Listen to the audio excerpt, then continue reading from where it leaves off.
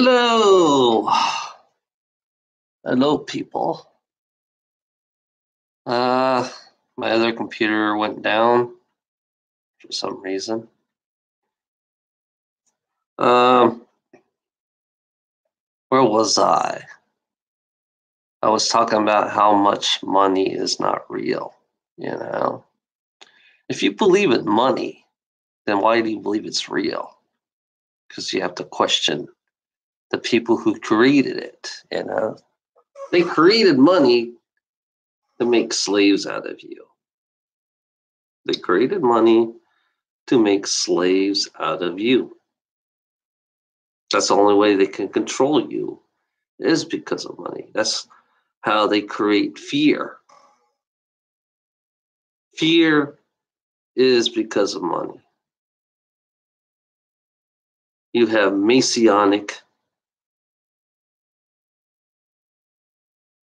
symbols on money. You have Masonic symbols on money.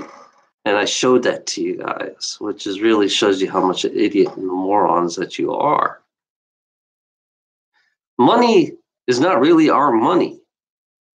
We don't really own anything on this reality. We don't own shit. The lies within the lies within the lies. You think you own anything here? You don't. You don't own shit. And you have to listen to the fucking the normal people in this reality.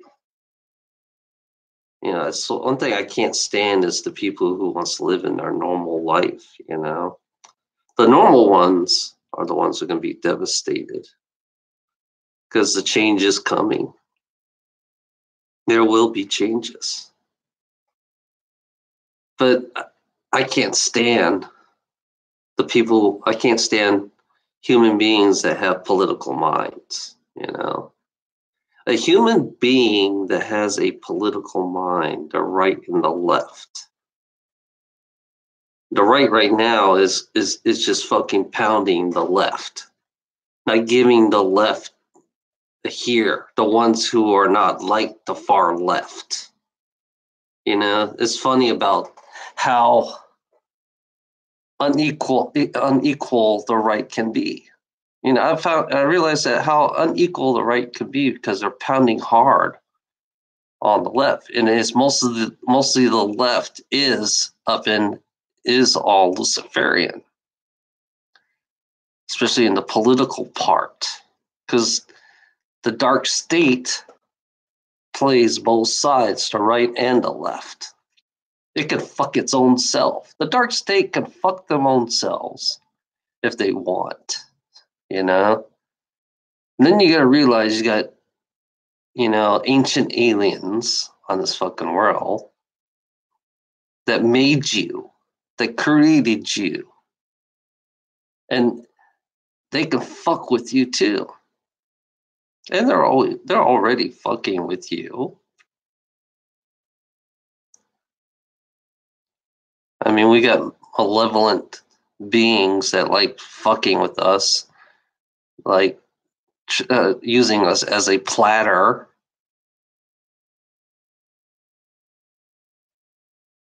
I mean, we were created to be a slave, like I said.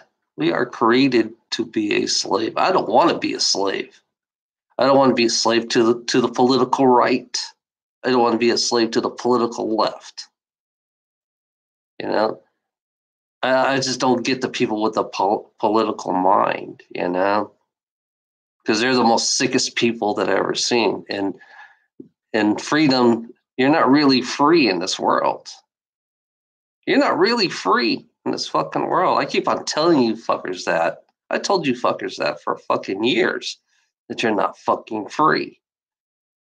You're never going to be free. I mean, we are, I mean, now it's like, what took you guys so long, Freedom. The word free.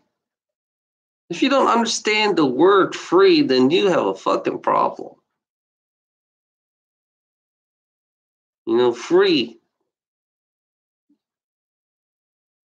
You don't understand the word free, you fucking greedy ass fucks, the right and the left. I'm going to tell you this, the right and the left, you don't understand what freedom is. Because I hate when you say it's our money, but it's not really our money. We don't have any say to creating money. I mean, the money system will always going to make somebody rich. The rich will always get richer. And we will always be put down. The poor people will always be poor, you know. The dumb people will always be put down.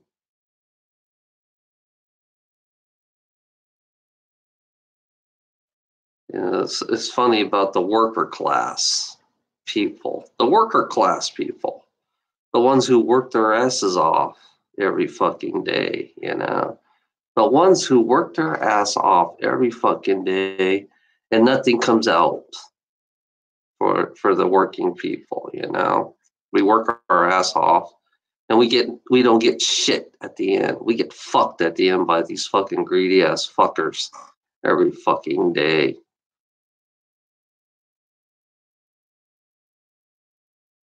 Nothing is owned. We don't own shit in this fucking reality. We do not own nothing.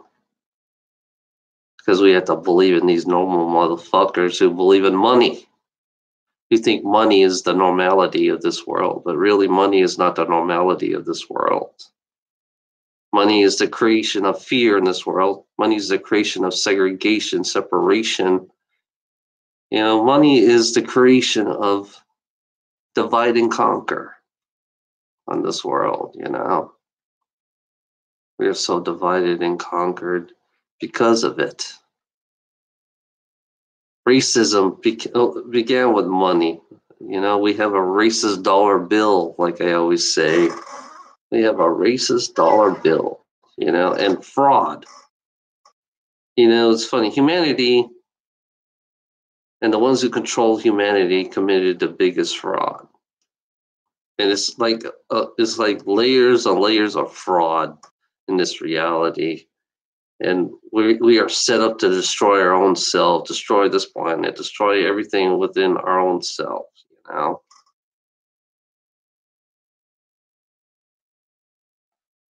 We are the creation, you know. We are the creation of this negativity because we are so influenced by this negativity.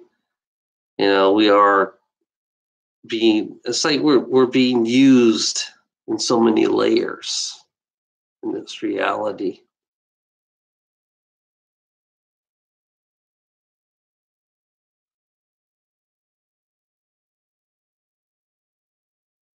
The normal people will always be normal because we don't want to ruin their normality, so you have to keep the normality running. You have to keep the normality running, you know.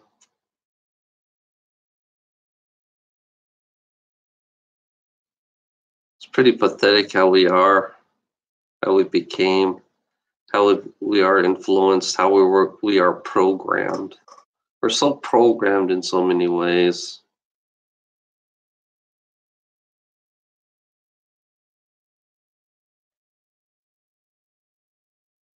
So programmed.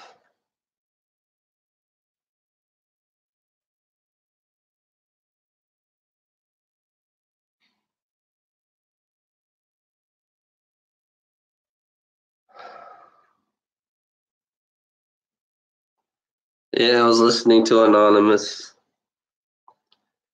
I just can't stand to hear the word your money. You know, that kind of pissed me off when he says your money. Yeah, this is our fucking planet, you know. Terra. That was the original name of this planet, Terra.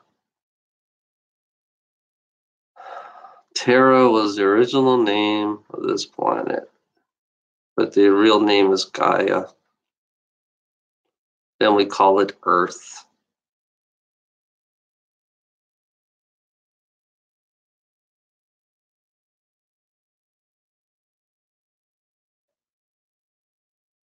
Hello, whoever's watching me.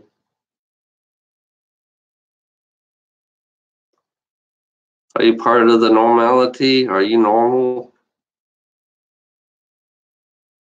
You want to keep everything normal? You want everything to be normal? Why do you have to believe in this is normal? What makes you believe this is normal? You know, what we're doing every day. You believe this is normal? You think money is normal? I have to question you. I have to question your normality of what is normal to understand. This world never was like what it used to be.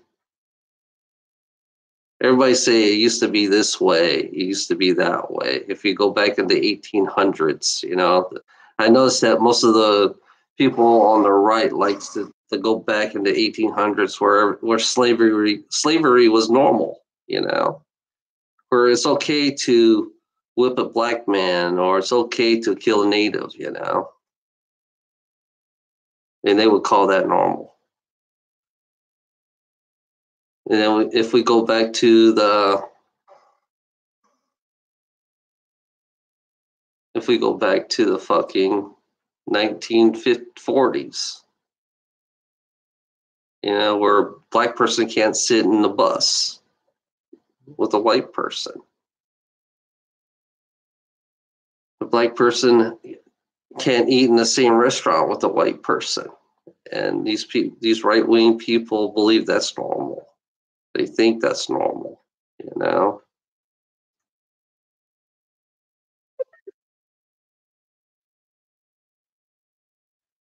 To understand what is normal, what is normal for you, that the right-wing people think they want their normality back. They want their power back. They want to go back to the past.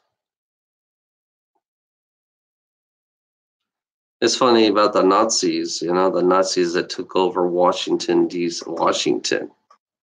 The Nazis took over Washington.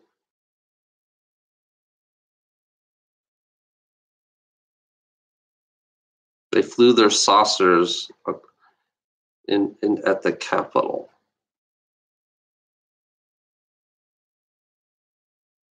It's funny about this world. Hey, let's watch Jordan Maxwell, Jordan Maxwell.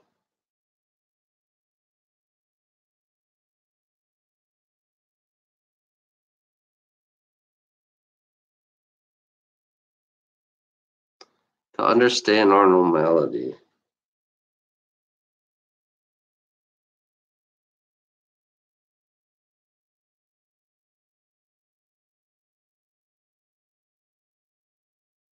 Words have meanings.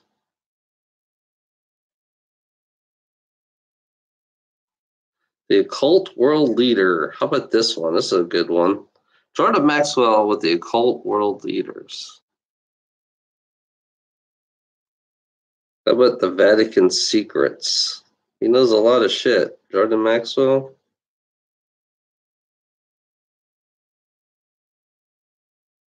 The Saturn, the time cube, Jordan Maxwell. This is pretty cool. This is an old one by Jordan Maxwell. But I also, in the early 80s, very early 80s, came into contact with some people who were experts on government banking. And I was in their company for many years. And I learned how governments work, and it was absolutely astounding to me to see the real truth. It's taken me 48 years to get here tonight, but I'm going to give you a secret that I've learned. I'm going to give this to you for free. This is a secret, and it's a very powerful secret. People will always, financially and in every other way, people will always support what they want to hear. They will not support what they don't want to hear. If you like country music, you're not going to pay $30 for a rap concert. If you like a particular movie star, you're not going to go see somebody else. People will always, if you like a particular kind of food, you're not going to the opposite restaurant. So people will always support what they want to hear. And the one thing around the world that the ancient peoples and anyone who has traveled and dealt with the public, you will find the one thing that people, generally speaking, do not want to hear is the truth. Nobody is happy when they have to be faced with the truth. And so there are some brave people, like maybe you here today, who are at least open to hear something that may conflict with what you believe or what you know, but at least you're truth seekers. That's what I have always been, as a truth seeker. I always say I'm not the world's foremost authority on anything, because I'm at least smart enough to know how much I don't know. But when you begin to break down how government works, banks work, you begin to see a whole world that you've never known. The word I use is occult. Occult simply means hidden. And this is exactly what is going on in the world today. Our governments, banks, institutions of education, etc., are operating on a totally occult or hidden basis. And so what we are told and given to understand is not the truth. Let me give you an example. How many people have heard me lecture or talk about the maritime system of commerce? Okay, so most people at least have heard about the subject. For those of you who haven't, I'll just give you some examples. When you go into court, why do you have to go to court? You play tennis on a court. You play basketball on a court. The whole idea of the court is to put the ball back in the other guy's court. So you have a team of lawyers, and they throw the ball back in the other guy's court, and that team throws the ball back in the other guy's court, and the judge is a referee. And he doesn't care who wins or loses. He's going to get paid anyway. So he wears a black robe. Black robes, most people never question, why do Catholic priests wear black robes? Kids that graduate from high school wear black robes. Judges wear black robes. Rabbis wear black robes, because black robes represent the planet Saturn. They're a symbol for the planet Saturn. Saturn was called by the ancient people Lord of the Rings. And Saturn is Lord of the Rings. This is why women were told in the ancient world to listen to their god. And the concept was they would wear an ear ring. Men were to get married before their gods. They wear a wedding ring, because the old ancient god of the Middle East, one of the ancient gods of the Middle East, was the planet Saturn. Saturn was directly connected to Yahweh, the Hebrew God. And so this is why even today the Jews celebrate the worship of Saturn. Saturn in the old Phoenician language was called Shebath. Look up in the Phoenician language, you will find that the planet Saturn was called Shebath. And his worship to honor him once a week was called Sabbath. So when the Jews are having Sabbath, they're actually paying homage to their god Saturn, Lord of the Rings. And so when you start breaking down where religions have come from, theologies have come from, the six-pointed star, for instance, is called the Star of David. Actually, it's not the Star of David. All the encyclopedias and reference works will tell you that it's called the Star of Saturn. It is a hexagram. Hexagrams represented the planet Saturn. So, and then when you look at the Christian system of things, the church is a disgrace, in my opinion, period. The Christian church is a disgrace. Everything that comes out of the Christian church in America is a disgrace. It's filled with lies, deception, innuendos. It is a money-making corporation. It operates under maritime admiralty law, and there is a whole world of knowledge that Christians have not been given about the scriptures, about who wrote the Bible, where it came from. I have found that even Judaism is not a BC religion. It did not exist in the BC. So when we talk about ancient Jerusalem, there was no ancient Israel. Jerusalem, yes, but no ancient Israel. So when you think about and how preachers and religious leaders talk about ancient Israel this and ancient Israel that, in point of fact, Israel is not a BC religion. The whole concept of the Old Testament was developed right around the 9th, 10th, and 11th and 12th century AD. So that the Old Testament is not an ancient record of an ancient people. There was no ancient Israel. Two of the greatest scholars, archaeologists in Israel, have written a book called Unearthing the Bible. And these two men, these two archaeologists, are the best and the brightest of the archaeologists in Israel. And in their book, basically, that's what they said. There was no Moses, there was no King Solomon, there was no King David. The entire thing was written probably in the 8th, 9th, and 10th century AD in Europe, developed and ultimately taken. All of that was taken by the Jesuits in the Catholic Church and rewoven into a story and given to us today as an ancient Israel. There was no ancient Israel. Never existed. There was no Moses. There was no King Solomon. Solomon was Sol, Om, On. Sol is Latin for the sun. Om is the Hindu word for the creative force. And On is the name of the sun in Egypt. The Greeks call it Heliopolis, but the Egyptians call the city of the sun On. Go look in a dictionary, look at the word On.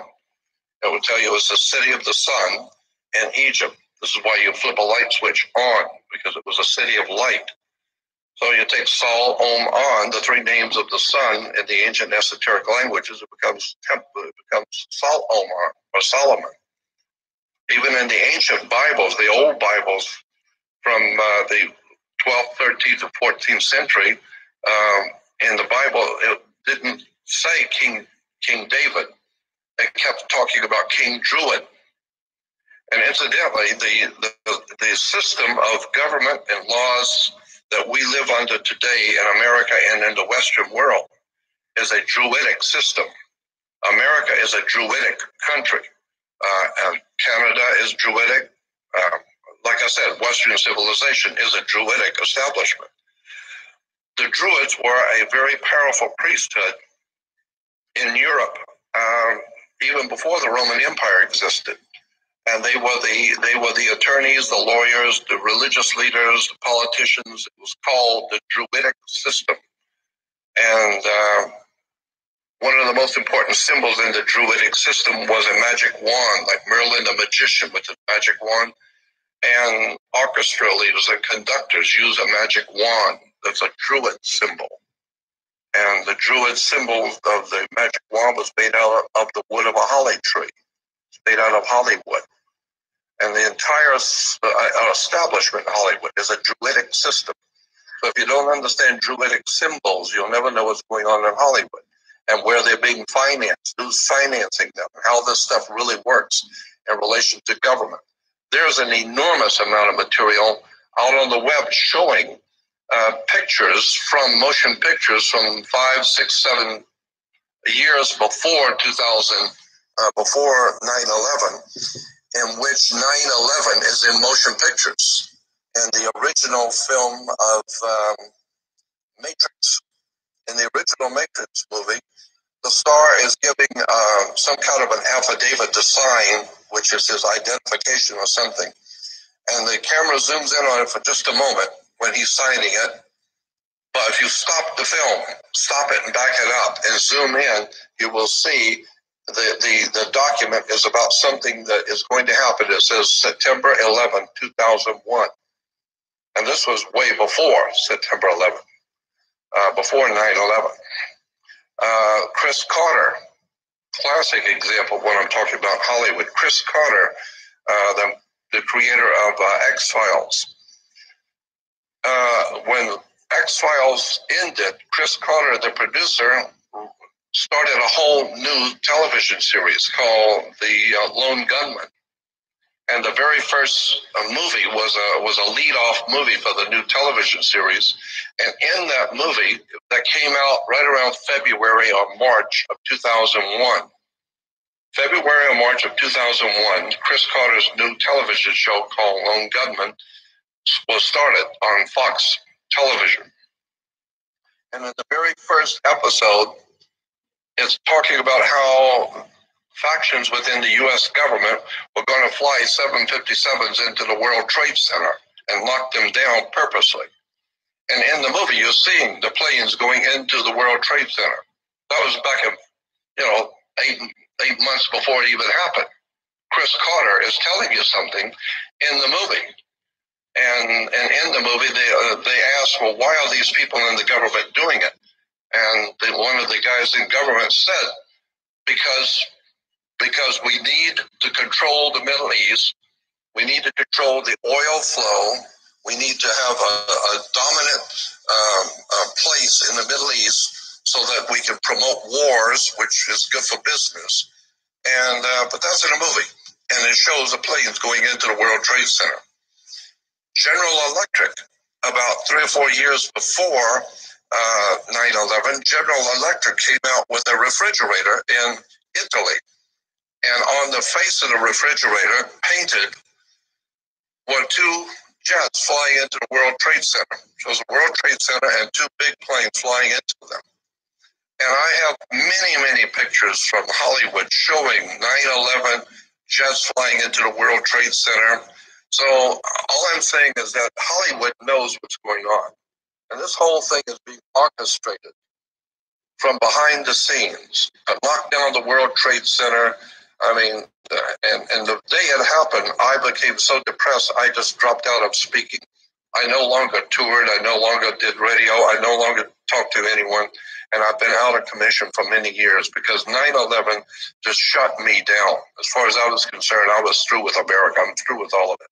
Because in any country that can buy 3 high-rises falling down into dust and not ask any questions about that, I just gave. Isn't that interesting, huh? How this world is, how we are manipulated in so many ways. It's like they tell you right in front of your face. It's funny how they tell it to you right in front of your face. It's in your books. It's everywhere. It's in the media. It's like they control every single thing in this reality. It's like they control your politics. They control your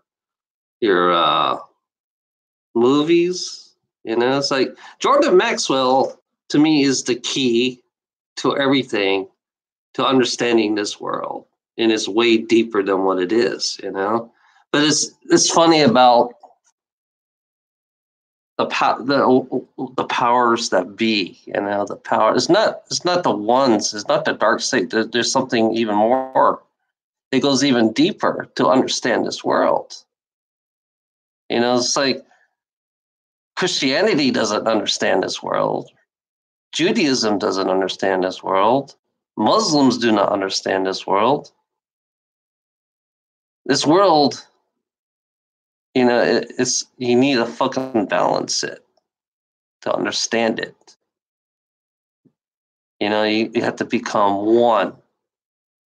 If you don't understand what becoming one, equal, and the same, then you'll understand everything around you. That's one thing you guys don't understand, because right now you're so busy with your political minds. You're corrupt with your political minds because corruption just keeps going on. Corruption. It's funny about how we are made. The creator. It's like these. It's like we are made. We are fucking made. This body is made, by advanced ETs. I know we have 40 of their genetics within our own cells. So that's why they come down here and farm us, you know. But we don't have to be that way. We don't have to be the cows. You know, that's what we are. We're nothing but herds of cows, according to them. And that's why they took away our abilities. They took away everything from us. You know, now we're slowly coming back. We're coming back with these abilities in these bodies, these physical forms, you know. That's why the thing about life, you know, it's like, do you really know what life is? Do you know life? Do you know life? Because religious people do not know what life is. Religious people do not know anything about life. They're stuck in their politics and their fucking money, you know? Me criticizing you, you know, I criticize everything about our reality. You know, this thing that I see in my head, it doesn't fucking care about gender. It does not care about gender. It doesn't really give a damn about who you are or what you are. Only religious people give a damn because it's basically it's all man-made. Everything around here is man-made. The laws are created by man, you know? There is no laws. Well, we have a law. You know, it is very few laws on this. It's like you don't kill. Yeah, you do not kill. You do not. You can't be self-serving. That's part of the rules. You're not allowed to be. You can't self-serve. That means you can't be. You can't have more. You can't have more. You can't have less. Everybody has to have their equal share, but everybody's got to participate in this reality, you know, but everybody has to live their life. Every individual person has to create their own learning, you know. You have to learn. That's what you're here for, to learn, to understand, not to be a slave. If you like being a slave, great, be a slave, you know. It's like, yeah, great, be a slave.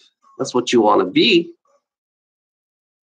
Because I know I don't want to be a slave in this fucking world. Because I always look at money as a slave. I mean, money to me equals slavery. And when I hear Anonymous saying this is my money, you know, yeah, I've been used. I've been abused because somebody else's greed. I'm making somebody else rich.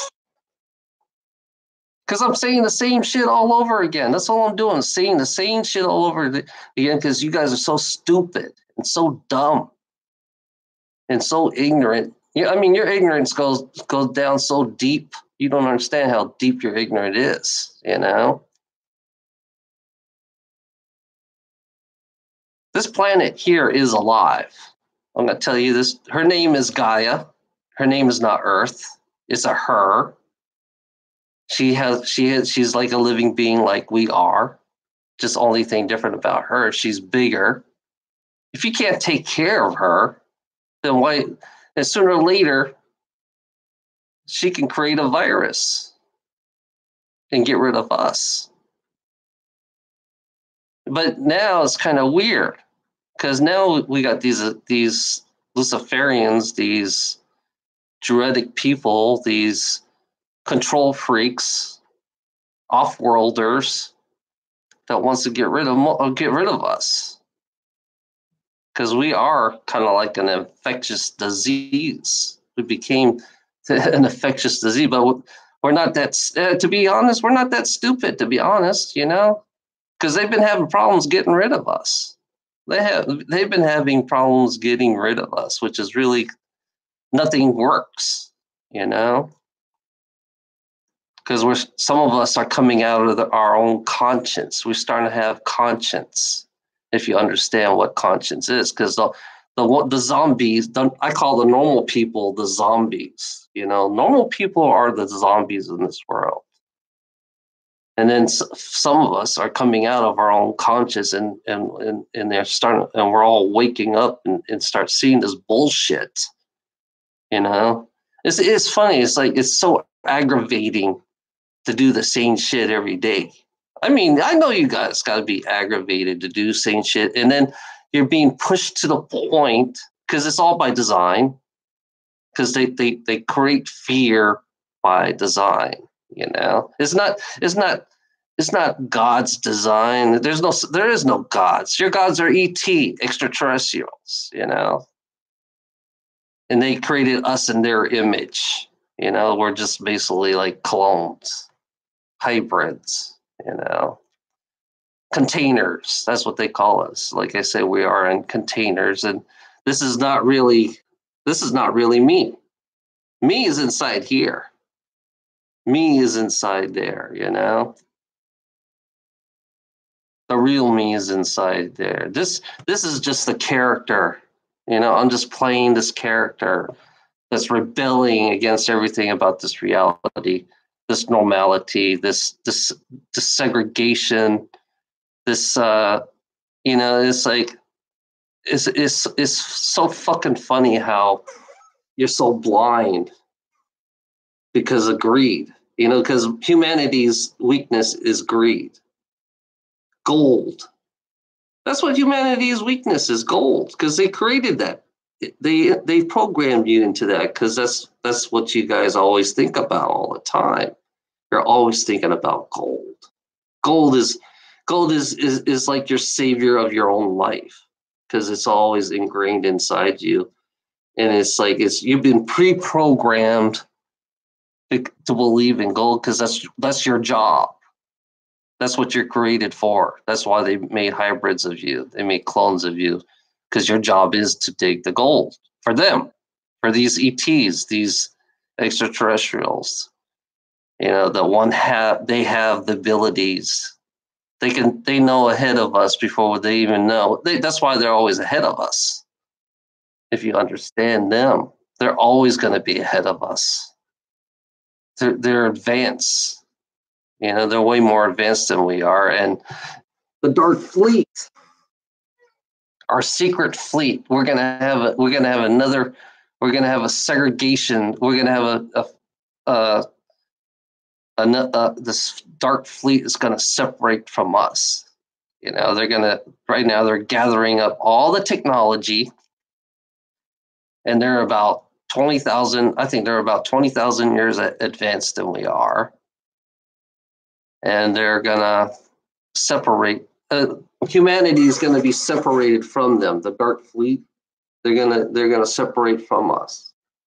So we got to catch up with these fuckers and stop these fuckers because I want to stop these fuckers. You know, I want to destroy the Dark Fleet. That's what I want to do because all they do is they create slavery. They're the one who are trafficking. This, you know, all your child trafficking is off planet too. All your child trafficking is off planet. They take them, they train them, and they go exploring, and they meet other beings out there. Because they meet other beings out there, and they take technologies from those beings, and they disguise themselves, which is a disgrace. Because you don't go disguising yourself. Because if they say you're not meant to have the technology, then you're not meant to have the technology, and you can't just go in there and basically just stolen from these beings that has this tech, you know. They have a technology out there that you can be immortal. You can be young forever. They have a technology where you can regrow your arm. You know, you can regrow your arm back. It can kill cancer. They have technology already killing cancer, and you don't have to go through all the fucking bullshit, greedy ass fucking doctors to fucking cure cancer. You know. Yeah, we've been fooled. You know, it's funny about humanity. They fooled you, and you're always going to be the fool. because you believe in gold. Only a fool will believe in gold, Only a fool would believe in greed. Only a fool would make people a slave, Who is this? 855-206-808. It's an 855 number. You know anybody? 855.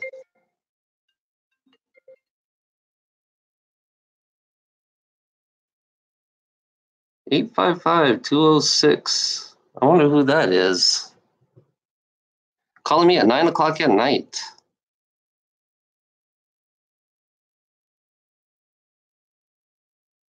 Unknown. It's an unknown number. I've been getting a lot of unknown numbers. Usually it's mostly scammers. I get a lot of scammers lately. Yeah, that's another thing about this world. We have a lot of scammers that are so desperate for money, that wants to be rich. The lies they give us to say, oh, you could be rich if you believe, You could be rich. It's like, I hate that. It's like, how much lies is there, 855. I wonder who that is. I should Google it.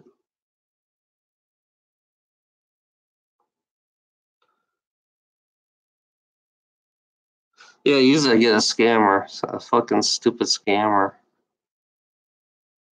855-206. Let me write that down.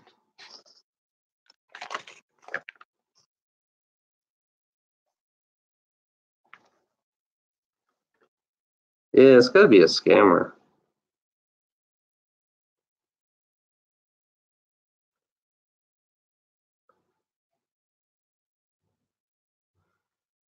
Eight 855.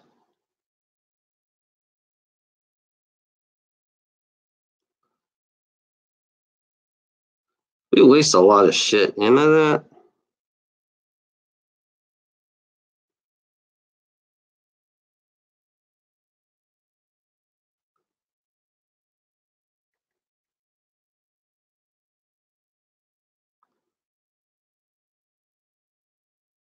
Numberumbo. What the hell is Numberumbo? Robocaller warning.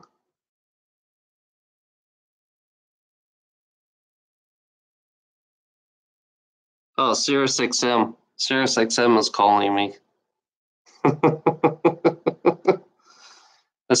Somebody's supposed to be imitating SiriusXM or something. Shit.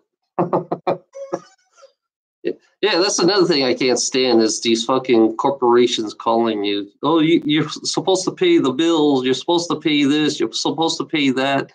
And they're always trying to fucking manipulate you. It's like, you got to pay that. You got to pay this. You have to pay this. It's like, what kind? This is a fucking sick world. It's a fucking sick world we live in.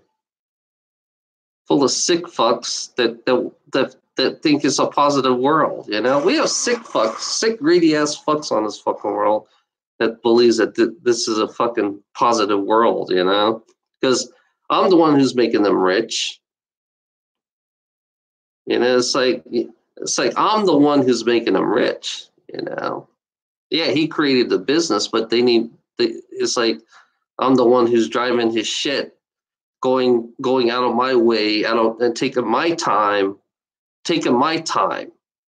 Don't you hear that? You're stealing my time on this planet, so I cannot enjoy life, Yeah, corporations stole my time. Corporation and government, they stole my time. I didn't come on this planet to be fucking slave, I didn't come on this planet to be a fucking slave.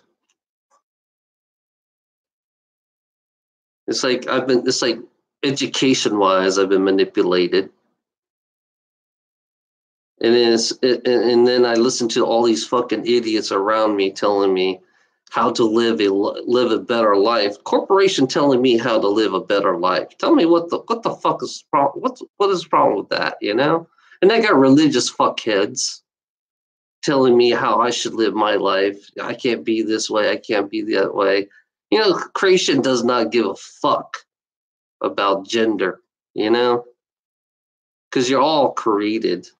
We're all created. Doesn't matter who we are, what we are. It doesn't care about what you are. That's one thing that's so fucked up about humanity, how much manipulation that humanity is to believe in this bullshit. Gold, you know, the gold, the mind of the human being who's programmed to believe in gold is a fucking idiot, is a fucking moron. Because I woke up and I realized gold is nothing but a fucking scam, helping these fucking ETs get their gold so they can become youthful. Because if you smash it up, it's like a youth potion to them. If you understand the chemistry of gold, because I found out gold can be created. You can make gold if you know the chemistry of it. Monatomic gold. It's the same. It's the same as the gold in the ground. You can create gold. You know, if you know what it is, because now and then you realize, you know, you have to destroy land for like an ounce or 2 ounces of gold. You have to destroy a land for 2 or 3 ounces of gold, you know, or a pound of gold. That shows you how stupid you really are. I mean, it shows you how ignorant you really are. You're willing to destroy land. You're willing to fucking kick people out of their houses because you believe that gold is the life. You know, believe gold is part of life. You know, if you expand your mind, if you take your mind beyond this bullshit, then gold should be useless. You know, because you're not learning anything from it. You're not really learning anything from gold, actually. You're just learning how to mine gold. That's what you're learning, how to do the same shit all over, just like a slave does. That's not learning. You're not really actually learning anything. Only thing you learn is to put fear on others. That's it. That's what you do. That's your job, is to put fear on others on this fucking planet.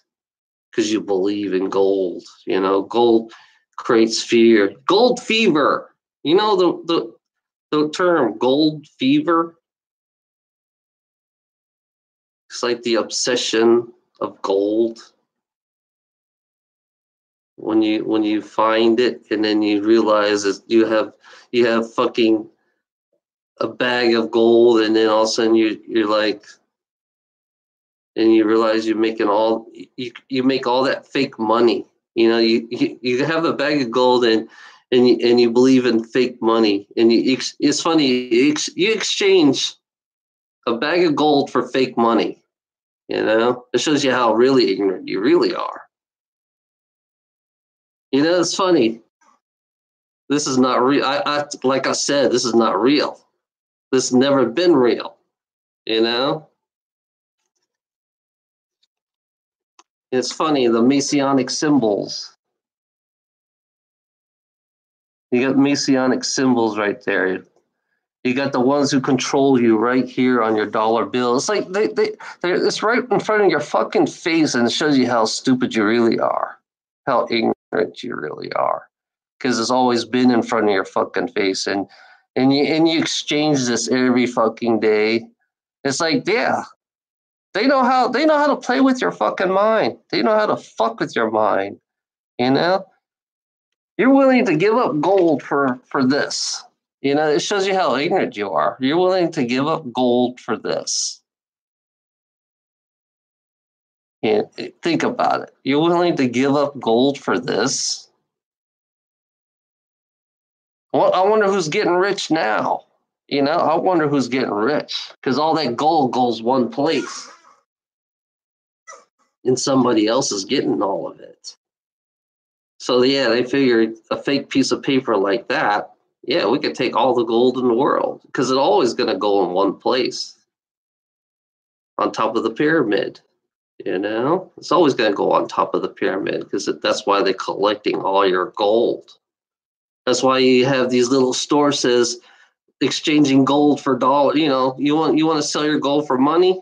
Here you go. You're willing to exchange gold for a fucking piece of paper. Yeah, this is the biggest scam. This is the whole planet got scammed. The whole planet got scammed. Shows you how ignorant you really are. You just been scammed. We all been scammed. We all be even me, even though I'm forced to be in this fucking reality, this world. Forced to do slavery, forced forced into education. Having a degree is nothing but a piece of paper. Yeah, you're highly educated. You're a highly educated slave. That's what you are.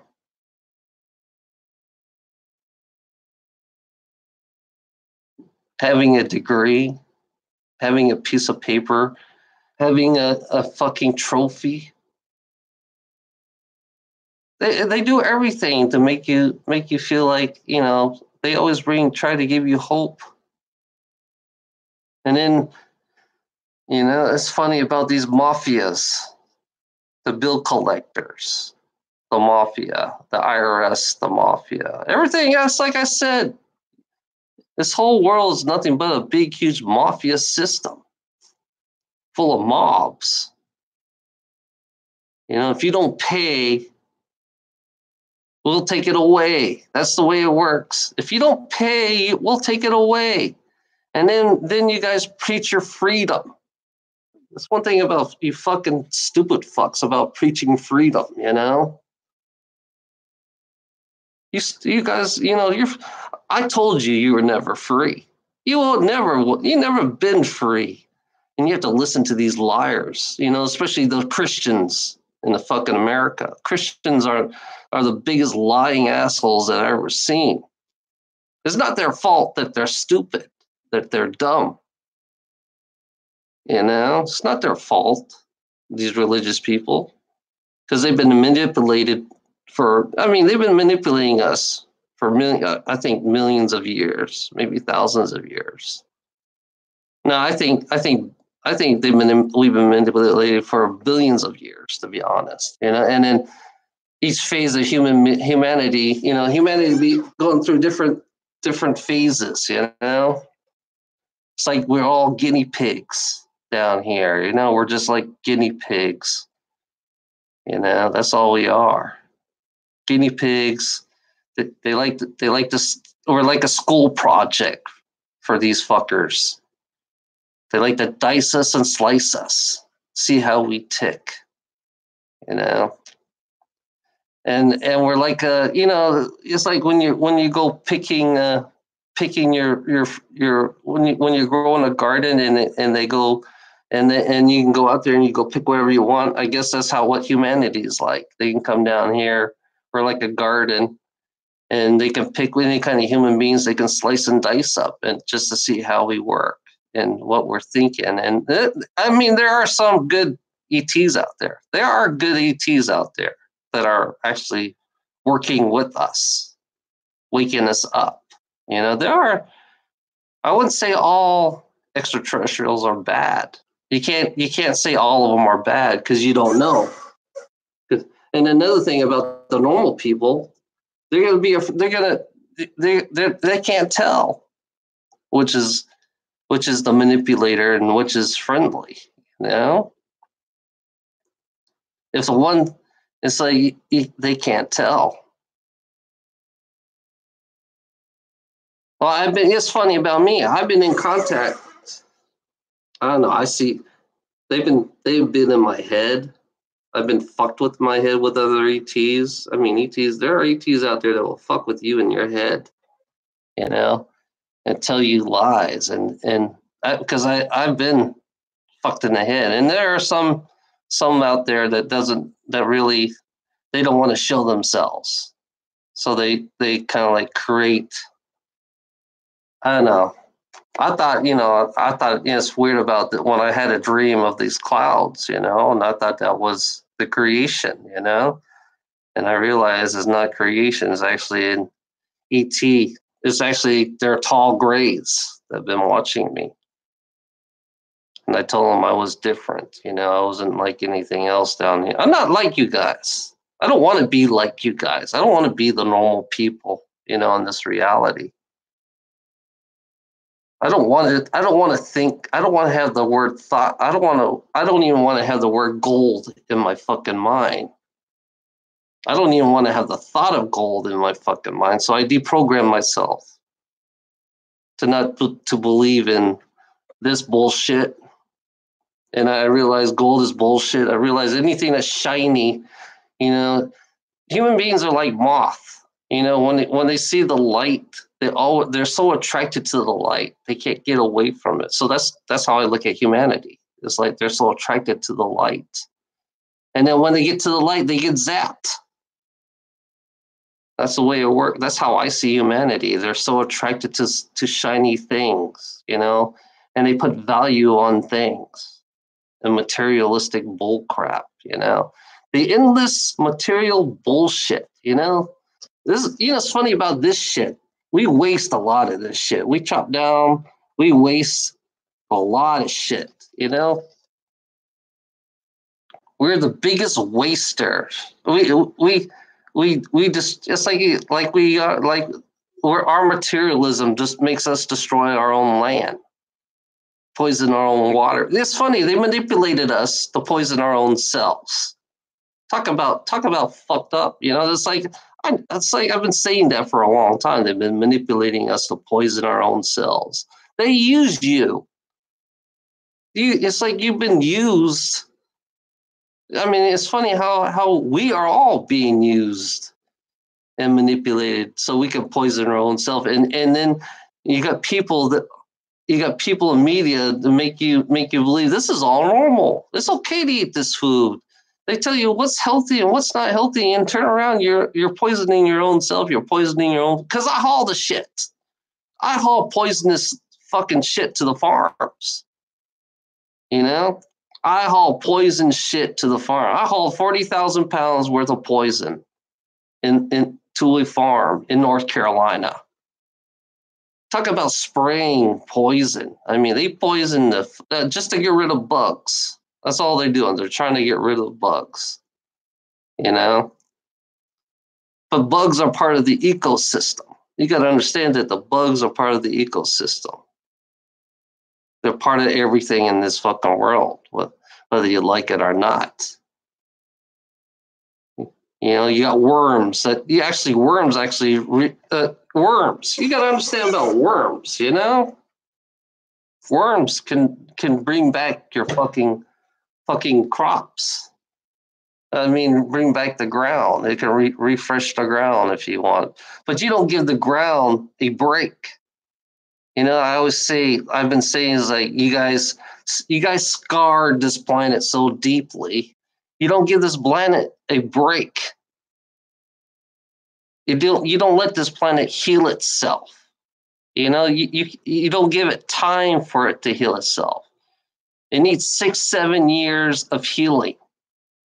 That's every 6-7 years, you should, like a rotation, you should develop a big, huge rotation where you give the land a break so it can heal itself. And then you'll see the difference in how your crop is, Hell, the natives. It's funny about the natives. Everything around them is their garden. Don't you guys understand that meaning? Everything around them was their garden.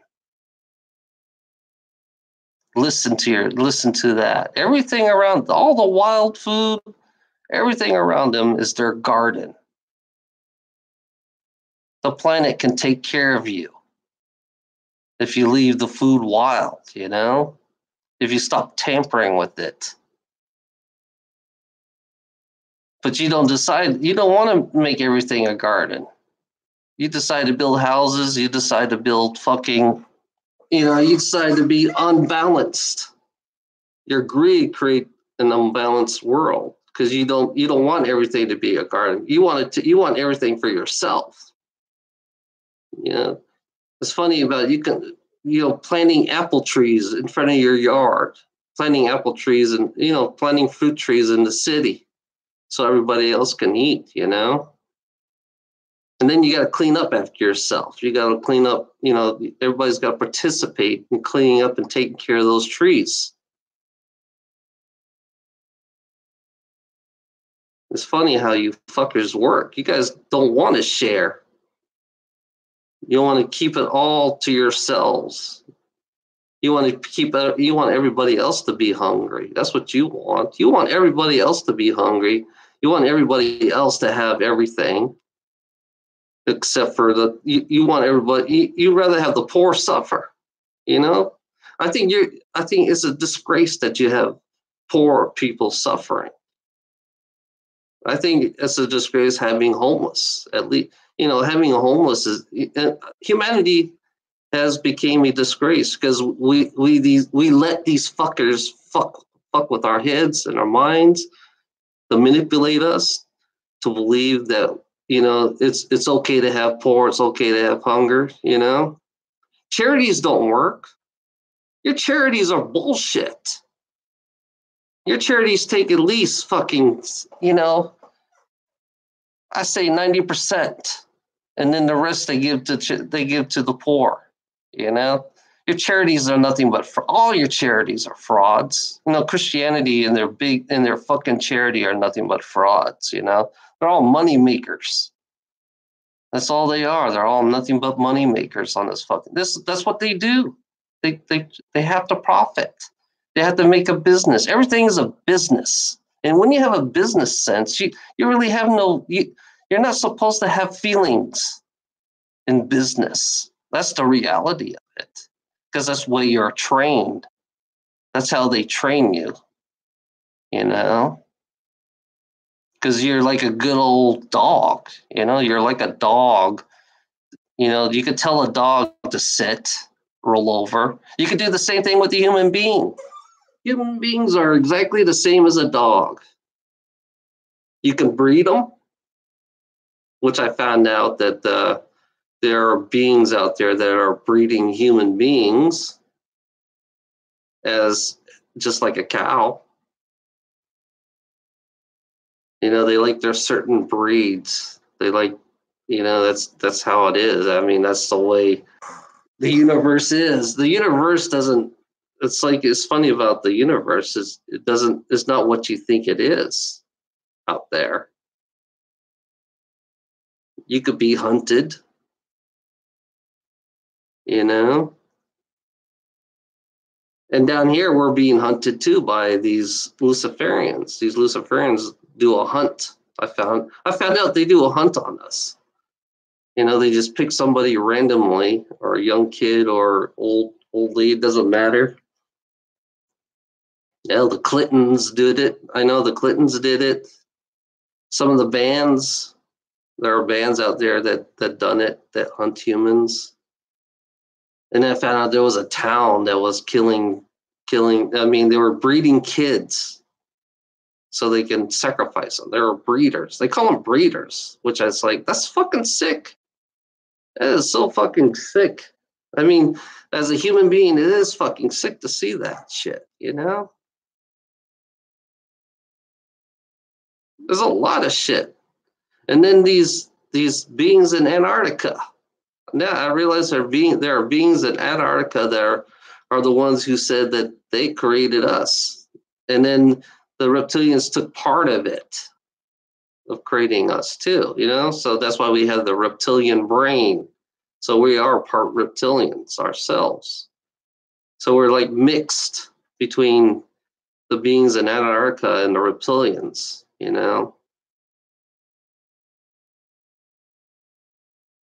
And then I realized, I've been following giants, and then the moon had these 70-foot giants. I think they went on Mars and they created a whole lot of other they created, I don't know their sex. I don't know if they're male or female, because it's weird.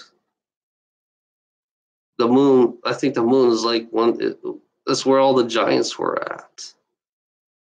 And then there was a big, huge war on Mars. Mars was completely, demolished. It's like had a nuclear war on Mars. There was a big, huge nuclear war on Mars. And then some of the Mars immigrants came down here. So some of us down here are from Mars. And I realized that I'm from Mars. I'm from Mars, but I don't act like these fucking warmongers. I'm kind of like the opposite of these warmongers, because there was a lot of warmongers on Mars. There was a lot of fighting. Endless fighting. That's all we do, is fight. That's all we do in this world, is fight. And then I found out there are 40 other planets in our solar system. There are 40 more planets in our solar system that they've been hitting us, and because we only see the ones that they only give us, They only show Saturn, It's like, now I realize that everybody is all dressed up like to worship Saturn. Our justice system is based on Saturn, Luciferians believe in Saturn. Isn't that kind of weird, Jordan Maxwell kind of like woke me up and really see a deeper picture compared to all these other fucking fuckheads out here. I mean, you don't have to you don't have to believe them, but it's like word by word. Your Bible is King James. So you tell me what's wrong with that picture if your Bible is King James, especially Christianity that believes in the King James version. It's like it's a white version. It's a whitewashed version. If you think about it, it's so whitewashed. King James Bible. So it's like you're still under British rules. I mean, America is still under British rules, whether you like it or not. You're not really. It's funny. It's funny about ownership. Only person that can authorize you to say that it's okay to own all this stuff we have to ask the Queen for permission so we can own all this shit, So yeah, you can pay it all off, but you still don't own it. Shows you how much we got scammed. We got scammed big time.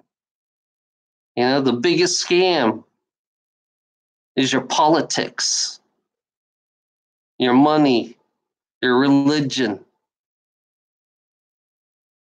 Yeah, your biggest scam is politics and religion and money and corporation and government. Those are the biggest scammer, because they legalize, they control everything. So you've been fucked, We've been scammed. I'm surprised nobody wants to say anything. You guys want to say something? You just like to listen to me talk? You want to listen to a freak talk? Oh,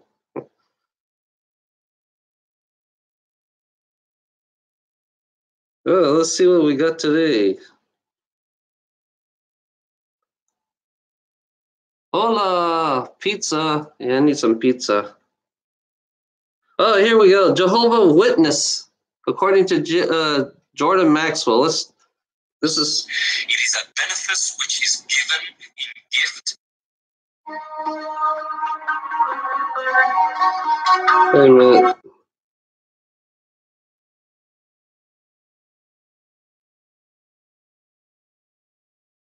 Let's try to find something else. I don't know. Jehovah's Witness. Yes, Jehovah's Witness is actually Masonic in disguise. They're full of like Freemasons.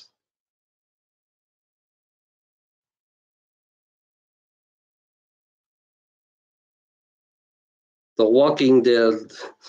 Yeah, this is Jordan Maxwell.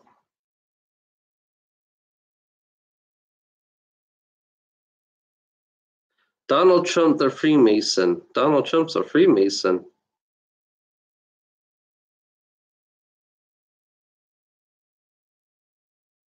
I like the old stuff of Donald Trump. I mean, Jordan Maxwell.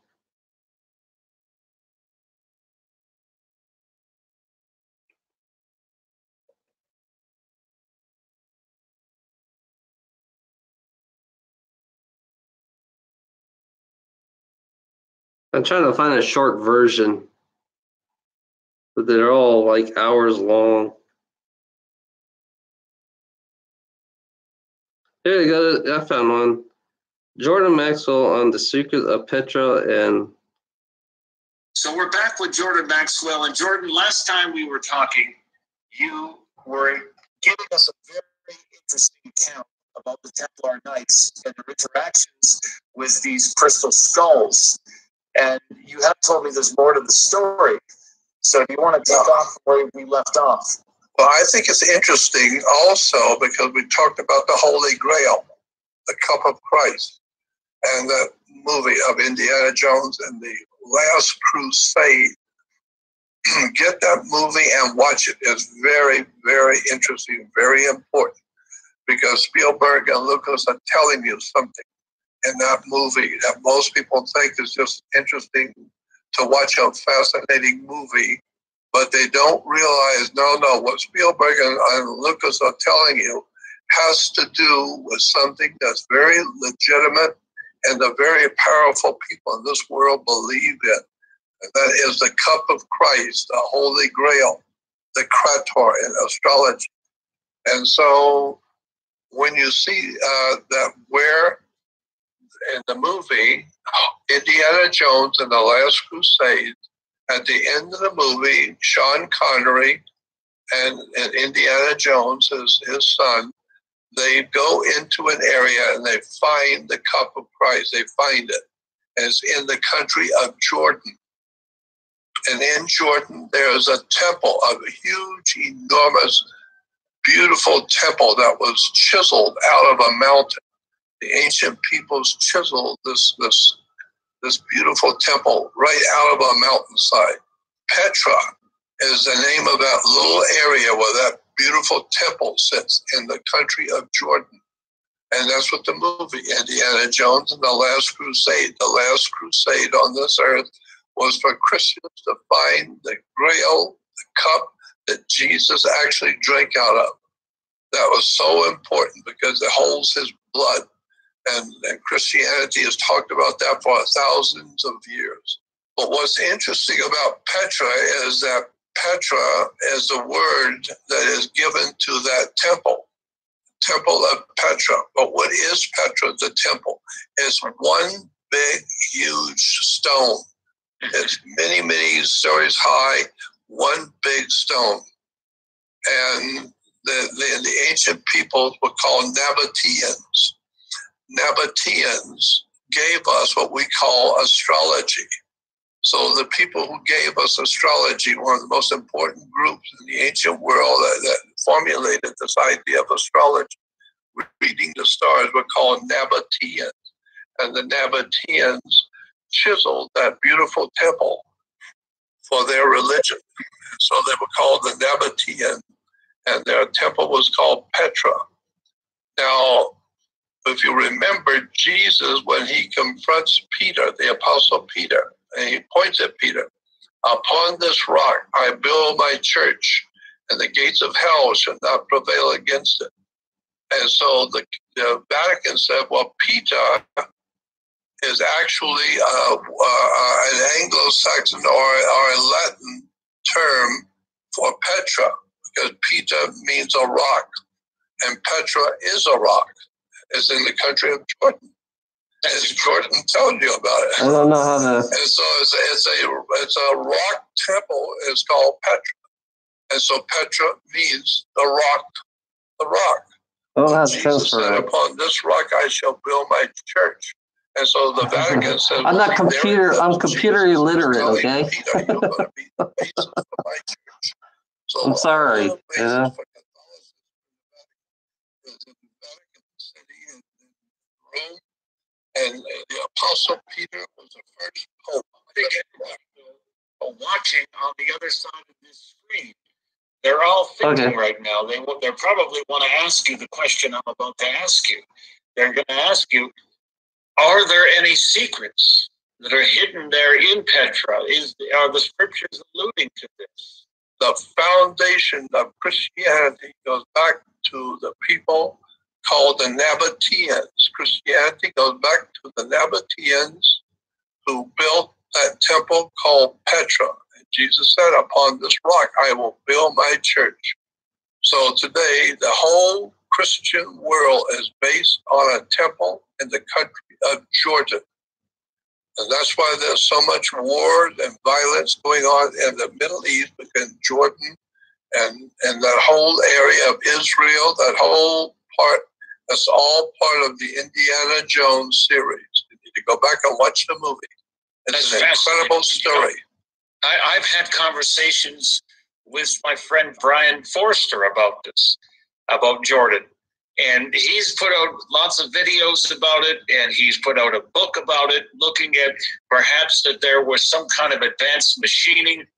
I mean, it's absolutely incredible to look at Petra. And right. Look at these incredible places like Petra or Karnak in Egypt, which I know you've been to these places. Yep. You can only imagine that with these giant entrances, perhaps that giants themselves may walk through these places. They look like they were built for very large humans, and they're magnificent in their structures. But who knows what the intentions of those who put those there in the first place were? But as you're saying, that looks like the origins of everything unravels from there. Well, origins of Christianity do not originate in Rome. That's Roman religion. The Romans had their own religion. It was called Mithraism. The Romans had their own religion called Mithraism. Mithra was the son who died on a cross. He had 12 helpers, 12 followers. His mother was a virgin. His father was a carpenter. So that story we read about in Christianity in the Bible, no, that's called Mithraism. That was the Roman religion. So today the Pope leads the world in the worship of Mithra, the ancient Roman god Mithra. And Mithra goes back to Persia. It goes back into the ancient world. But the Romans picked up Mithraism and made it into a state religion. And today it is called Roman Catholic Church, the Vatican, which is supposedly the home of Christianity and Jesus. No, Jesus said, upon this rock I shall build my church, and the gates of hell shall not prevail against it. Upon this rock I will build my church. Oh, well, that was the Apostle Peter. He was like a rock. No. Rock is, look it up in the dictionary. A rock that Jesus in the Bible, look it up in the Bible dictionary, and it will tell you rock is Petra, the temple of Petra in Jordan. So therefore, Christianity is not based on the Roman Catholic Church. Nothing has nothing to do with Roman Catholicism. Christianity was based on a temple that the Nabateans were the people who built that temple, and they were some of the very first astrologers who came up with the idea of understanding God in the universe through the stars. We're called Nabateans.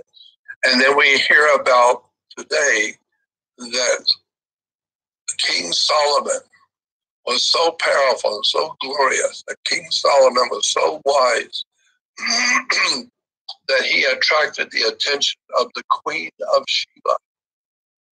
The Queen of Sheba, the Bible says, was so impressed by hearing about King Solomon. The Queen of Sheba went to visit King Solomon. And point of fact, no, there was no Queen of Sheba. It was the Queen of Seba, S-E-B. The Queen of Seba, not Sheba. And the Queen of Sheba is the Queen of Seba. So the Sabians were an ancient race of people who came from that area, what we call Jordan, and they were connected to that great temple of the rock. Jesus said, upon this rock I will build my church.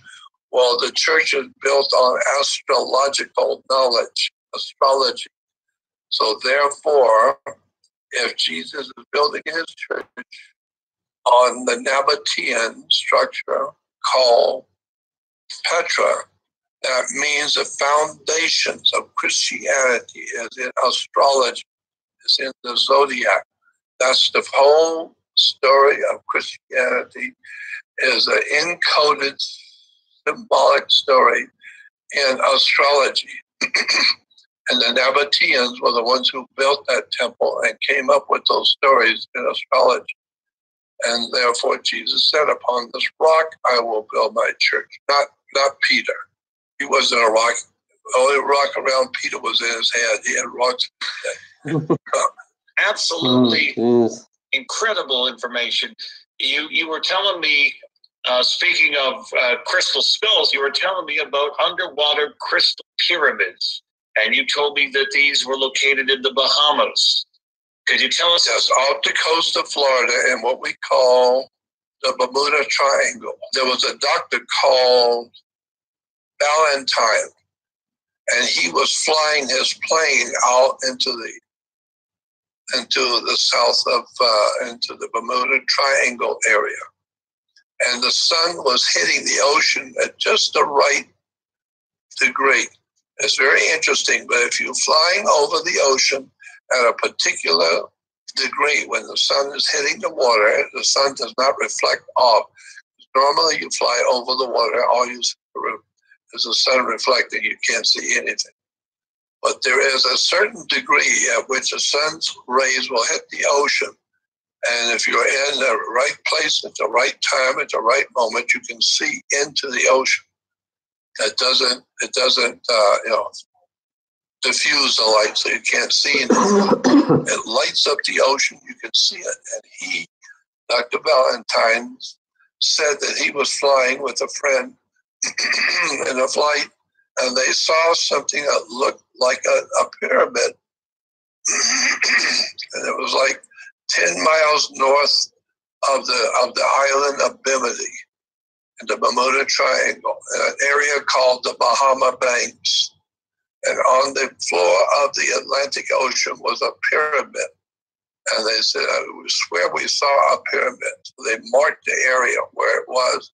And they came back and they got a team of flyers and divers, etc., to fly out there to check it, and to go into the ocean and go down there and see what that thing is. And they flew out and they dropped off the divers. And sure enough, there's an enormous pyramid sitting on the ocean floor in the Atlantic Ocean. An enormous pyramid like the one in Egypt. And it's a pyramid that seems to be alive and working, because some of the Navy divers, some of the divers that went down there, professional divers, they had these canisters, according to the story, they had these canisters of powder that they take with them. And when you're down there diving in the ocean, you pop open the canister, it's got powder in it, but it immediately dissipates into the ocean. This powder just covers everything instantly. And when it does, you can see the flow of the current. So if you want to see the current, you can't see it unless it's colored, so you can see it. So they pop these big canisters, and then it colors the water, and then you can see the current, the way it's flowing. And they did that, and the current was going into the top of the pyramid where there was an eye in the pyramid, like on the dollar bill. It would go into the eye. The current was being sucked into the pyramid's eye. And a few moments later, they were seeing it, the divers were seeing it come out of the bottom of the pyramid, colored water. So something was sucking it in and processing it and blowing it out the bottom. So there was some kind of a dynamo, something going on inside that pyramid. And Dr. Ballantyne, I'm remembering this from many years ago, lectures I heard. But Dr. Ballantyne said he swam inside that eye of that pyramid. He swam inside of it. And inside, he said he had the light on. He could see inside the pyramid. At the very tip top was the eye opening, and he swam in there. And there was a big crystal, just a plain crystal, with two hands. He said it looked like it was made out of pewter. There were just two hands that were holding this crystal up in midair. There was no arms or nothing connecting it. It's just two iron-looking hands holding a big crystal, and the air and the water is being sucked past, going down, and coming out the bottom. So he said he pumped the crystal out of the hands and swam back out against the incoming. And he swam back and took that crystal back to the Oceanographic Institute in Florida. And you can go there today, from what I've heard, you can go there today and see the crystal that was inside the Great Pyramid on the ocean floor of the Atlantic Ocean. Now, I don't know what you want to do with that. Who was it that built a pyramid on the floor of the Atlantic Ocean? And it's still working today with water being sucked into the eye and blown out the bottom. Obviously, it's some kind of a technology, some kind of. Do you think that belonged perhaps to the Atlanteans or one of these ancient civilizations? Absolutely, no doubt about it. I think also that's what's causing the hurricanes in the Bahamas, because that's where they all started, in the Bahamas, somewhere in the Bermuda Triangle is where the hurricanes all of a sudden just start forming. And then as they move, they catch up more and more power and bigger and bigger and bigger. But I think the hurricanes in the south of Atlantic are being caused by some kind of a highly extraordinary high technology from another world that is on the bottom of the floor in the Atlantic. Something's going on in the Atlantic Ocean that's causing the hurricanes to form. And it's very interesting too that over 1,000 or 1,200 ships, over 1,200 ships have been sunk in the Bermuda Triangle. What's causing that to happen? How come we're losing so many ships and planes in the Bermuda Triangle? Something's down there on the floor that's causing terrible things to happen. And it just goes to show that this entire world that we think that we live in and know so much about is just filled with mysteries that we're not even beginning to scratch the surface on.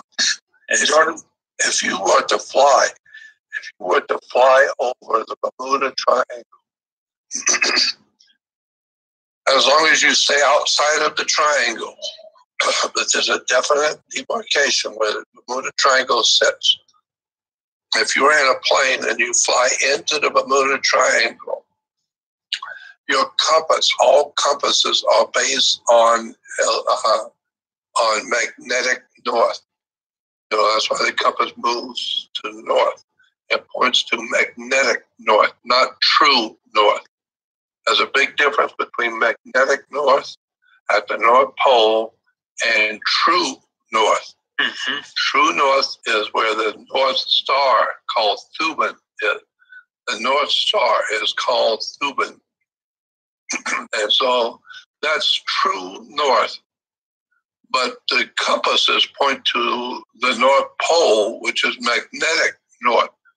And so the planes, when they fly into the Bermuda Triangle, I've talked to so many pilots and they say, yes, when you fly into, or if you're on a ship and you're going through the Bermuda Triangle, the moment you enter the triangle, the Bermuda Triangle, your compass immediately points to true north.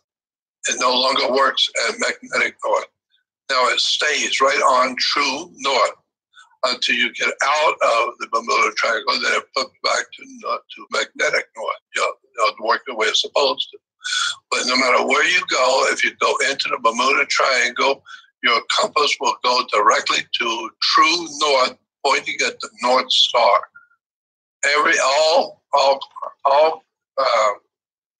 All boats and ships, compasses, all of them, they will immediately jump and point to true north. Why? A portal. That is amazing.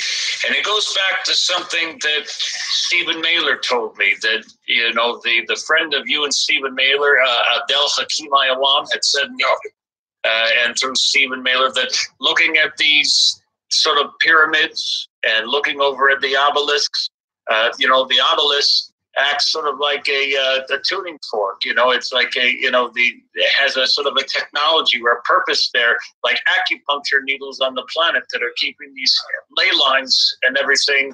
That's right. Properly. And perhaps that's why that area of Egypt where we see the Great Pyramid, for example, has been immune to earthquakes and everything else. Jordan, we are now into that area. We're running out of time. So could you let everybody... Yeah, that's pretty interesting, huh? That's the kind of shit I like. I like the weird shit, I like hearing the stuff that people. I think the Bermuda Triangle is pointing at a star, so I think it's like a portal to go to the, because I think that star system is where other different beings are at.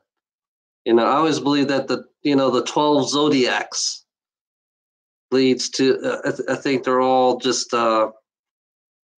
if you took a ship and you go towards one of the zodiacs, and you go, and I think it leads to another civilization, another civilization for each zodiac, for each star system. Oh, look at that. You see that? Did you see that? I had a little spirit fly across. Clear as day. I told you, I've been seeing a lot of them lately. That was weird. I could feel it. It's here. There's somebody here right now.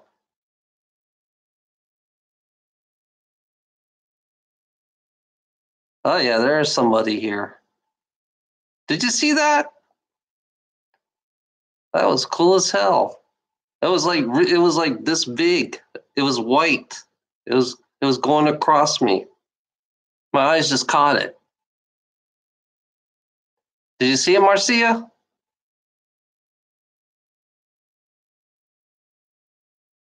Yeah, I gotta know what time it is, because we have to put the time down when I see it.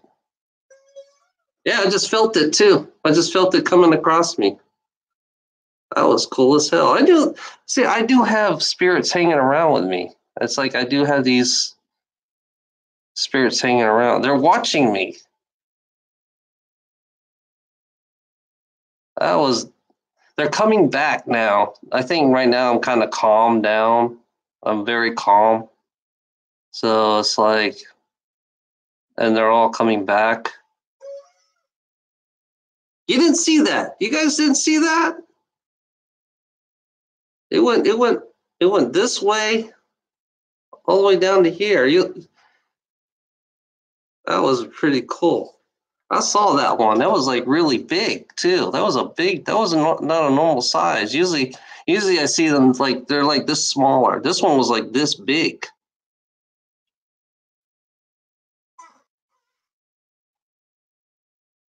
That was weird because I felt it. I felt the energy.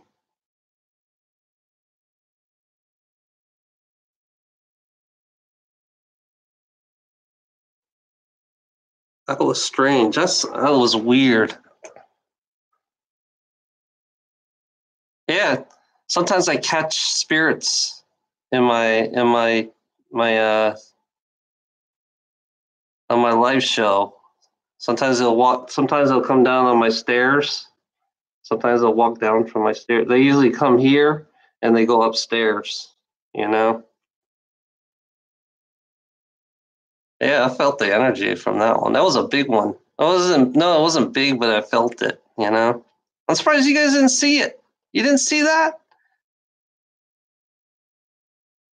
It was like really, it was like white. The way I looked at it, it was white.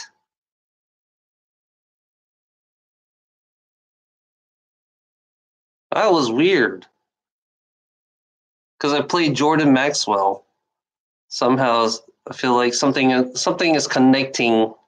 I guess they're connecting. That was weird because it's been a while since I've seen them. Because usually they come at my sleep. Because one time I was sleeping and my arm levitated. My arm levitated for no reason. I woke up and I saw my arm. I felt soft little hands around my wrists. They were really soft, you know. Then I used to hear their voices. They used to go to my ears, and they tell me I used to hear voices, you know. I know there were ETs. Usually I have ETs come and hang around with me all the time. Look, the screen just changed.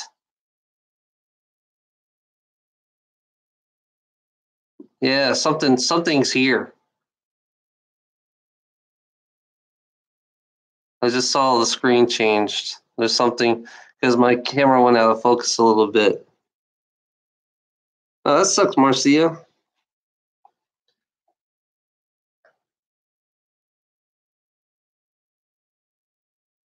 Hello, anybody here? Come on out. Show yourself.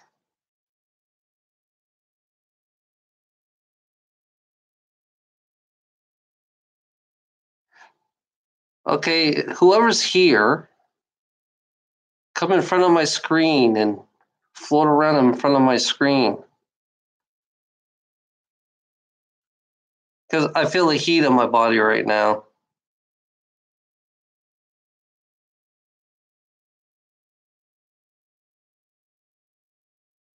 That was cool. That was a big one. I never saw a big spirit like that. That was a big, huge spirit.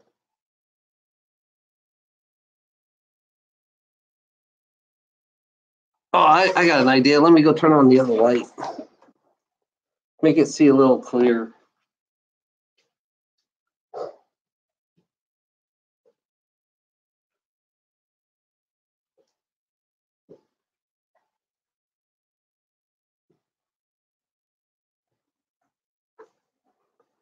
Yeah, usually I turn on the light. That light right there, I kind of like this. It makes them stick out even more better. You can see them really clear that way.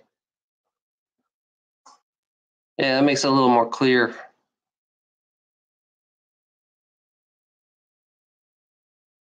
Yeah, I thought about getting a camera system. Get one of those sensor cameras, and I thought about installing in my house because usually they come in my house when I'm gone, and I thought about leave on my you know, let them come in here and see whatever they want to say or something. I don't know.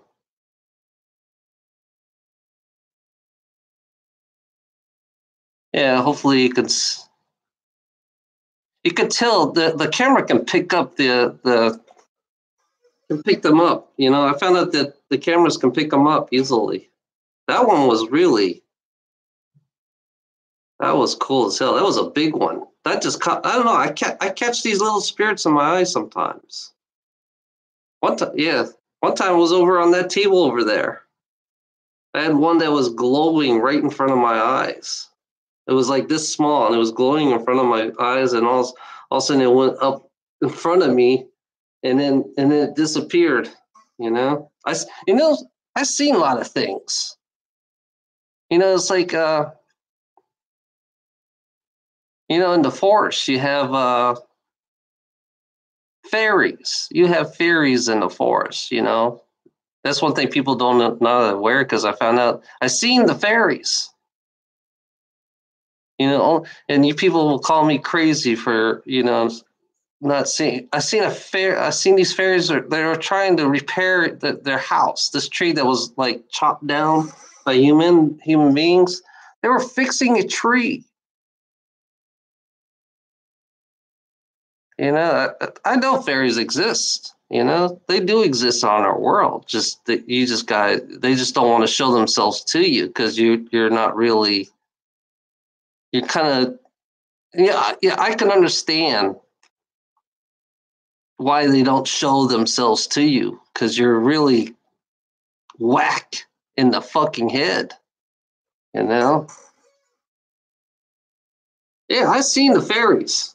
It's funny. I seen fairies in the forest. It's like they do repair the trees. They do fix the trees. They do fix the environment. It's like you take a bulldozer and you go through the forest, and you're tearing these fairies' house. You're killing the fairies, and you're getting rid of the houses that they live in. You know, the environment, because they're more.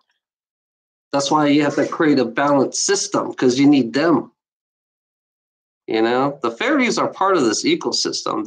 They have portals. They create little portals that go to another dimension too, or another density, because the fairies are in a higher density than we are. You know, but then at the same time they're living in this world, and they can create their own portals to go back and forth to higher density and back here at the same time. And it's funny how they how we use mythology. You know, mythology is nothing but bullshit, because it was actually real. How we are manipulated to believe in mythology. You know, Minotaur, the half man, half bull. You know, that was real, because man and animal were combined together. Man and animal were once one. You know, being a werewolf, because one of my lives I was a werewolf in one of my lives, half man, half wolf. You know, I don't think that's sick to be half man and half animal. To be honest, in my reality, because I see this reality. To people are so manipulated to believe that being half man and half animal is sick, but out there in space, that you got lion. You know, animals do evolve.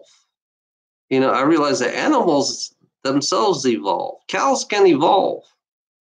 You know, the lions evolved because they become they become humanoid. They have a humanoid body with a lion's face. There are such things as them out there in this reality, and they're the most gentlest people out there.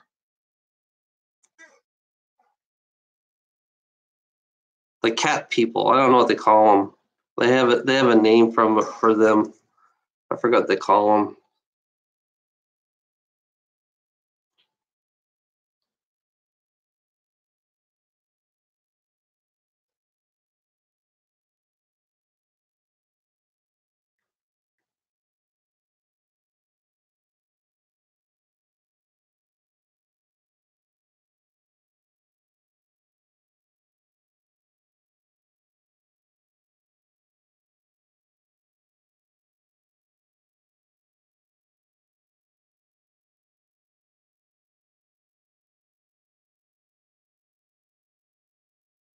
Let's see.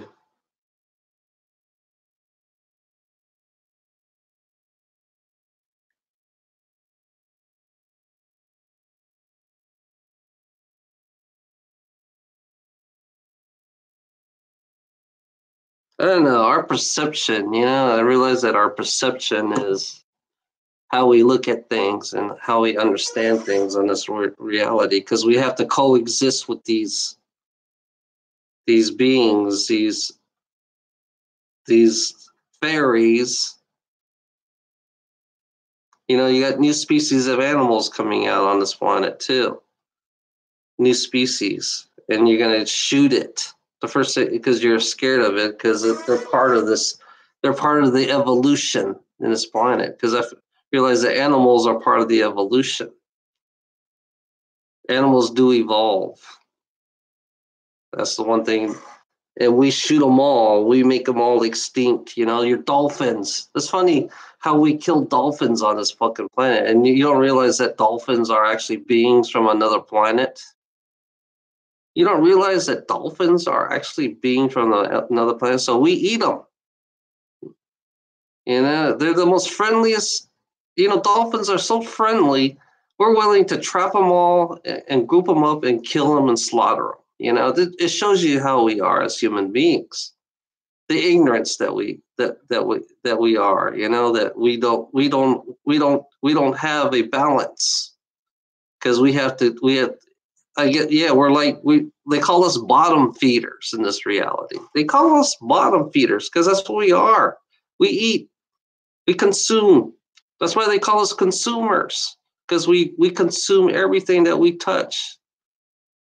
The understanding why are we called consumers? It's like that's what you are. You are a consumer. You eat shit and you go to the bathroom. That's all you do. Eat shit and eat shit and pee. That's it. That's why you're called a consumer. Because we have all this. You have all this shit in here. We have all this fucking shit in here, and then sooner or later we throw all this shit away because it's no good no more. This TV here. I mean, this is good for like 5 years. Then we go buy another TV that's 10 times better than this one. It's like this telephone here. They always want you to buy a new telephone every 2 fucking years. And it's like, it's ridiculous what phones cost now. You can buy a car with this phone, If you want a really good phone, you want the best phone in the world. I've seen the prices, $1,600, $1,000 for a phone. And they want to give you monthly rates on it. It's ridiculous. It shows you how stupid we really are as human beings, that we waste a lot of shit on this fucking planet, And we don't even have a thought about what's around us. We're not even aware of what's around us. It's like, it's like that spirit. I just happened to see that spirit. It was so weird. It happened to show up now.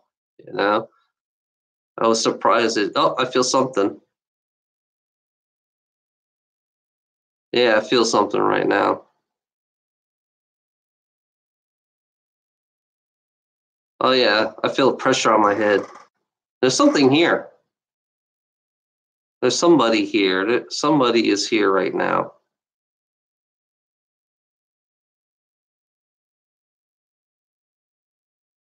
Yeah, I feel the pressure on my head. I feel the pressure. I feel the pressure right here. Oh, it's getting stronger.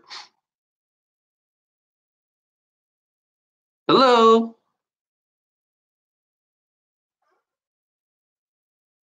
Come on. I can feel you. Why don't you come on, let's show yourself.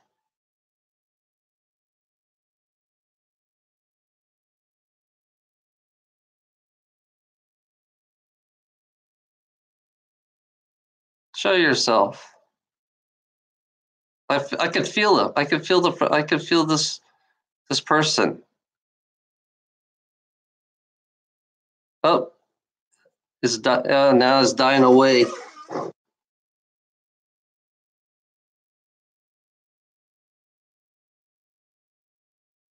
Oh, my friend says hi.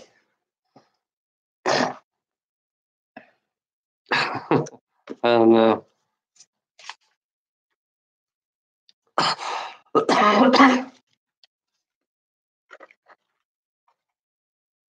Oh, yeah, I feel it again. Here it comes again.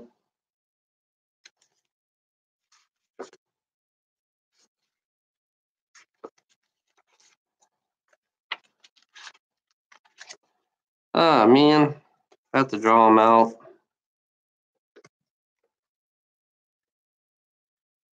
Oh, here we go.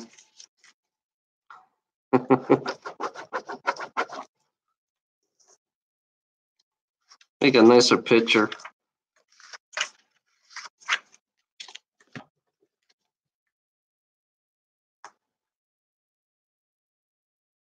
Uh,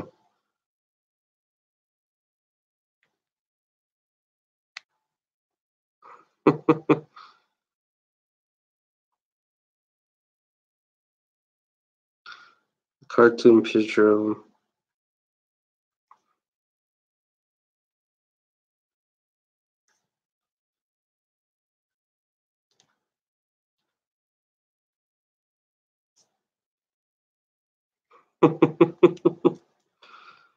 Oh my god.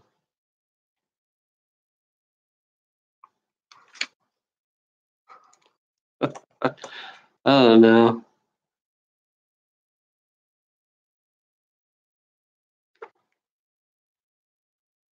That's strange.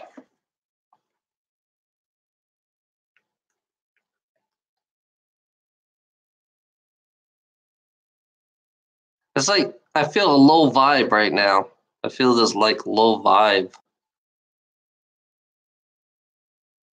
It's like a really low vibe. It's not a negative vibe. It's like really chilling vibe. Somebody's chilled out, really. And then I felt a really strong vibe. It's like really positive. It's positive. It's not negative, you know. I could tell from the negative vibe and a positive vibe. Negative is when somebody's pushing you. When you feel like there's a push in your stomach. It's like a twist in your stomach. It's like you can tell somebody's pushing you. And people are not aware that that you're pushing, you know. You're putting fear on. Fear gives you a twist in the guts. You know, it's like somebody taking their fist and they're like twisting it inside your guts. That's how you feel fear, you know. But I feel like a low vibe right now. Marcia? Yeah.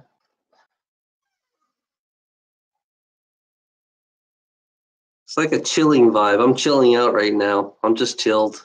You know. Yeah, it's funny. If you saw me back then, I'd be arguing about, I'd be yelling about religion and all that shit. I'd be yelling. I yell about everything. I criticize about everything back then. Now it's like I calmed down. You know, I think I got all I needed to get out of me.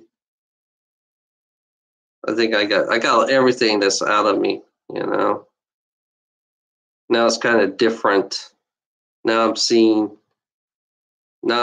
shit. I'm seeing a lot of shit, you know.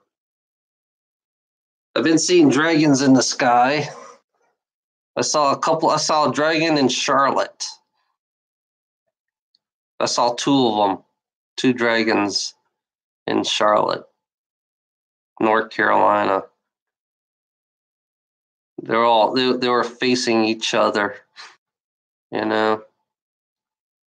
Then I started seeing I've been seeing fishes, whales. I've been seeing a lot of whales in the sky too, and fishes. It's like Gaia's telling me about the environment. There's usually this planet talks to me by using the sky, you know? Yeah, Gaia talks to me and by using the sky, because I kind of realize that now. It's like I seen figures of humanoids waving in the sky, waving at me. Because everybody, it's funny about people. People do not look up. Human beings do not look up. They're so busy looking down, you know? They're so busy looking down, but they never look up.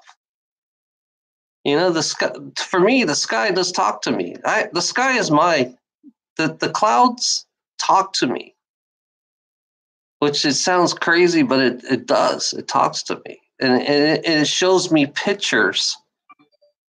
You know, it shows me all these weird pictures, and I'm trying to figure out all these pictures that it shows me, you know? The understanding what's Gaia's saying to me. This planet is talking to me. I don't know. It's just, I'm trying to figure out why are they showing me particular figures? Because I seen the one part where I see a lady. She's covered up in her hoodie, and then the dragon, and I realized the dragon is me, and the lady is Ilana. You know, lady is Ilana. She's laying down. You know, and dragon is me. Is like we're, you know, sooner or later we're gonna come and see each other. But we have to go through these stupid paperwork. You know, the stupid paperwork to bring somebody over here or go over there, you know, to survive, you know, which I don't understand why you people survive, you know. The understanding is survival of the fittest.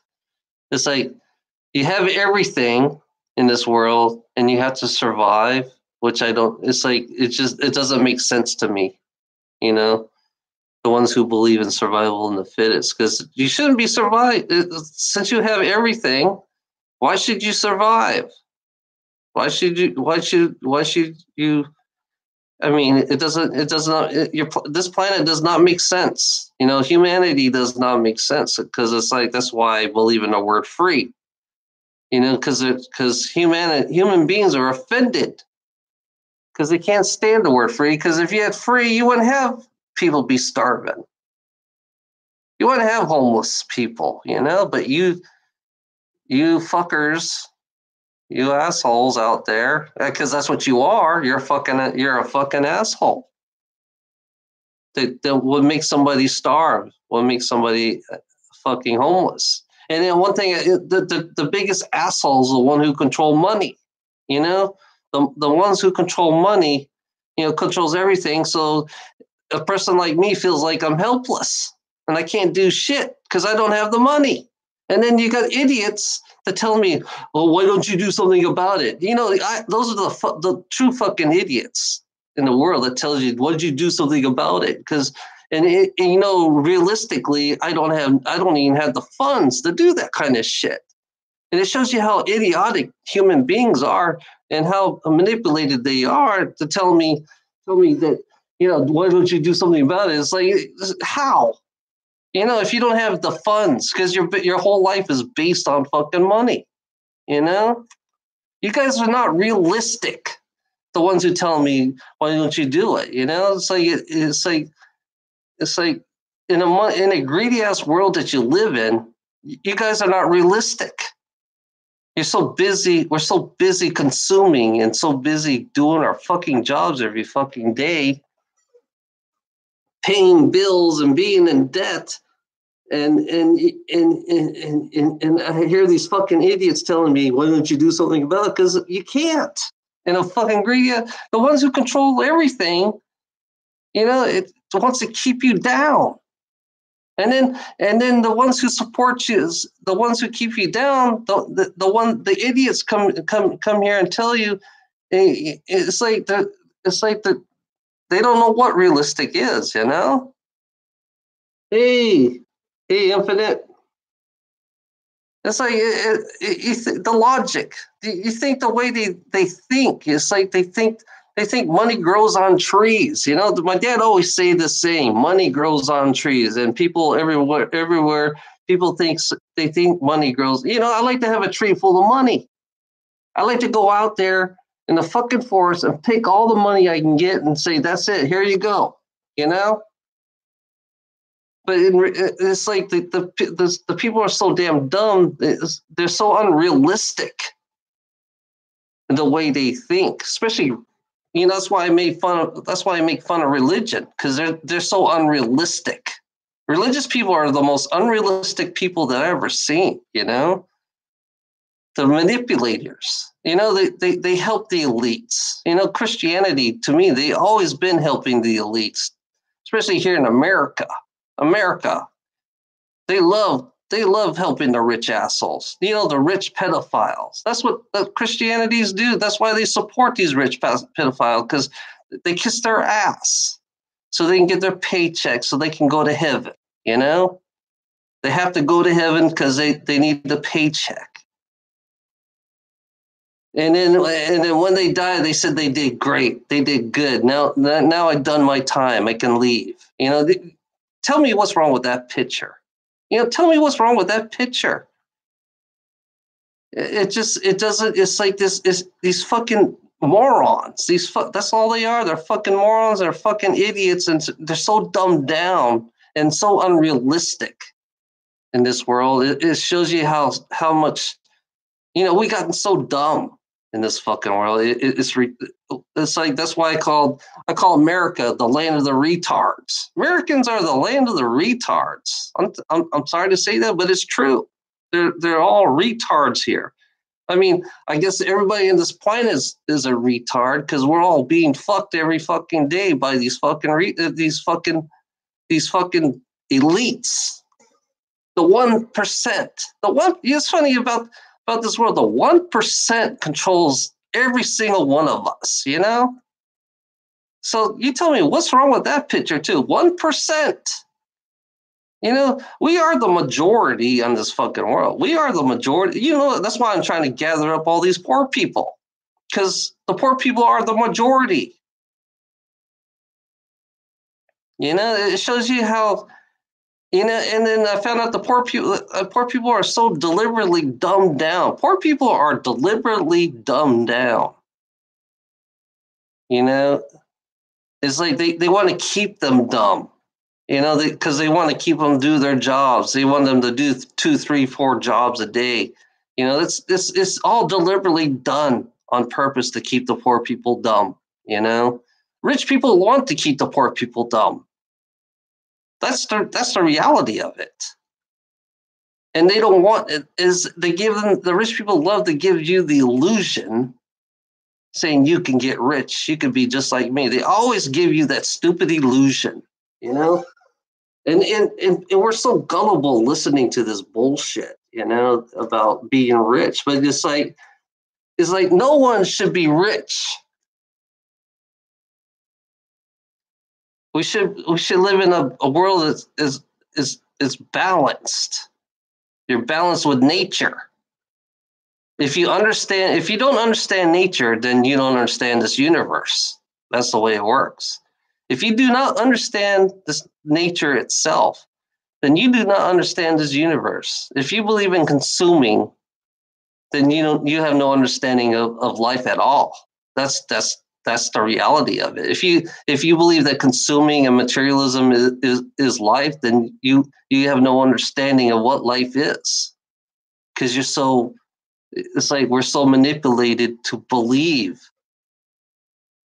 You know, we are created and manipulated to believe that materialism is the way of life. You know, and then the brainwashed bullshit. You know, it's funny about when I listen to Christians, they always say it always been this way. You always hear the saying, they always say that it always been this way. Talk about manipulation. Talk about being manipulated when they say it always been this way, which is truly a lie. It never was. This country never been this way. This country never been this way, because the ones who manipulate, the ones who tells you it's always been this way are the most lying ass motherfuckers on this fucking planet. They lie and they create more lies, if you notice that, because they all like to lie. Lying is part of what they do. Lying is part of life, if you understand what I'm saying, because they always like to lie about every single thing in this world. It's like You lie to make money. You lie to make money. You gotta make, in order to make more money, you have to lie. You have to say yes. You have to say, it's funny about money is like, it's like you're not here to make friends when you're making money. That's the reality. You don't make friends when you make money. Business sense. If you have a business sense, you don't make friends. You're here to make money. That's it. That shows you have no compassion. You have no compassion whatsoever. So you have to lie. The understanding of business, the lying ways of business, because business, they love lying. They're always going to lie to you. They're always going to find ways to destroy your country, destroy your way of life, especially the indigenous people. You wonder why the indigenous people fight against civilized people all the time, because they don't want to live your life, because you guys are disgusting. Yes, that's why I always talk bad about civilized people, because they are fucking they're the most brainwashed dummies ever. Yeah, they're always waiting for. It's funny. Jesus is the son. I found out, according to Jordan Maxwell, Jesus is your son. The sun, the sun that gives you heat, that gives you light. Jesus is your son. It's not that he's not a physical form. Jesus is not a physical being,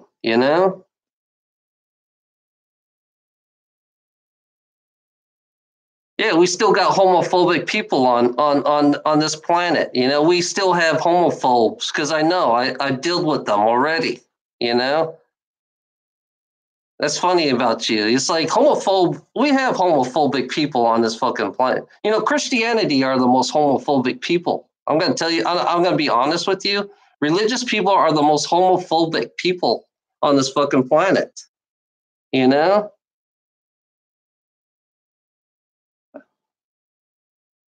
Okay. I can't go off this video and read the comment that you left on my fucking my other video.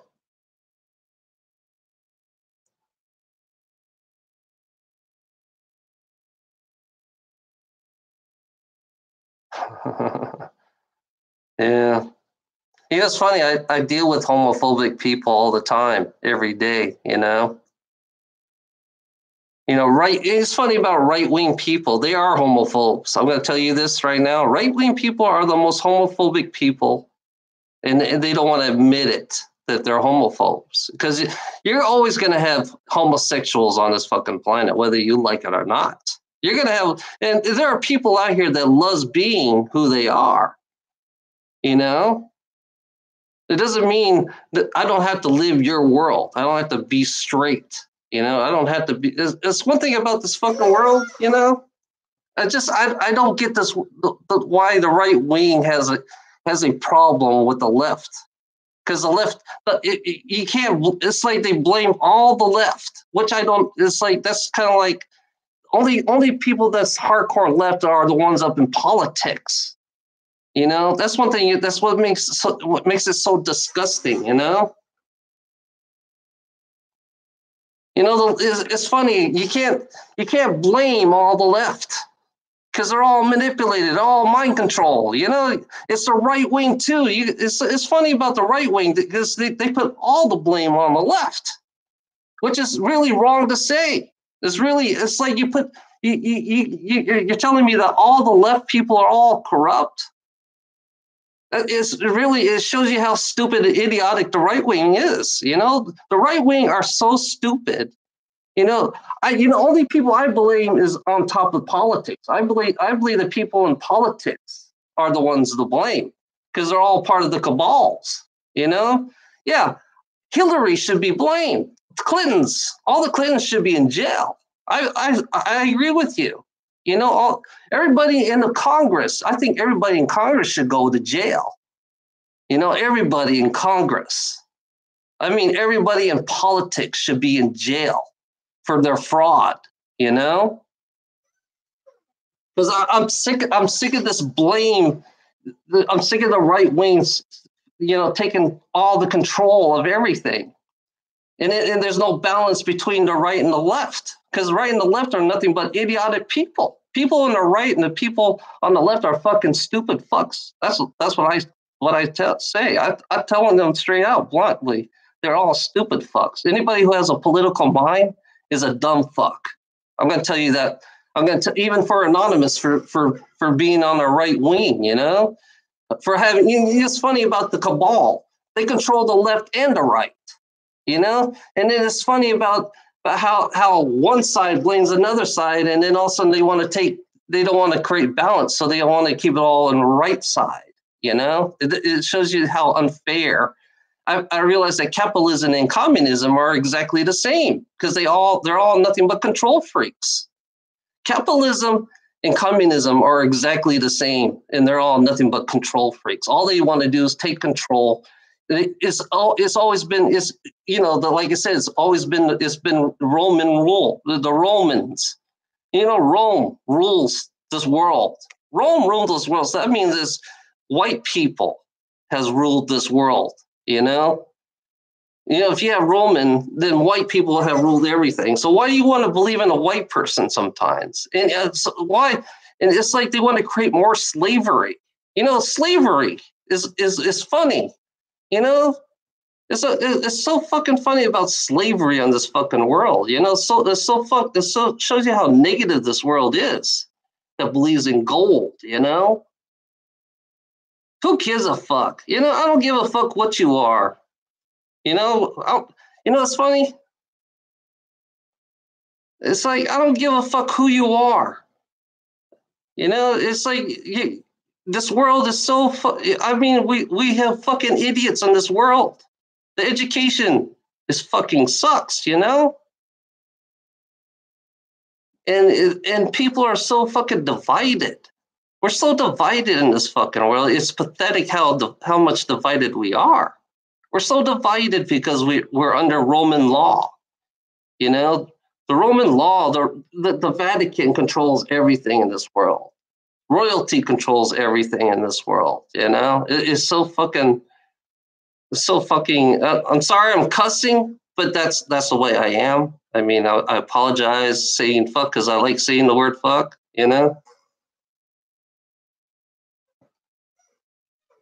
Yeah, I got friends here that monitors what you say. Fire Bunny Cat.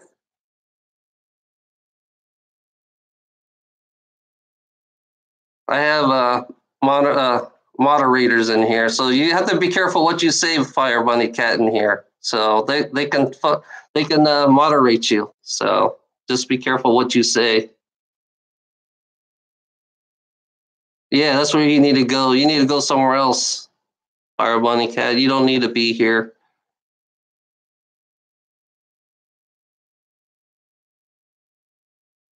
G-rated.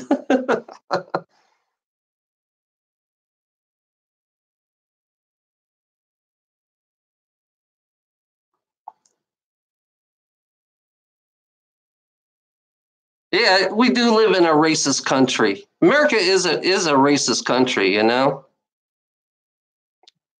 be honest.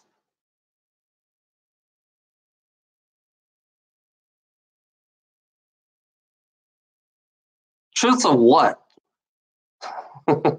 You like to live behind the lies. Funny for Bunny, you like to live behind the lies. You don't tell the truth. You're not honest because they taught you not to be honest. That's the way life is. Life is not about honesty at all. That's the reality of it for Bunny. Life is not really honest. They're here to fucking chop you down. They're here to fucking. You're a slave. Once you come out in the world for Bunny, you're gonna be a slave. You're gonna struggle. You're gonna make ends meet when you come out here. That's the reality of life. So you had as for Bunny, you don't even know what life is about because your parents lied to you. It is prejudice. This America is prejudice. I'm going to tell you that. Yeah, America is prejudice. You know, they're racist. You know, it's funny about America. It's like how we've been used to create wars. You know, it's like we've been used. We created a lot of wars. We abused a lot of country. We Americans, you know, we Americans are worse than what we are. To be honest, we Americans, we became every country's worst nightmare, you know? Yeah, yeah, I agree with you. Europeans are less racist than America. You know, Europeans are less racist than America. It's like, you know, it's funny. I had a white guy call me traitor. You know, I can never forget that. I had a white American right-wing guy call me a traitor, and and it makes me. And every time I talk bad about America, because it's like, you know, you have racist white guy calling me a traitor because America was founded by racists. You know, America was founded by racist slave owners. You know, slavery and genocide was America. You know, and then I realized that the Masonic people infiltrated America. They made Americans more racist. You know, according to their history. You know, they hide behind their history, and they lie about their history, saying America is the greatest place in the world because they don't. And when they go back in their past, they ignore and they make up all kinds of bullshit. They change shit. It's funny about how the education system changed history, you know, and they manipulate history to make it look like it's a good thing, you know. It shows you how racist they are for ignoring history in America, because they don't tell you the truth in America about history. They don't tell you the real truth about the fucking, you know, the slaves, you know. And then they realize, you know, it's funny, black people were the first, you know, black people, they were like the experiment for slavery. You know, black people were the experiment for slavery, and then they realized, okay, well, instead of black people, we'll enslave everybody else on this fucking planet. You know, we'll find a way to enslave everybody else, because I realized that black people are the guinea pigs.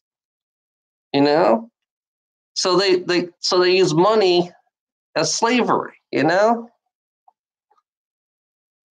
It's weird how we are. It's like the education system in the schools the kids are so dumbed down.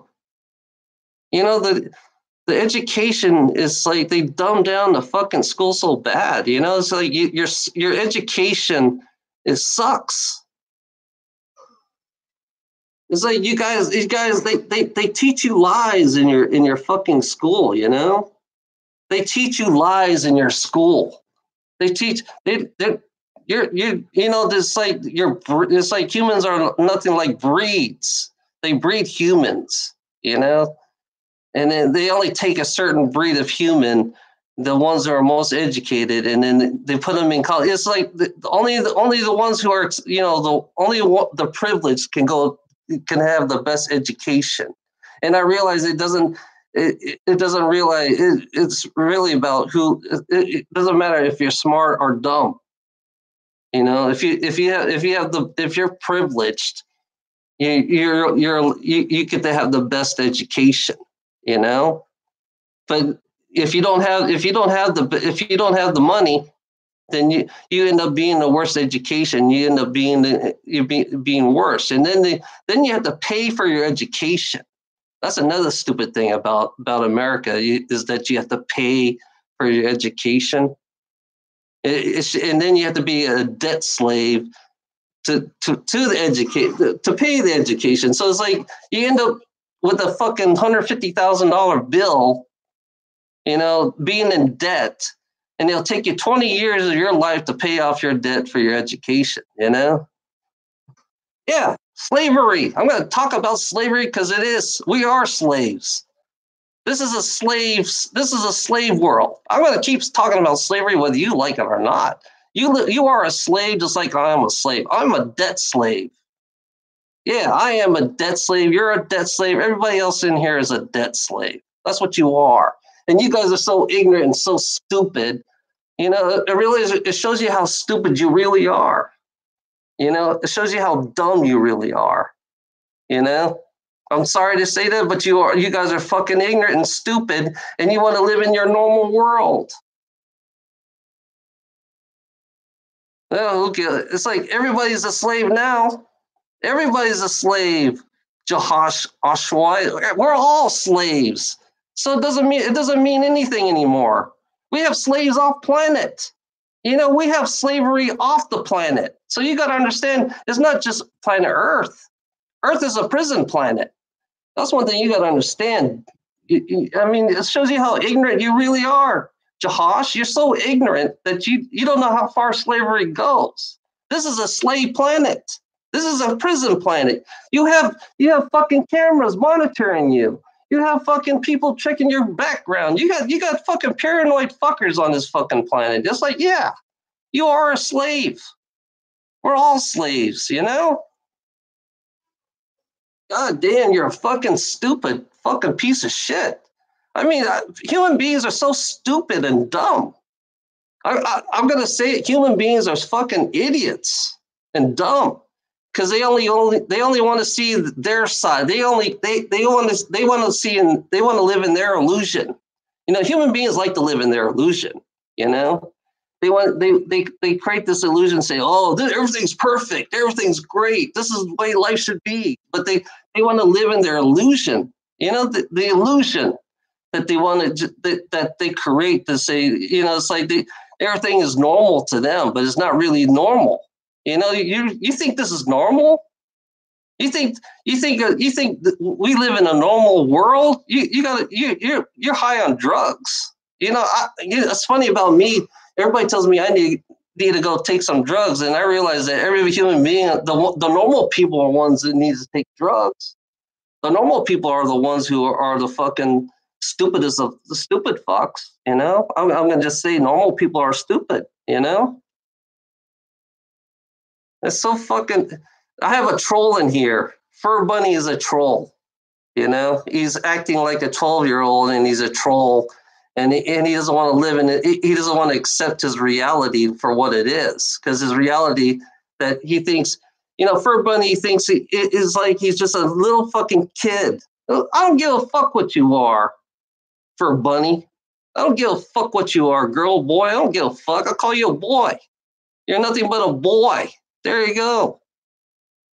You know, you're just a fucking, you hadn't even grown up. Fur Bunny, you need to grow up. You know, here we go. We have another idiot on my fucking channel that wants to troll me, you know?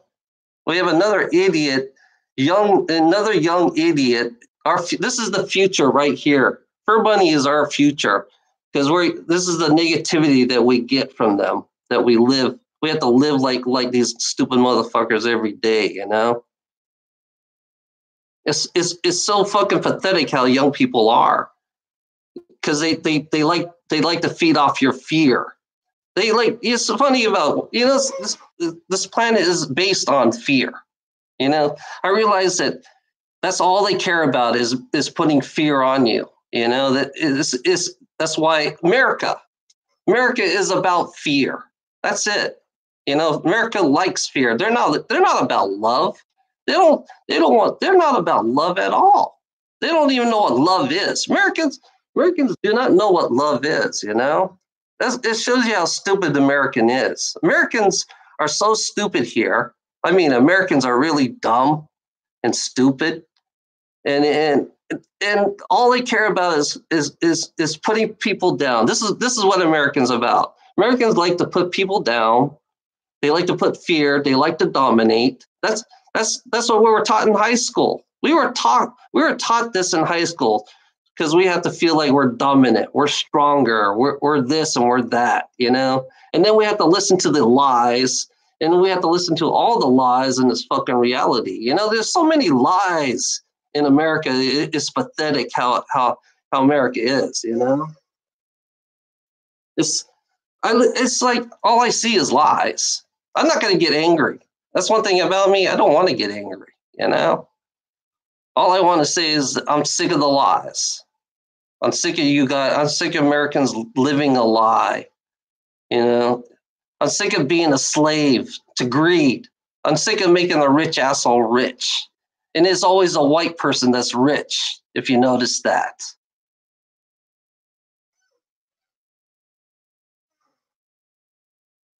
Yeah. The rich will get richer, and then sooner or later I'm gonna be poor. And the rich will always get rich, you know? And I'm gonna be used and abused because I have to listen to these fucking idiots. You know, these fucking idiots who supports the rich assholes, the rich white, you know, pedophile assholes that they are, you know? Yeah. Fur Bunny supports pedophile rich assholes.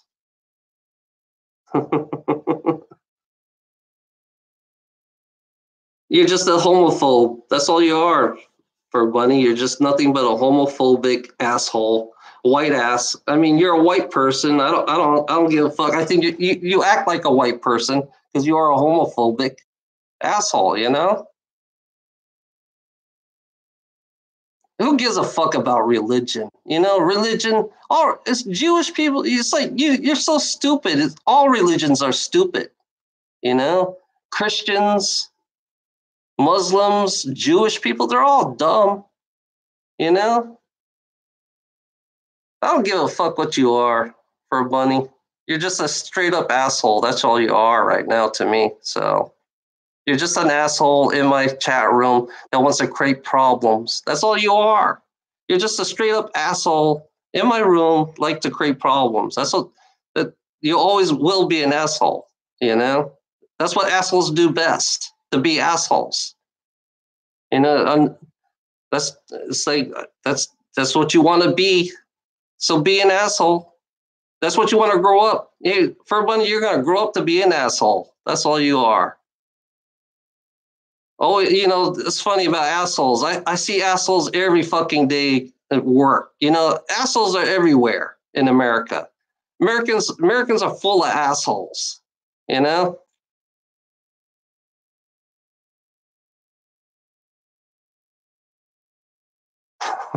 Americans are full of assholes, and they will always be assholes. You know, I live amongst assholes that don't give a fuck about you, doesn't give a fuck about anybody around you. All they care about is themselves, you know?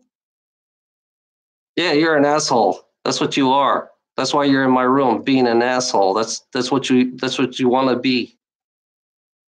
You know, right now you want me to focus on you. I noticed that now, Fur Bunny. You want me to focus on you so you can be a good old troll that you are, even though you don't say you're a troll, but you are a troll, you know?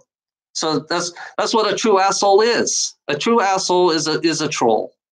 And I'm tired of these fucking assholes in my fucking room, you know? I'm not. Why should I get angry? I don't want to be angry because that's what you're here for. For Bunny, you're here to make me angry. That's what a true assholes do. I mean, only an asshole like you, like. Oh, did you see that? I just saw another spirit. Yeah, only a true asshole will come in my room and be an asshole because that's the true meaning of a troll. You know, I understand trolls now. All they want to do is make me angry and all that crap, you know? That's the whole objective what trolls do. They just like to make me angry. And they make up all kinds of bullshit. You know, that's a typical stupid human being. Trolls are the dumbest human beings on planet Earth. I'm gonna be honest with you, Fur Bunny. Trolls are the stupidest fucking human beings on planet Earth. And I think they should just wipe them all out. You know, to be honest, they should wipe all the trolls off the face of this planet. You know, because trolls should not even exist. Because that's what you are. I mean, you're nothing but a low life human being that doesn't want to that lives in their fucking normal world, that wants to live in they want to keep us stupid, you know? That's all they do. They just want to keep us dumb and stupid, and they want to create up all this made up bullshit to make me angry, you know? You know, that's why I say, Fur Bunny, you're not 12 years old. You're like 22 years old.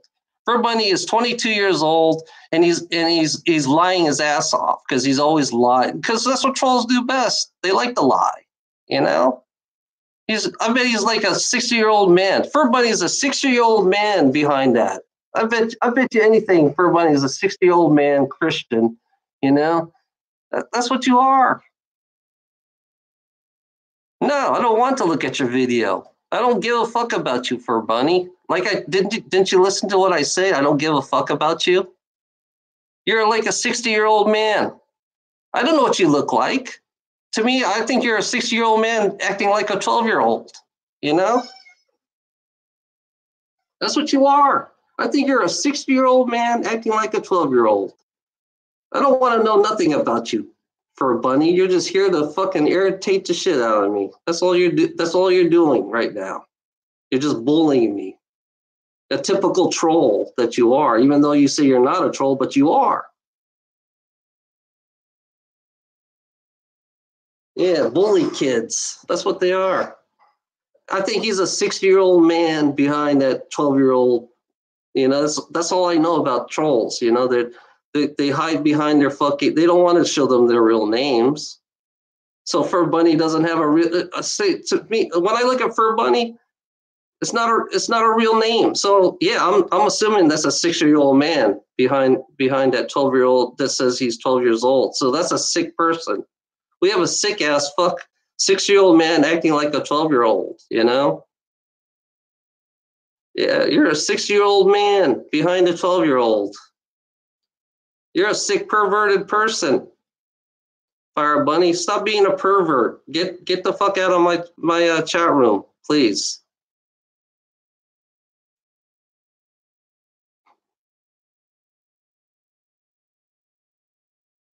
There you go.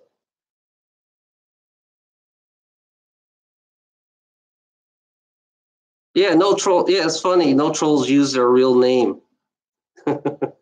So right now, I'm assuming that Fur Bunny is a 60-year-old man. That's all I see.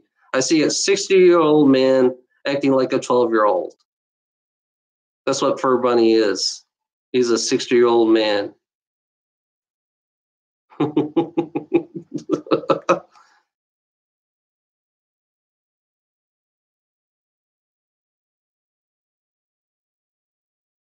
It's a he.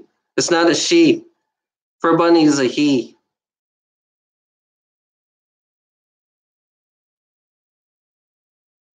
Now we got another troll because he's black. Who?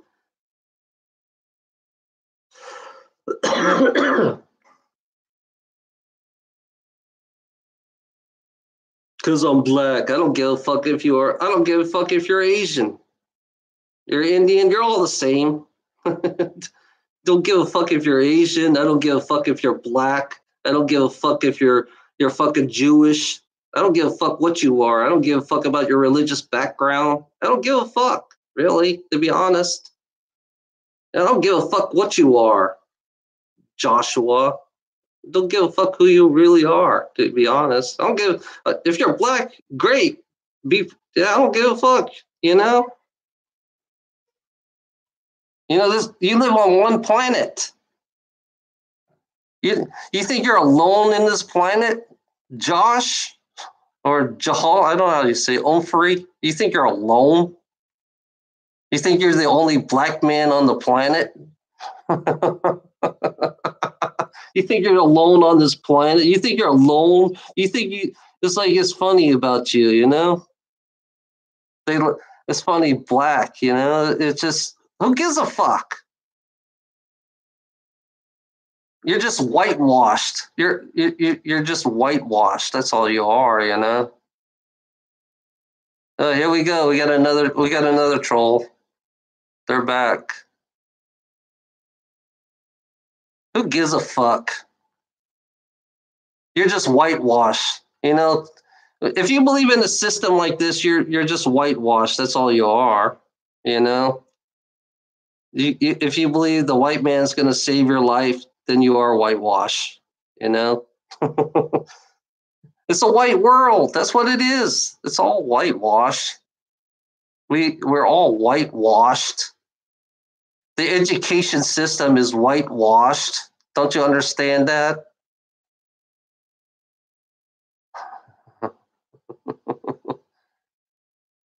Yeah, we got another idiot in my channel. I can see. Well, you're in my. Guess what? You're in my channel. You're promoting hate. So you hate everything that I say. So yeah, you're a homophobe. Josh Humphrey is a homophobic ass black guy. That's what he is. Josh is a homophobic black guy. That's what he is. He's a homophobe. He's like one of those Christian homophobes. He's no different from a white homophobe, you know? That's what he is. You're nothing but a homophobe. That's why you're here, you know? You hate transgender people too. So yeah, that's why you're here too, Josh. Josh, you hate transgender, so you'd rather bash me. So you can't. It's funny about how you people. That's what you are. You're a fucking homophobe. That's what you are. I don't give a fuck. You're still a homophobe. I don't give a fuck if you're Spanish. I don't give a fuck what you are. You're still a homophobic asshole. You're always going to be a homophobe. You know, you're nothing. I guess you're a religious homophobe. That's what you are. I can call you a religious homophobe, like all religion on this fucking planet. You know, all religious people are all homophobic. You know, that's the fact. That's facts, and they don't want to admit that they are homophobic. There you go, Josh. That's it. Religious superiority. You know, you're definitely a religious superior. You think you're superior? Yeah, great. I'm glad you're superior over to me. I don't give a fuck. Really? Jahasa. What's that supposed to? You're trying to scare me or something? Oh my God. You're nothing but a homophobic asshole that wants to come here and fuck with me. That's what you are, Jaha. You're just nothing but a religious homophobic asshole. That's all you are. I should report you. I'm going to report Jaha for being a religious homophobic asshole. Let's report you. You know? I'm going to report him. Yeah, here we go. Since he's going to report me, I'm going to report him.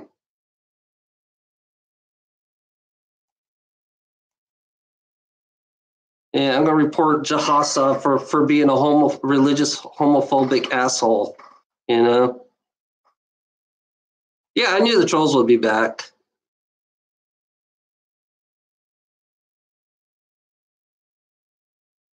Yeah, I know he's gonna make another profile. Here we go. We got the idiots. The idiot trolls are back. They're here to distract me. That's their whole objective in this world. Is like they want to be dominant, and they want to distract me, and they want to, you know, they want to make me angry. That's all they want to do. So I'm gonna report them all. You're on my list. You're on my troll list. I already got you guys written down. All you trolls, I have your names now, and I'm gonna put you on the troll. I'm gonna put you on the troll scam, because all trolls are scammers. So yeah, I realized that there's a troll scam coming out near you. I'm working on my troll scam. Yeah, all trolls are scammers. That's what they're good at. They're no different from the African scammers. You know those Christian African scammers that comes in here. They try to make up all kinds of scams.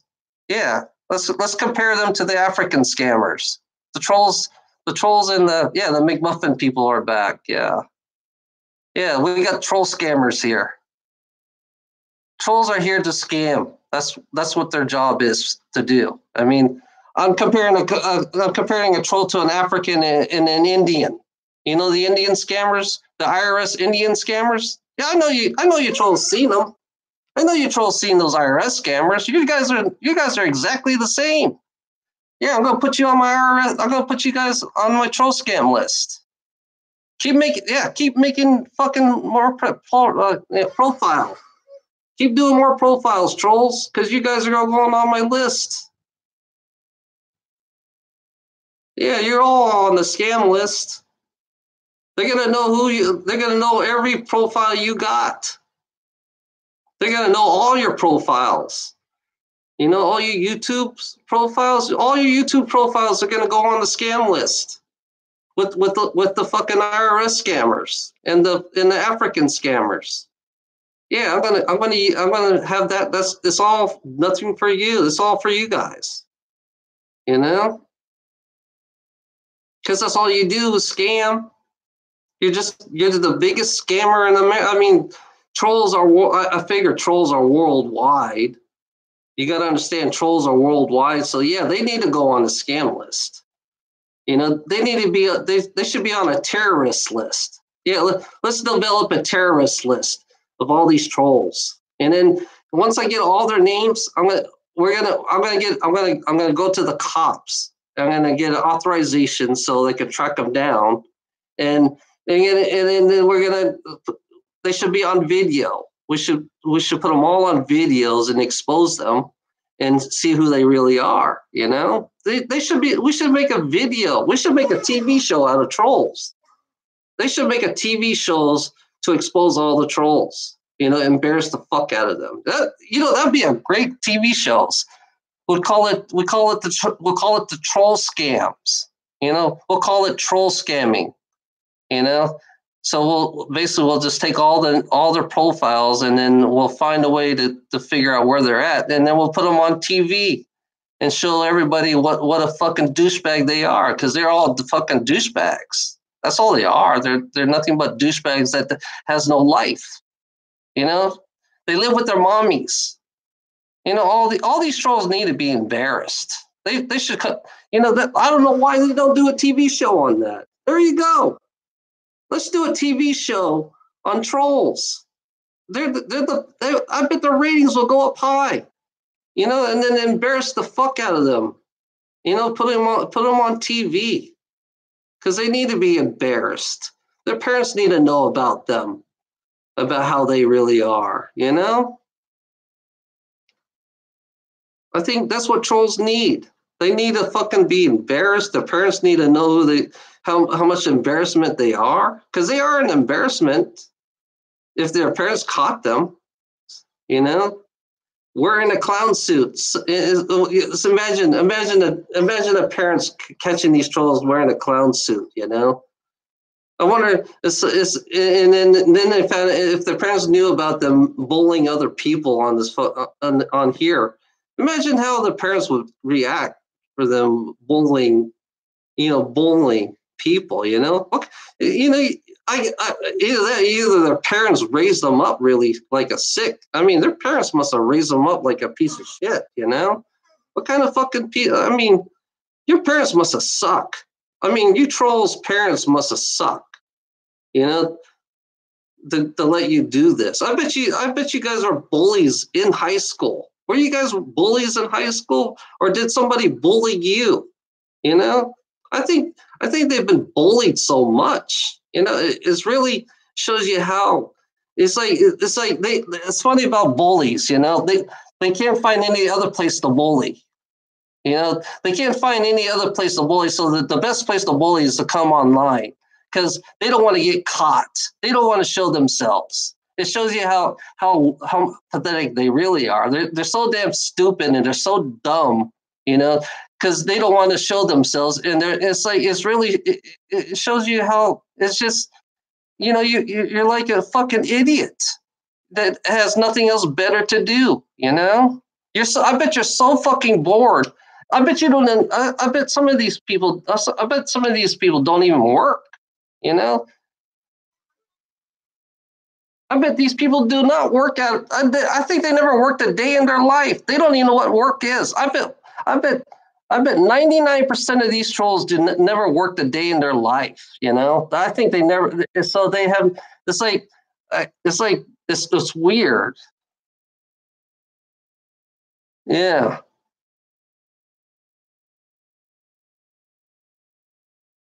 So yeah. Whatever. I mean, you don't. It's like you know. It's funny if you're 12 years old. Why are you in my fucking room anyways? Because it's all adults. This is an adult room. You know. If you're fucking 12, why are you in my room? You don't. I talk about work. I talk about how they work, and here you are fucking bullying me. And you don't know. You don't know nothing about work. You know. So you're just here you have nothing else better to do. Why don't you go play? Why don't you go play hide and seek? Why don't you go play kick the can? Why don't you get out of your fucking house? I'm talking to you, you fucking troll. Why don't you get out of your fucking house and get a fucking and go play? You know, like any other 12-year-old. Why don't you go out there and ride your fucking bike? Why don't you go out in the fucking fields? You know, why don't you go play with your fucking toys? But no, you want to come in here and fuck with me, you know? Yeah, you're it's like you fuck it's like it's past your bedtime. You know, for a troll like you, it's past your bedtime. Why don't you go fucking bed, you know? Yeah, whatever. It's past your bedtime. Cause I will put you to bed right now. I'll make you stay in your room. You're grounded. You know, it's funny. I wouldn't ground you for being on the computer this late. You know, I would say, yeah, you're grounded. Yeah, you're fucking grounded. You fake fuck. That's what you are. You're nothing but a fake fuck. You know, that's all you are. You're nothing but a scammer, fake fuck. That's all you are, Katu. You're nothing but you're always gonna be a fake fuck. You know, I'm just being honest. You know, you're always you don't give me your real name. You don't show your picture, so you are a fake fuck. I don't know who you are. You're a 60-year-old guy behind a fucking computer acting like a 12-year-old. That's all you are. You're a 60-year-old man acting like a 12-year-old. Yeah.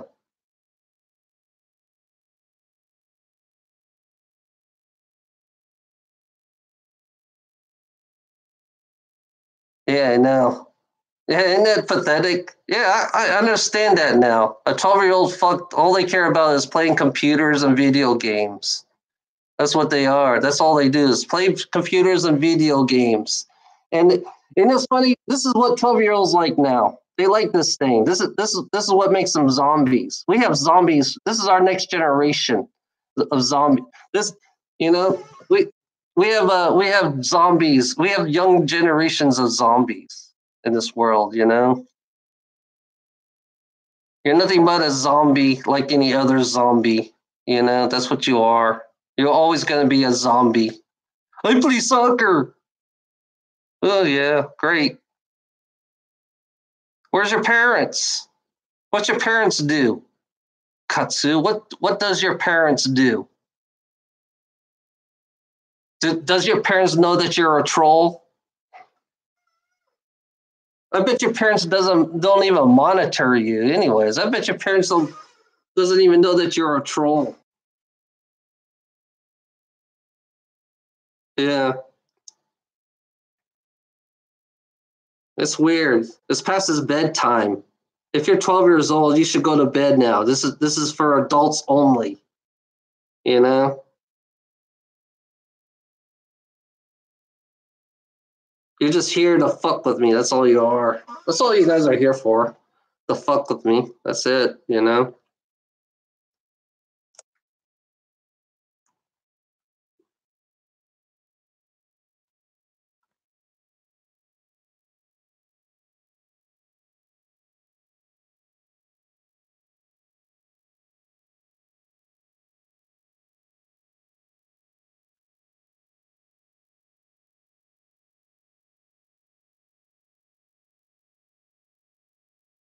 On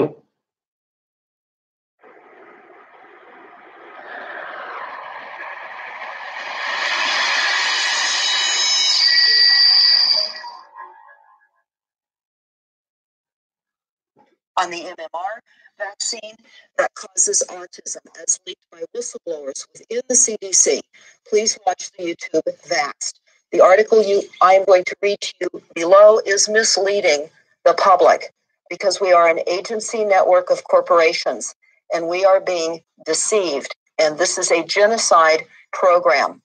So here's what the article is telling us.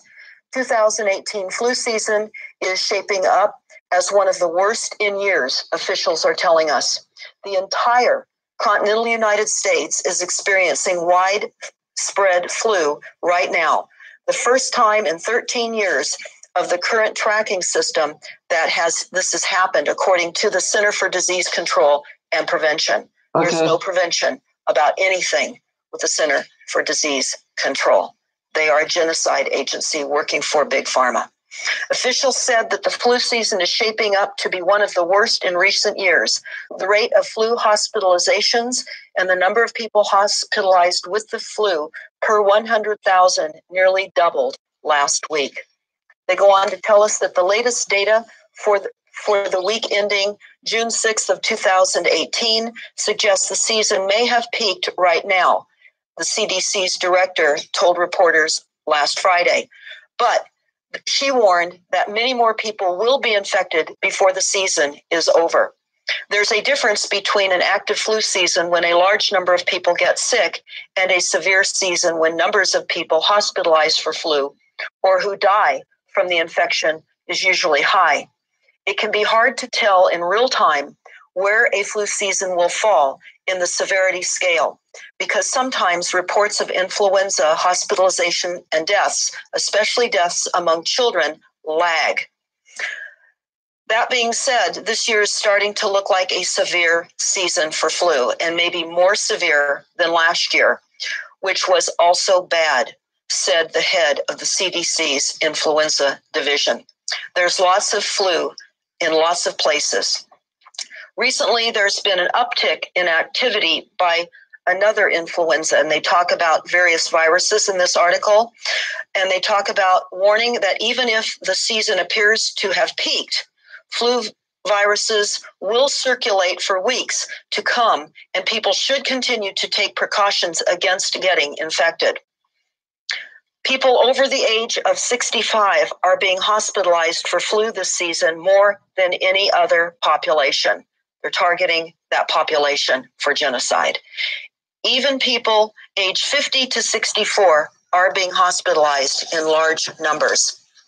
Flu often hits the ends of age spectrum more than the middle, and that's the case this year as well. A grim tally may continue to rise in coming weeks of deaths. Officials feared that the flu vaccine may not work particularly well this season, but it appears to be faring slightly better than expected. Preliminary testing by the CDC suggests the vaccine is probably more protective than it was in Australia during its 2017 winter. The Australian interim estimate suggested that the vaccine was the main virus that was able to affect the H3N2, was the main virus that during their most recent winter was only about 10% effective, only 10% effective.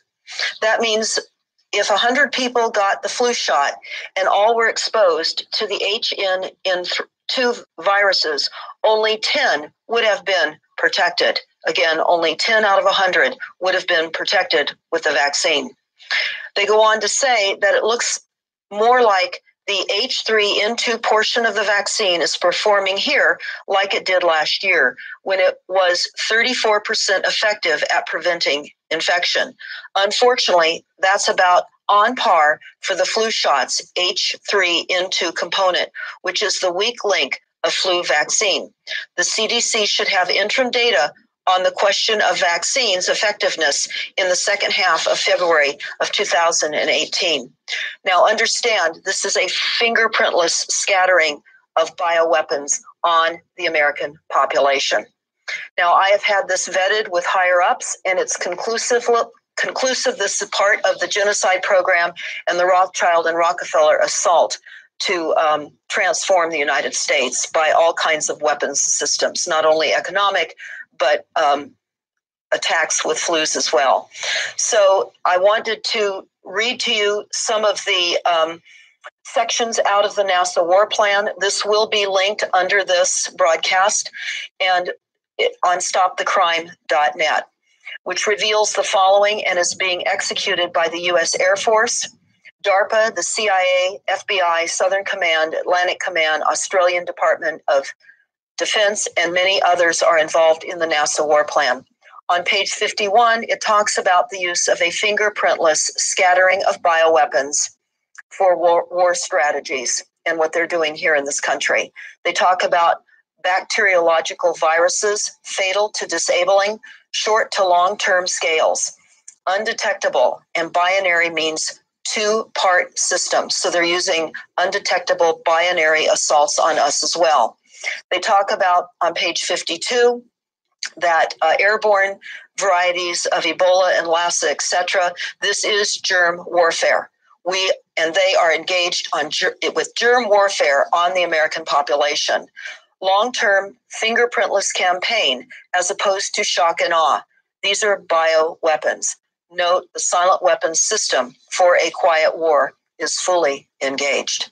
Page 53 of the NASA War document talks about use of existing biocommatives and infection, and ideal for incapacitating people, as well as this being weaponized by the U.S. and the USSR in the 50s and the 60s, easily transmitted via aerosol.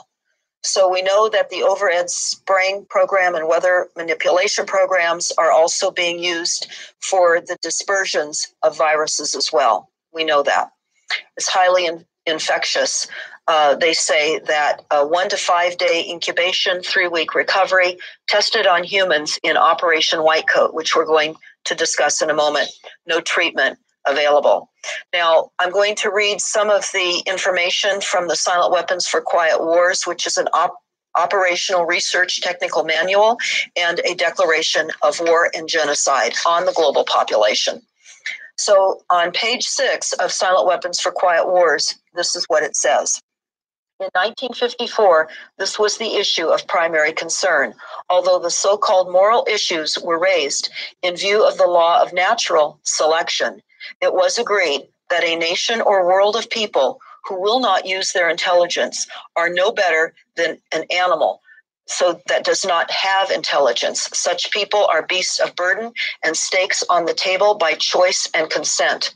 On page 7 of the Silent Weapons System, it says, in interest of the future world order, peace and tranquility, it was decided to privately wage a quiet war against the American public with an ultimate objective of permanently shifting the natural and social energy or the wealth of the undisciplined and irresponsible many into the hands of the self-disciplined, responsible, worthy few.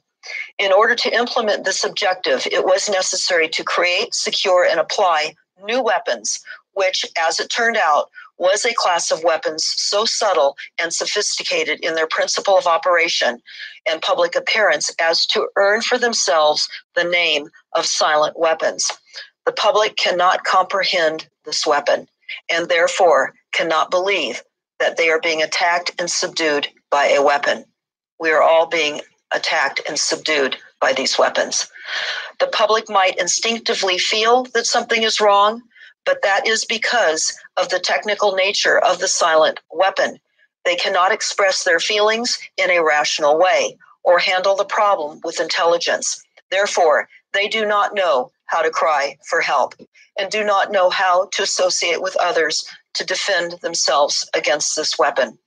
When a silent weapon is applied gradually, the public adjusts and adapts to its presence and learns to tolerate its encroachment on their lives until the pressure, psychological and economic, become too great and they crack up. Therefore, the silent weapons system is a type of biological warfare. It attacks the vitality, options, and mobility of the individuals of a society by knowing, understanding, manipulating, and attacking their sources of natural and social energy and their physical, mental, and emotional strengths and weaknesses. Now, the NASA War Plan discussed Operation White Coat, and I'm going to go over that a bit here in this Operation White Coat. White in Coat. this announcement that I'm making. And I will discuss this further on upcoming radio shows. But this is a consent statement of some of the military that participated in Operation White Coat. And this is actually their consent statement as given to them that they had to sign.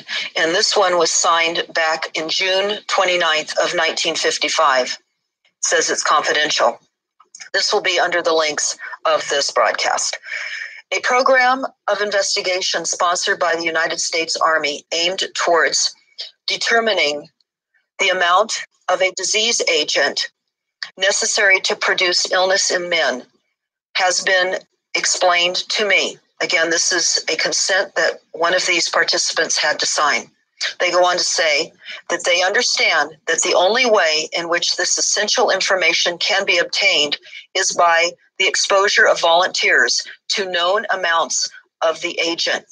I understand that such volunteers may become ill and that the program is not without hazard. I further understand that the agent to be studied is a virus which is the cause of Q fever. I understand that the organisms causing the disease will be suspended in air. Suspended in air. I'm reading that again. And that by breathing this air, I will expose myself to infection with this disease agent by breathing the air. This is an aerosol dispersion that the United States has been under. I understand that within 3 to 21 days after the exposure, I may become ill, and that the expected symptoms are fever, headache, and general aching. I understand that the course of the disease may be from 1 to 3 weeks. I understand the decision as to appropriate treatment will be made by the attending physicians. I understand that such treatments, if employed, may have to be given in 2 or more phases. I further understand that I will be restricted to a single area for the period of this study, probably 4 to 6 weeks. I understand that various diagnostic procedures will be required.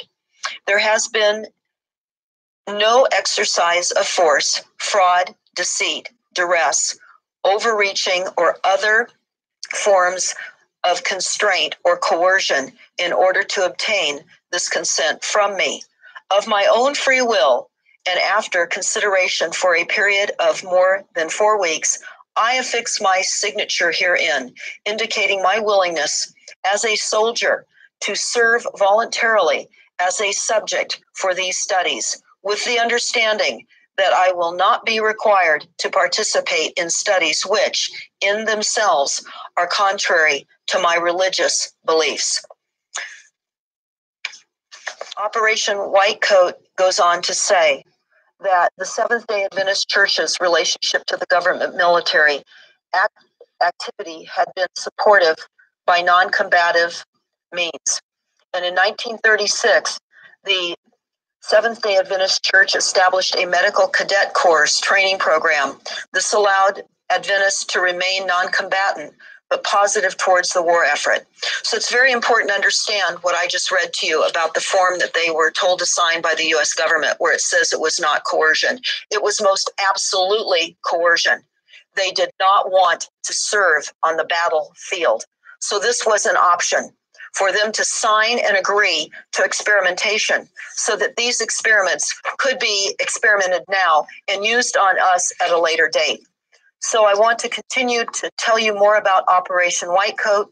You can look at some of this for yourself, but it goes on to say the history of Operation White Coat and the history over the course of the 19-year program. More than 2,300 U.S. Army soldiers, many of whom were trained medics, while some volunteered immediately after the basic training for conscientious objections at Fort Houston, Texas, therefore before they began their medic training. The near certainty of being assigned as a combat medic in Vietnam helped some of those instead choose to remain in the United States with the White Coat program. This was coercion. And they contributed in the White Coat experiments by allowing themselves to be infected with bacteria that were considered likely choices for biological attack. They were used as guinea pigs so that we could all be attacked now. The goal was to determine dose response for these agents. The volunteers were then treated with antibiotics to cure the infection. Some volunteers underwent a variety of investigational vaccines for Q fever.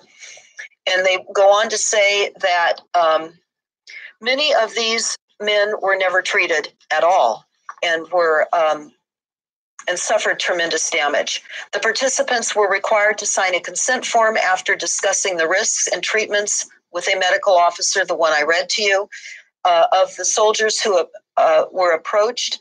After providing 20% of the people declined to be involved in this program. They go on to say that the White Coat operation contributed to vaccines approved by the U.S. Food and Drug Administration, and that it allowed more vaccines to be made and used on all of us. The Operation White Coat came to an end in 1973 when the draft for the U.S. military ended, and thus no more conscientious objectors were to be conscripted. The United States Accountability Office issued a report in September of 1994, which stated that between 1940 and 1973, the United States Department of Defense and other national security agencies studied hundreds and thousands of human subjects in tests and experiments involving hazardous substances. Now, I want to just back up and say to you, all of you that are watching, my husband and I went to Washington, D.C. to the records department and got this record out of the records department. What this was what initiated our desire to see this for ourselves from the records department in Washington, D.C. And we went there in 2011. So we received this from the records department. Essentially, we were following up what we understood to be the Congress's agreement to allow the Department of Defense to use chemicals and biologicals on the American citizens without our knowledge or consent. So when we found this document, indeed vetted it for ourselves in Washington, D.C., we realized that much of the spraying that people had endured in Southern California with malathion was all part of the extermination plan. So they go on to talk about unethical human experimentation in the United States. And you can look at all of this for yourselves. I am going to curtail this broadcast now. I will be talking about this on further radio shows, but please be advised that the United States is under a bioweapon chemical attack right now. So everyone, please go to stopthecrime.net, subscribe. We're going to be releasing many, many concerns that we all must know about and figure out how we sustain ourselves during these horrific attacks. Isn't that interesting, you know? Isn't that kind of fucked up? It's really fucked up. Want to hear something else? Greetings, citizens.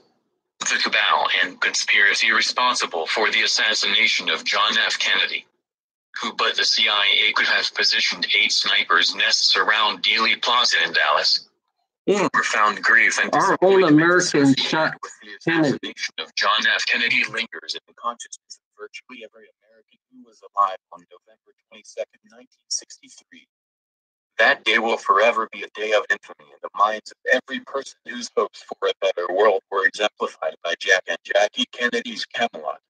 The baby boomers and beatniks among us were especially impacted by the tragic events of that fateful Friday. When JFK was killed, everyone knew the dream of Camelot died with him. Most everyone sensed that the rest of the decade would not end well, as the stage had been set with his bold and brazen assassination. However, no one imagined that his would then be followed by the state-sponsored murders of Malcolm X, Martin Luther King Jr. and Robert F. Kennedy. There was also the directly related assassination of Marilyn Monroe. John F. Kennedy was assassinated on November 22, 1963 by way of a classic, execution-style ritual sacrifice known as the killing of the king. This form of unusually public and gruesome murder of an extremely popular world leader is designed to shock and awe the mass consciousness. And so it did. As for the extremely brutal and public assassination of JFK, there are explicit reasons why such an execution plan was carried out in broad daylight, and especially during a highly watched presidential tour of Dallas. There is a secret society ritual that is the killing of the king. The national leader of the people is only a figurehead and has no real power. Power lies behind the scenes within dark secrets. Others pull the strings of the politician puppets. If an upstart politician puppet makes waves or rocks the boat or doesn't play ball, that puppet gets eliminated. It is why Caesar was killed. It is why Kennedy was killed. If you disturb the real power structure, you can be targeted for removal. Such assassinations demonstrate to the world who has the real power. It is a bloody statement of who is really in charge, and the truth is our secret rulers control from dark shadows. There is a reason the ace is higher than the king in a deck of cards. The ace represents the secret societies that truly run the show. It's entirely true that the massive conspiracy to assassinate JFK was unlike any other. The same can be said about the cover-up. The tremendous amount of time and energy, personnel and resources put into this extremely well-planned and highly coordinated coup d'etat can only be explained by the dire threat that JFK represented to the power structure of the world. Truly, in Jack Kennedy, the World Shadow Government, WSG, saw the likes of which they had never seen before. Hence, this grisly public execution was carried out to send a message to every other world leader never to leave the reservation, particularly in the manner that JFK chose to. Not only did John Kennedy leave their reservation, he was intent on burning it down for all to see. In so doing, JFK essentially left them with no choice. Of course, he knew full well that he was literally a walking bullseye, which is why he even showed up in Dallas on that ominous Friday morning. He was plenty warned by psychics and astrologers, friends and family in advance. Nevertheless, he knew that there was no way out. He had already violated, profoundly, too many of the rules of the game, especially as the leader of the greatest superpower of the modern age, the United States of America. The photo montage above well captures the individuals who were directly responsible for the killing of Kennedy, on one level, that is, John F. Kennedy, in his own very unique way, made an enemy of each of those power players. By virtue of acting according to his conscience, Kennedy was destined to turn these men into his archenemies. That is the way it was meant to be. Victor Laszlo, the JFK-like character in the movie Casablanca, aptly describes the predicament that Jack Kennedy found himself in during the tumultuous early 1960s, which led to the inescapable fate that he suffered. Each of us has a destiny, for good or for evil. Quite unfortunately for Jack Kennedy, as well as the nation, the highest levels of the U.S. government were populated with many more who were inclined toward the latter. These men would not be denied their wars, and especially not their war profiteering. Nor would they be thwarted in their attempts to create a new world order using the USA as the military arm of a one-world government. The USA, military arm of the New World Order. Given this setting, it is much easier to understand why the CIA was the primary coordinating agency behind the assassination setup, takedown and cover-up. Only they had the power, the black budget, and the worldwide network to implement such a complex execution plan, convoluted post-assassination game plan, and complicated cover-up. The CIA also had the greatest interest in the success of the coup d'etat. functioning as the chief enforcement agency for the entire military-industrial complex as they do. The backstory, the real backstory. Rather than discuss the roles of each of the integral accomplices in this assassination conspiracy, the purpose of this essay is to introduce certain key points of information and historical facts which have been completely left out of the history books. These many inconvenient truths, if you will, Junior's when dead. considered in the aggregate, weave a web of deceit that has entrapped each perpetrator of the JFK assassination. They have also woven a revelatory tapestry of truth about Jack Kennedy et al. That is as awe-inspiring as it is magnificent. For example, among those who are knowledgeable about the true history of the Kennedy clan, it is well known that Patriarch Joseph P. Kennedy made the family fortune through bootlegging. To succeed so well in that business, there was no avoiding working closely, very closely, with the mafia. After all, the major mob families of New York City, Chicago, and New Orleans in particular, and their surrogates completely controlled that business nationwide, which was made possible by the official prohibition in the United States. Black markets have a way of quickly creating a very rich and powerful criminal class whose organized crime is then exploited by the political class for its revenues and influence. It was during this specific period, the Prohibition, that the stage was set for what was soon to follow in the USA and throughout the world. For the Prohibition period created the conducive environment for an insidious coup d'etat to take place within the U.S. federal government. Only because their father was the powerful and rich liquor magnate that he was, were John, Robert and Ted Kennedy made grimly aware of the real powers and hidden forces that ran the show, especially the show of American government. Each of the brothers was given a unique window of observation into the greatest conspiracy of modern history, the outright subversion and takeover of the United States of America. Underscore.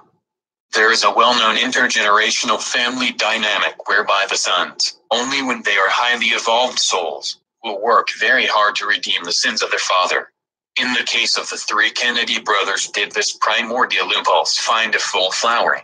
Especially in the person of John F. Kennedy was the resolve and dedication to use his exceedingly unique life experience and mundane knowledge for the benefit of his country undeniable.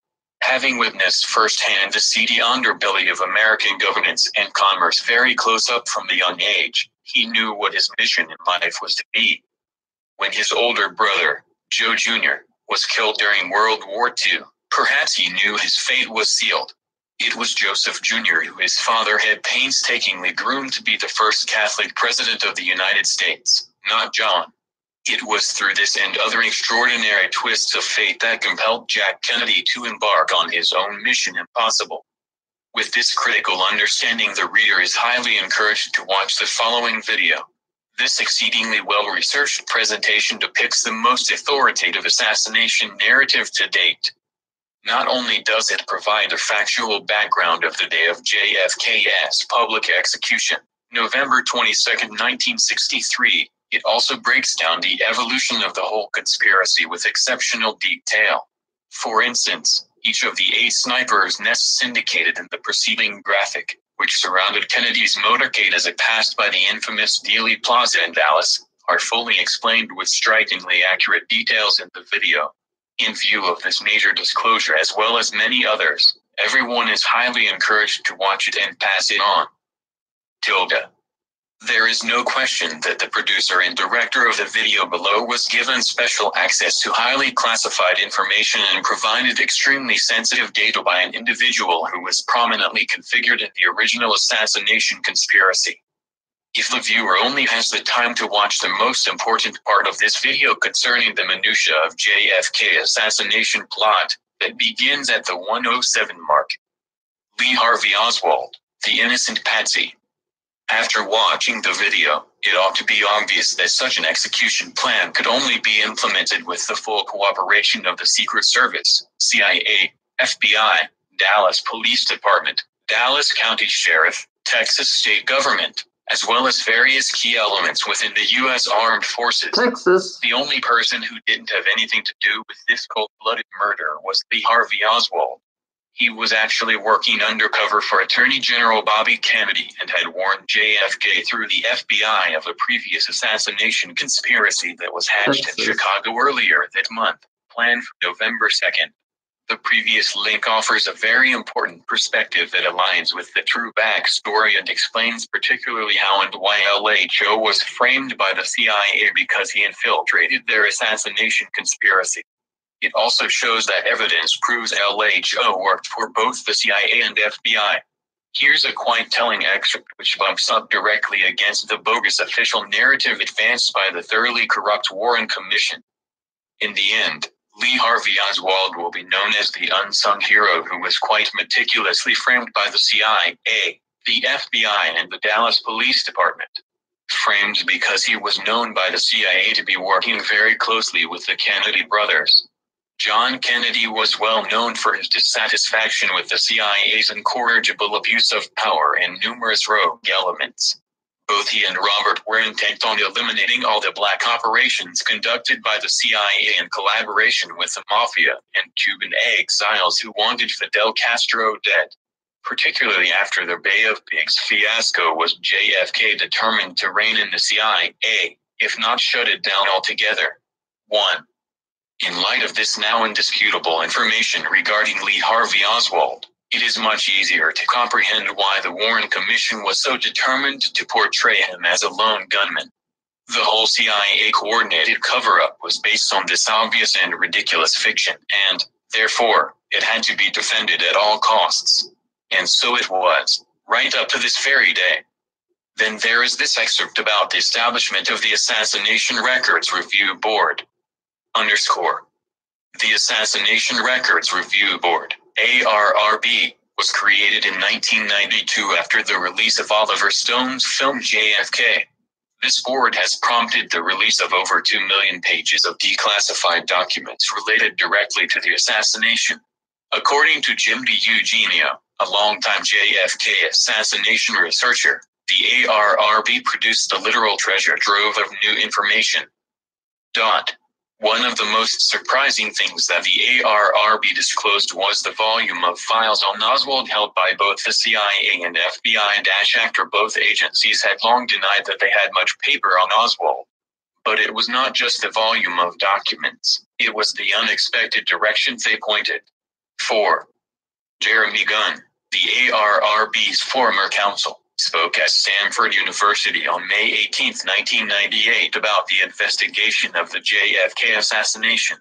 He stated that, given what the ARRB discovered by way of hard evidence and credible testimony, he would much rather be defending Oswald than prosecuting him. 1. The co-conspirators, their mo and intention. The following cast of characters shows only a few of the major masterminds and high-level co-conspirators who closely collaborated to assassinate the President of the United States of America. They do, however, represent some of the most powerful people in America during the 1960s. There's supposed to be a double Nonetheless, they really only meteorite coming represent the towards web this way. deceit that is only one level away from the actual scene of the crime. In fact, there are many levels of command and control for a false flag black operation of this complexity and difficulty. Going back further, through each deeper level of real power and authority, there are also layers of more control and deception which the true perpetrators felt was necessary to sufficiently insulate them from even an iota of incrimination. What's their point? As David Ferry utters with extreme amazement and apprehension and astonishment and anxiety in Oliver Stone's JFK. Shit, this is too effing big for you. You know that? Who did the president? Who killed Kennedy? Man, it's a mystery.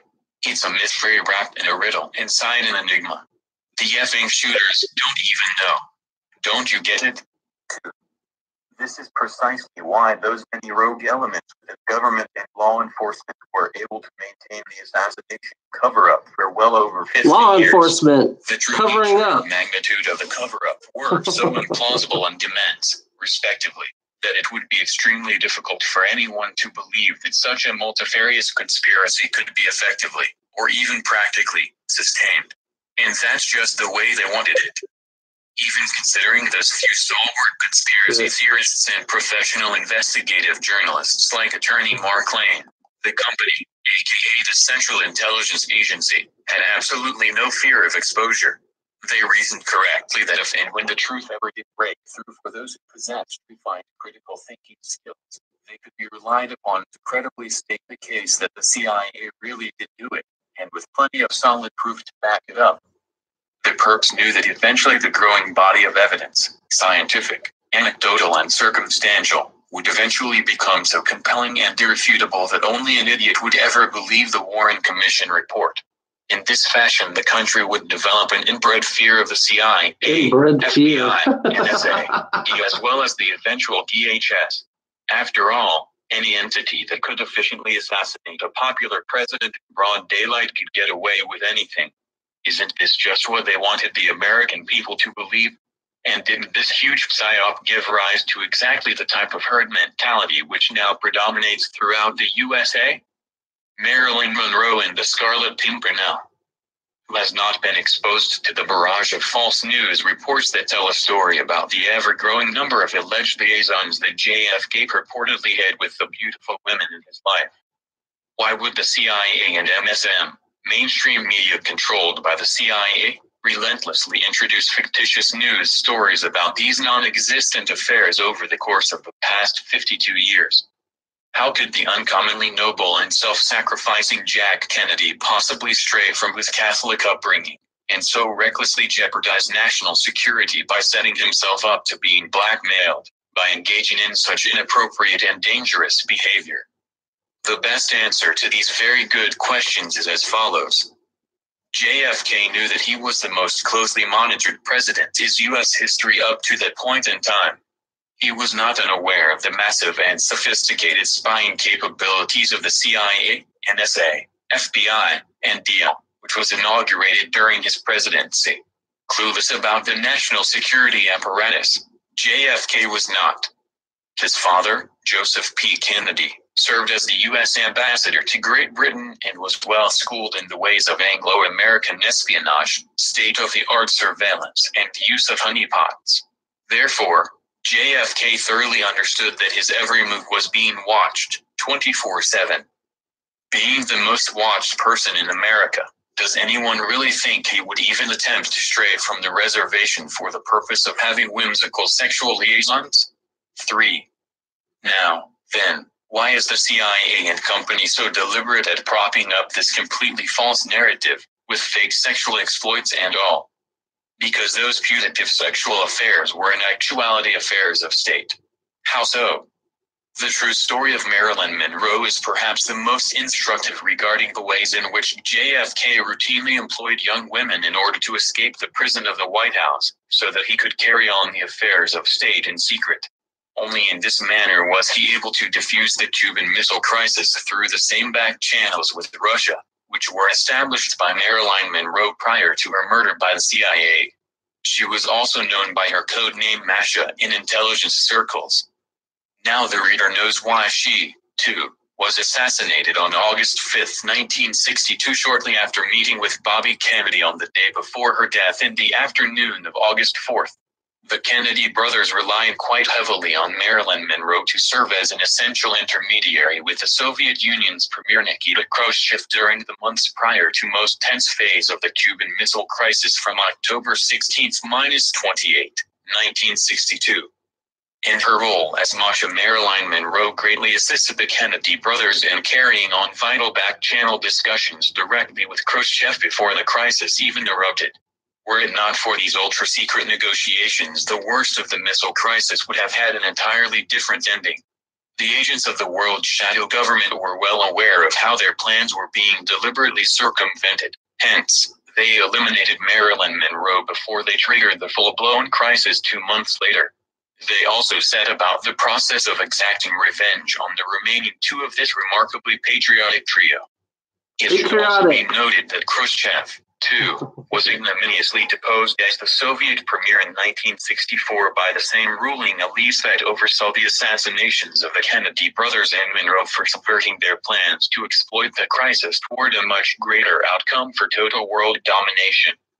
To more fully understand just how enthusiastically JFK embraced his role as a modern-day Scarlet Pimpernel, the following article provides some penetrating insight and privileged information. The crucial point here is that JFK had very serious relations with multiple women in his official life as a means of carrying out his own hidden agenda, which had been made practically impossible within the corridors of the West Wing. Only under the cover of those supposed trysts was he able to receive and pass on vital information within his own spy network. Conclusion. Truly, the assassination of John F. Kennedy was so much bigger than anyone realized in that moment of history.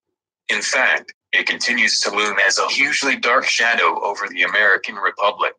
It was Jim Garrison, the district attorney of Orleans Parish, who conducted the only prosecution related to the assassination of JFK, who once said that the American people were obligated to determine the truth about the state-sponsored murder of JFK. He likewise asserted that justice must be served if the nation was to survive as a viable democracy and constitutional republic. He was fully aware that an audacious coup d'etat had taken place on the streets of Dallas on November 22, 1963. Jim Garrison's interview with Johnny Carson in 1968 re The JFK Assassination Conspiracy, very informative and quite telling, especially regarding Carson's loyalties. What Jim Garrison also knew was that the heart and soul of the country had been profoundly wounded. He was intuitively aware that if that wound was not properly healed, it would fester and develop into a raging infection, eventually killing the original spirit of the American founding fathers. Having passed away in 1992, Garrison never saw the CIA-coordinated false flag terror attacks of 9/11. Nonetheless, his grave warning to the U.S. citizenry of his day served as a prediction and promised that such an apocalyptic event would inevitably occur. JFK to 911. Everything is a rich man's trick provides a definitive account of what happened then on November 22nd, what really transpired on September 11th, what is taking place today, and what will occur tomorrow and in the future. Every U.S. citizen ought to be familiar with the factual content of this video, if for no other reason than to honor the last real American president who knowingly and willingly sacrificed his life in order to preserve a more perfect union. JFK to 911. Everything is a rich man's trick. There are countless other good souls who have also given their lives for this country during the unfolding of this epochal and highly consequential American drama. Robert F. Kennedy, Lee Harvey Oswald, and Marilyn Monroe are just three of those who ought to be honored for their selfless service. Likewise, the events of 9/11 have produced hundreds of individuals and groups who have been killed or injured, prosecuted and persecuted, imprisoned and bankrupted because of their pursuit of the truth and revelation of the facts. May the courageous spirit of John F. Kennedy descend upon us all. May each of us be infused with his indomitable resolve and fearlessness. And may we honor JFK's unparalleled self-sacrifice by taking back this nation from those who have stolen it. If not us, then who? If not here, then where? If not now, then when? For. If not us, then who? If not here, then where? If not now, then when? For. If not us, then who? If not here, then where? If not now, then when? For. Yeah, 9/11, the Twin Towers was a sacrifice. It was a human ritual. But when the 9/11 towers, yeah, it was a big, huge ritual. That's why you could see all the symbols they have. You could see all the Masonic symbols. You could see everything. The cabals put a symbol there, so, all the people that died. Yeah, the Twin Towers was a big, huge ritual. The cabals, the ones that controls this planet, controls everything about us. You want to get into that? Let's see. Let's find something else.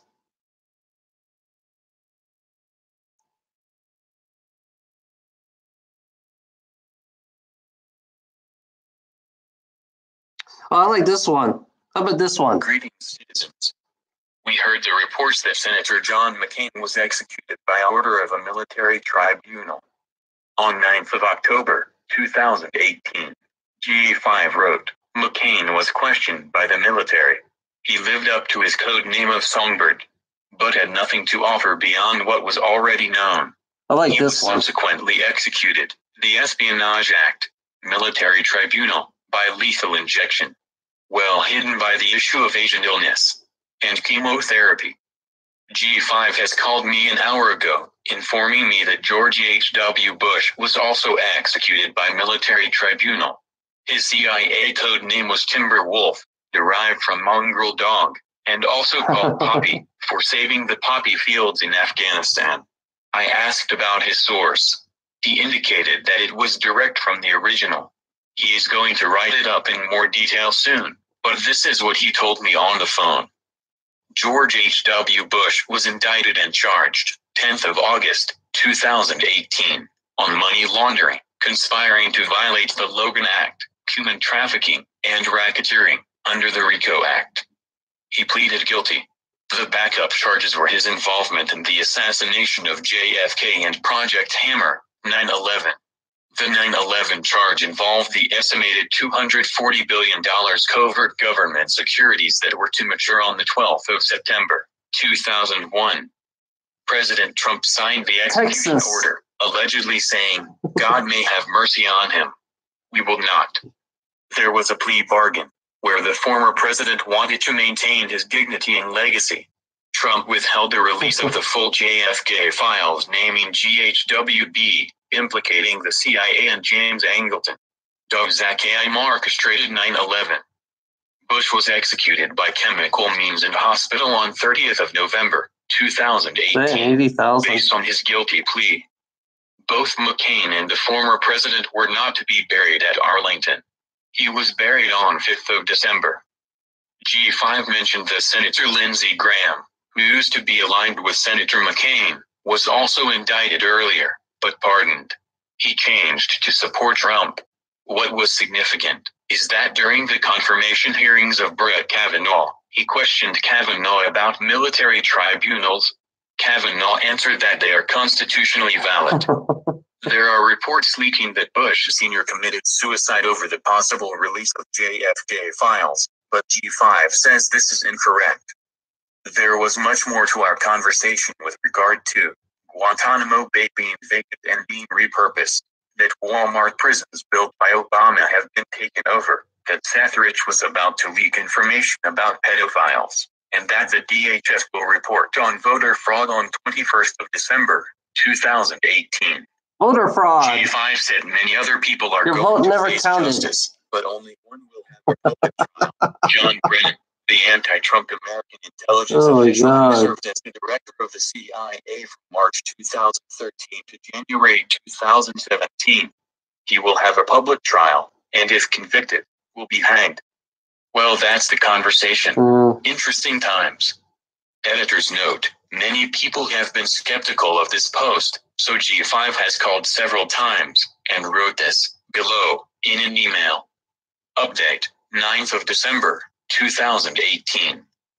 By G5. I heard that some find it difficult to believe that McCain and GHWB were executed. As I told the audience is specifically for deep state. Others don't understand it. They will suggest, what is the point of killing a dying person? The point is, they cannot escape by retiring, resigning, or living out. What they have done remains, and their families are also demonized. The audience is specifically for deep state. The swift military tribunal and immediate execution avoids the bilious and endless criminal court circuses. No, it is not justice or denial of rights. If they did not do what is put down, and can explain, fine. They don't need lawyers to craft responses or find blockages to process. None of this is borderline. Military act on overwhelming real evidence. They are not a criminal jurisdiction.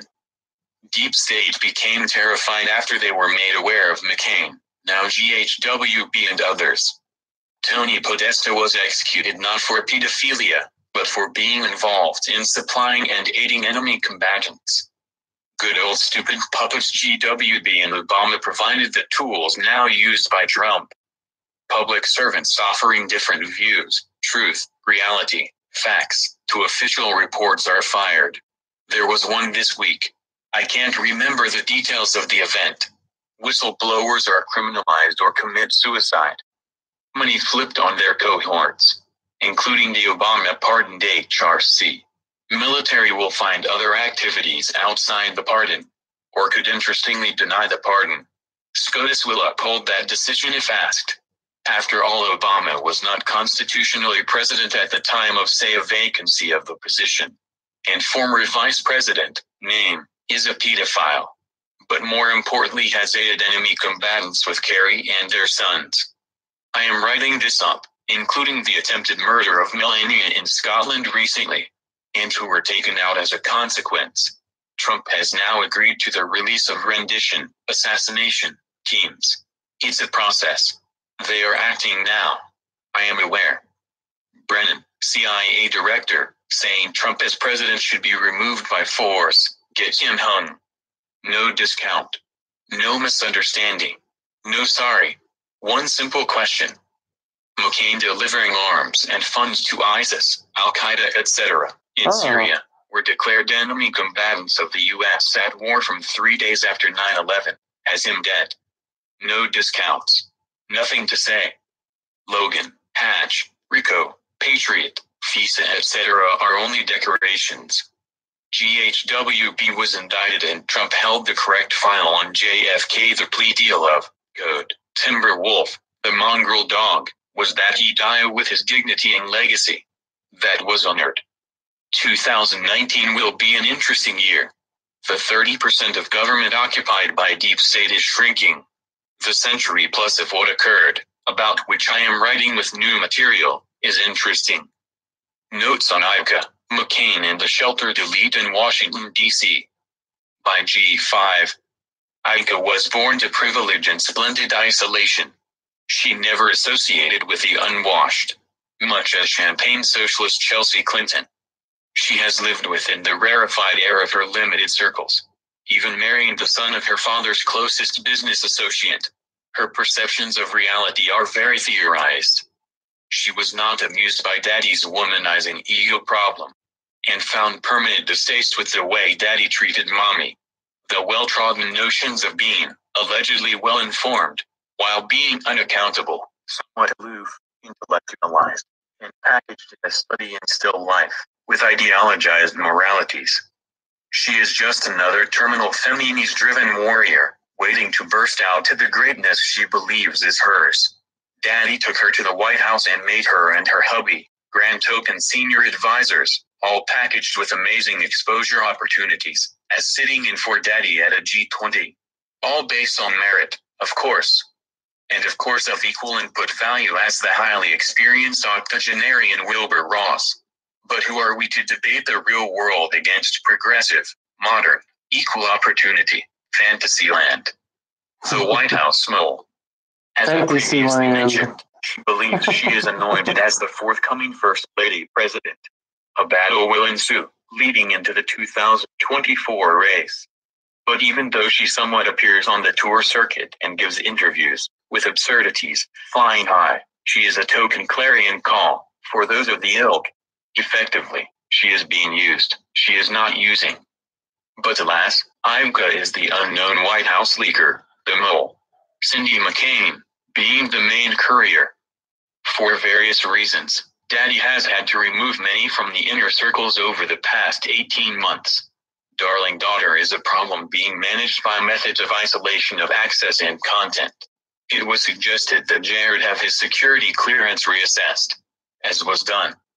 One of the peculiarities of the world of Washington and its illusion of government is security clearances. If the happy couple are not receiving government salaries, they are not assessed as government employees. And then there are the usual debates concerning the Hatch Act, the Logan Act, etc.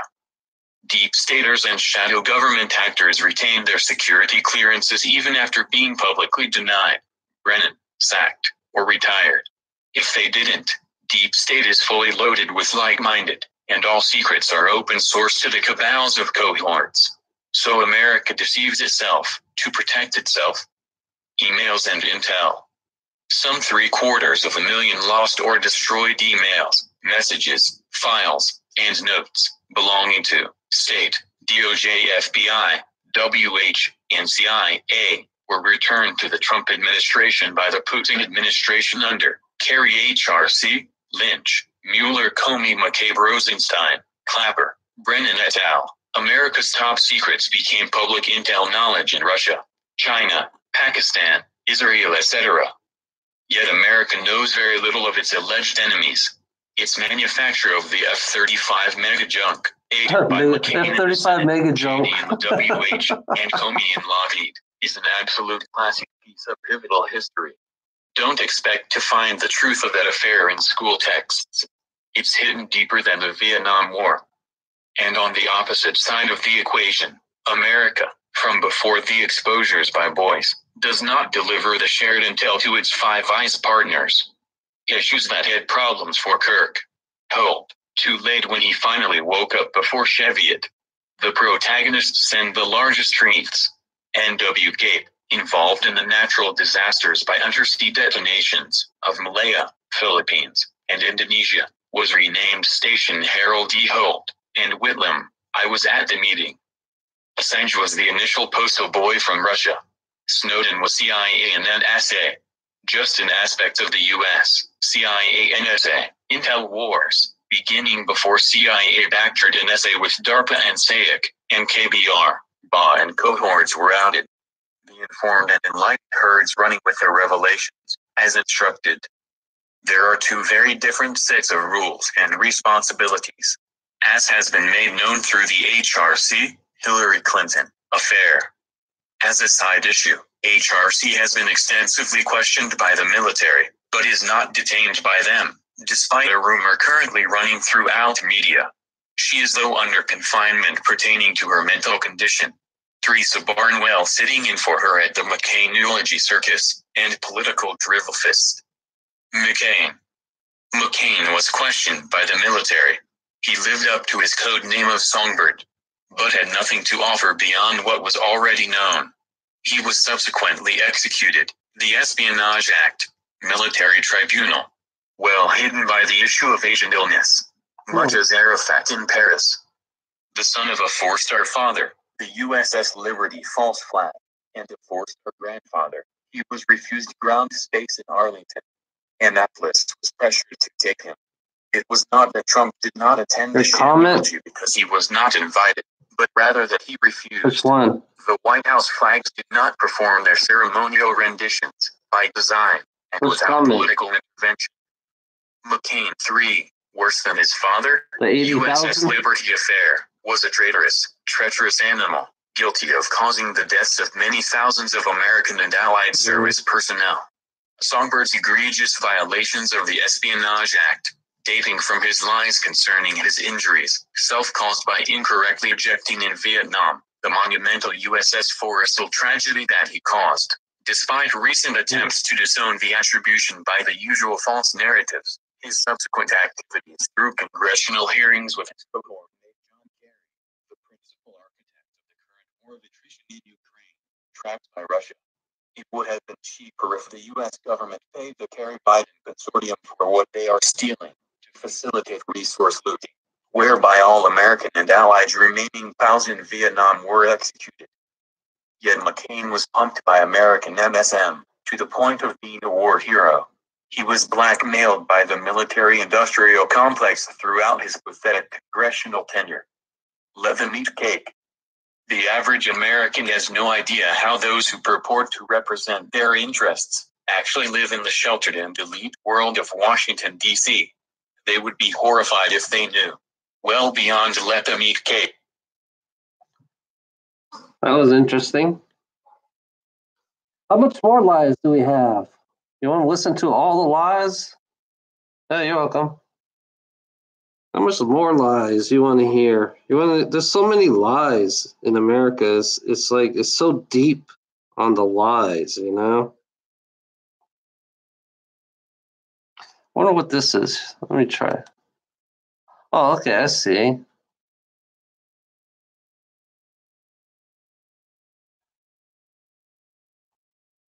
Oh, okay. That's weird. Okay. Never mind. That's weird. Just trying to figure out how to put the YouTube on this video. How do I put YouTube?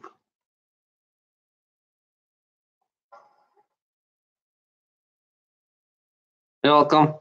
You're welcome, Marcy. Let's see.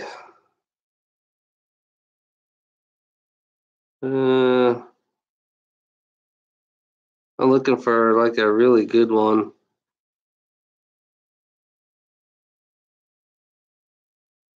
Since I got dumbasses, I got dumbass trolls in here. I might as well make them listen. I'll force them to listen to all this shit.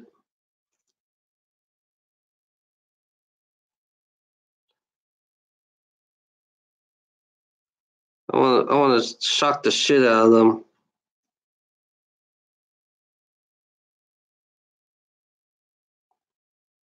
New York. This is a good one too. I like this one. Have 500 pounds by one of my coworkers. I'd like to show you guys this. This is a cool one.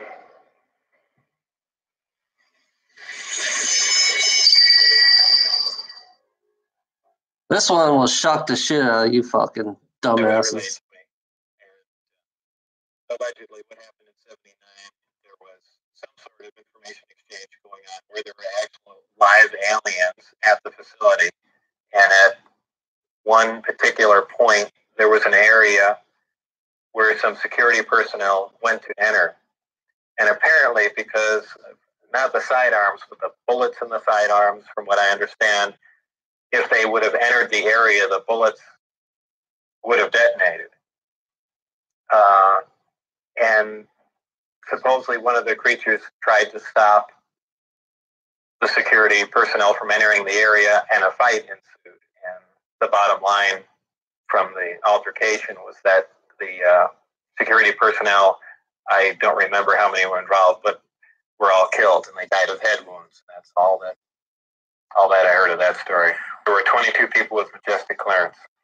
I had Majestic clearance. Majestic clearance was designated as clearance 38 levels above Q clearance, and Q clearance is the civilian top secret clearance.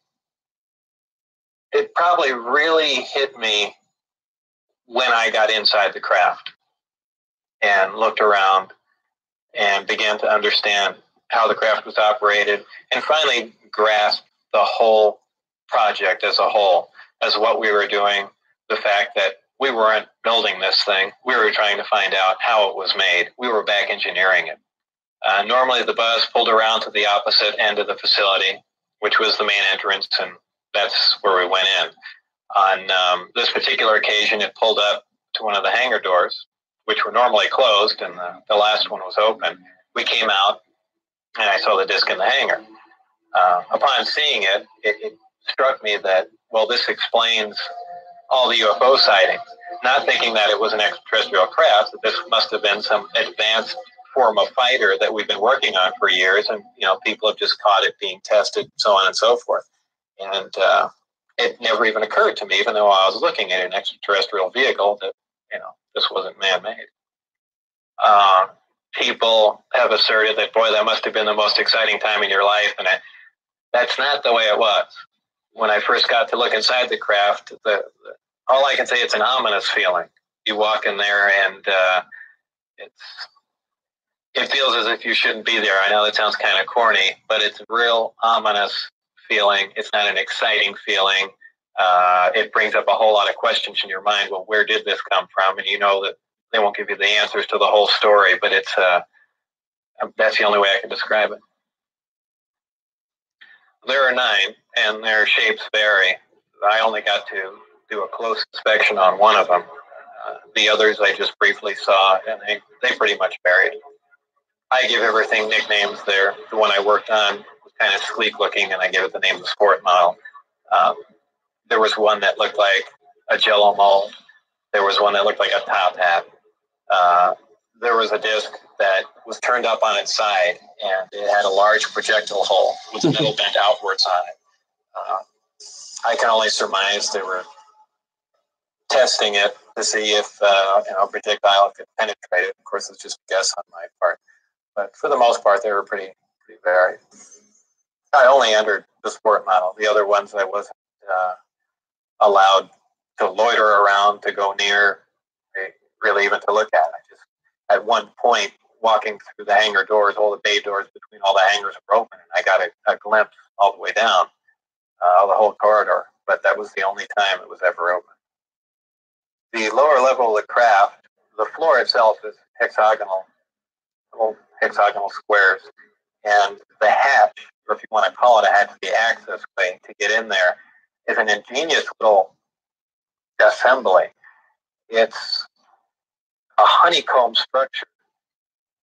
And if you put your fingers one end of the honeycomb and push, all the honeycombs will collapse in on each other, making a hole.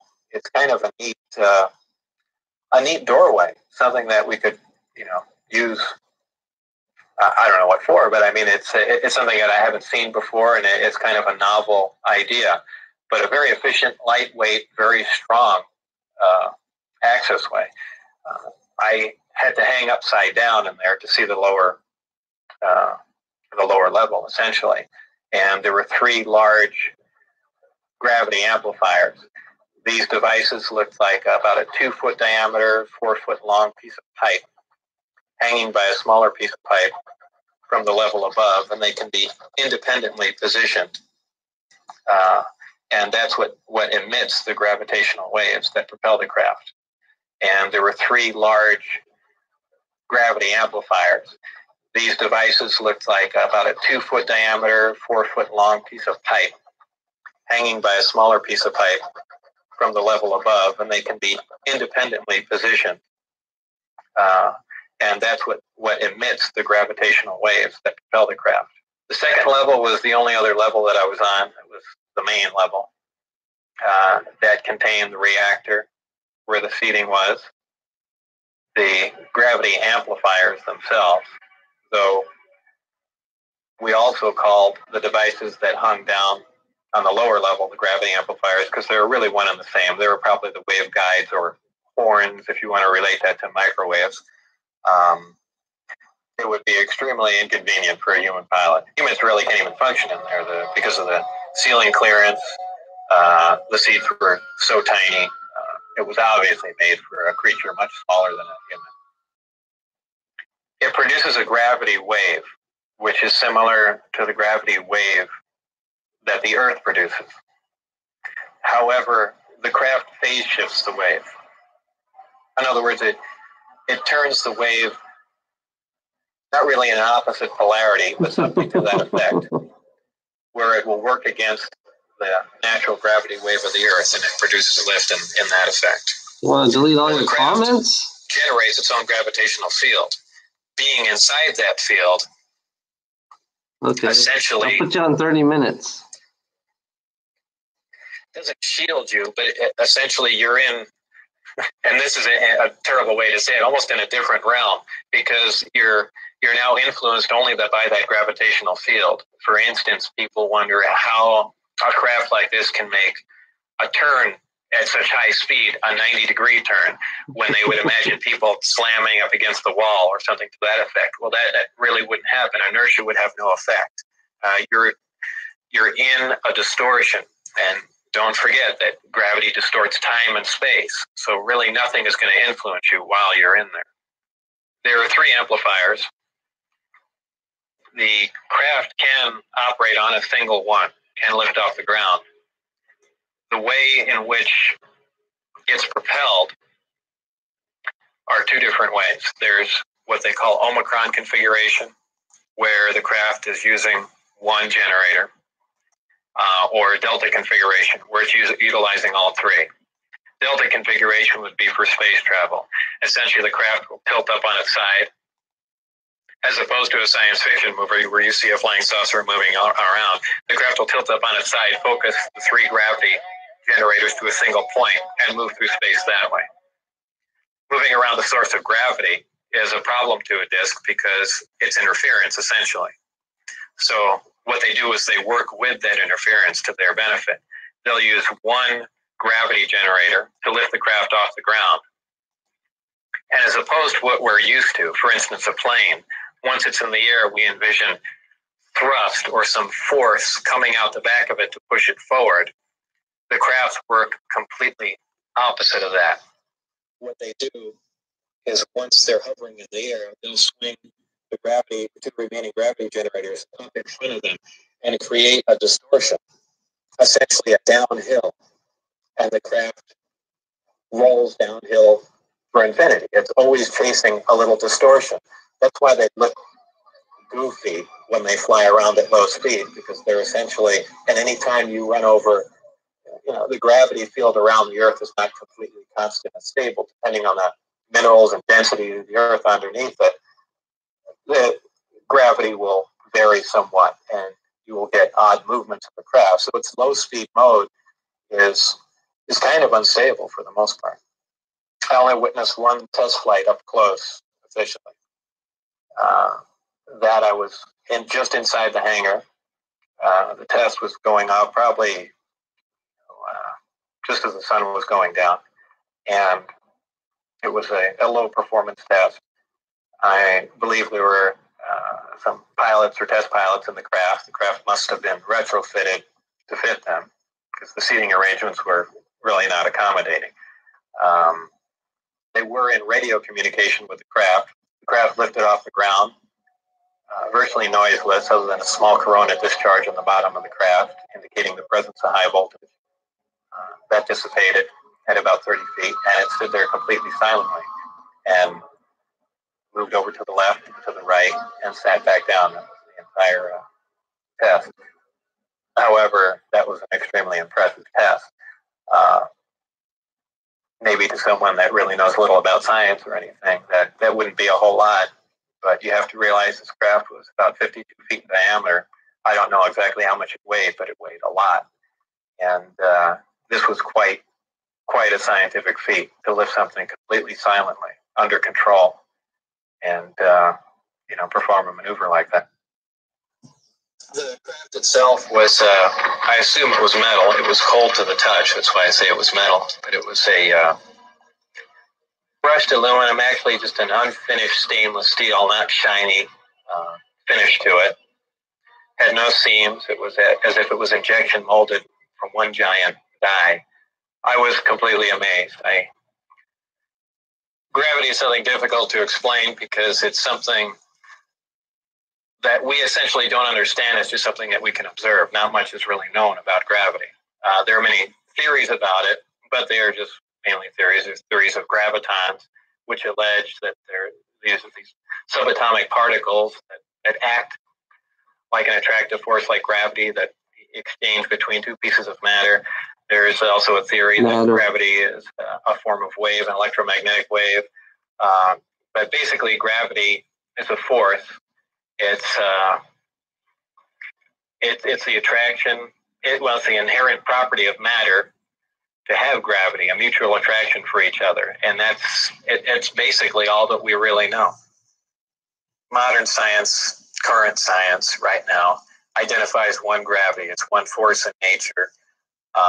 Apparently, through research at S4 or information gained from one of the crafts they were researching there, it appears that there are two different forms of gravity. One form works on an atomic scale, on subatomic particles, holding pieces of matter, holding atoms themselves together. Another works on a larger scale, the scale we're most familiar with, holding planets in orbit, holding ourselves to the ground, things of that sort. Because it produces a gravitational field, I wouldn't say the craft is invisible during the day. However, if you're under the craft, because of the way the gravity is being used, gravity bends time and space, and it bends light. If you are looking underneath the craft or from certain vantage points, you will actually see what's above the craft. It's really a trick of the way light bends under the influence of gravity. For instance, we can see stars that are behind the sun, that are blocked from our view by the sun. The reason we can see them is because the sun has a tremendous gravitational field, and it's bending the light around it where we can see the star. Space-time and gravity are all essentially interrelated. They all act on one another. Gravity bends space. Gravity also distorts time. When you vary one, you essentially vary the other two. as an example, if you have a massive body, say a planet or something that's making a lot of gravity, producing a lot of gravitational waves, if you will, it distorts space. It bends space to it. It also slows down time. These things aren't theories. We know them to be true. We cannot artificially create this because we can't create gravity. But this is how they're all interrelated. How are vast distances of space traveled by amplifying a gravitational field? Well, because space-time and gravity are all interrelated, if you could produce gravity artificially, an extremely intense field of gravity, what you could do is actually distort the distance between two objects and make it shorter. Not just distorting the distance, but now you're also decreasing the time, the actual time between the two places. So you're not traveling in a linear mode like flying a spacecraft from point A to point B. You've actually modified the time and the space that you travel in. So you're now traversing a huge amount of distance with little time. And actually, with traveling little distance, as crazy as it seems, that's what's going on. There are several problems traveling at the speed of light. Just a couple of them are the fact that as your speed increases, so does your mass proportionally. In other words, the more energy you put in to go faster begins to slow you down by the fact that it's converted into mass. You have other problems like just traveling at such an extreme velocity, navigational problems, the fact that you might run into little tiny micrometeorites at speeds like this that would undoubtedly destroy your craft. There's just a whole host of problems that you're going to run into just attempting to do something like that. Aside from the fact the amount of energy required to accelerate to the speed of light is horrendous. Project Sidekick was another project going on with Galileo. Galileo was the project that I was involved in. Sidekick dealt with any of the weapon potential of the craft, whether or not the craft had a weapon in it or could it be used as a weapon, but it had something to do with some sort of particle beam configuration where the gravity generator can be used as a lens to focus a weapon of some sort, similar to the SDI device we were working on in the 80s, but with the potential of a focusing device using the gravity generator. Project Looking Glass dealt with the distortion, the fact that there's a time distortion. Essentially, looking back in time, and by that I do not mean looking back years ago to see the wagon train days. They're looking for distortions that are milliseconds in time, and what that was used for, I don't know. But that was just observing the time distortion, time dilation phenomena on the craft in operation. 115 is strictly an extraterrestrial material. It probably occurs naturally in some other places, maybe other star systems. And some people not familiar with science or chemistry say, well, that's ridiculous. All the elements occur on Earth, you know. But that's not true. There are elements on the periodic chart that aren't found on Earth. I believe the Heavy Ion Research Lab in Darmstadt, Germany, has reached element 112 recently. So 115 isn't that far away. And when they synthesize it, it's not like they're making a couple ounces of it. They're talking about 1 or 2 atoms of it. To make any usable quantity of a heavy element like that is virtually impossible. Element 115 is in the top of the reactor. And the base of the reactor apparently is a small, something similar to a cyclotron. It's a particle accelerator. A particle is accelerated to high speed and then deflected up a small tube, and it's aimed at the 115. This transmutes 115, similar to the way we do that in a normal particle accelerator. This causes a reaction, a radiation emission that we really haven't seen before. It produces antimatter. This antimatter is guided down a tuned tube and reacts with a gas. When matter and antimatter react, they convert to 100% energy. This energy is converted, heat energy is converted to electrical power in the reactor itself. This is done through a thermoelectric converter.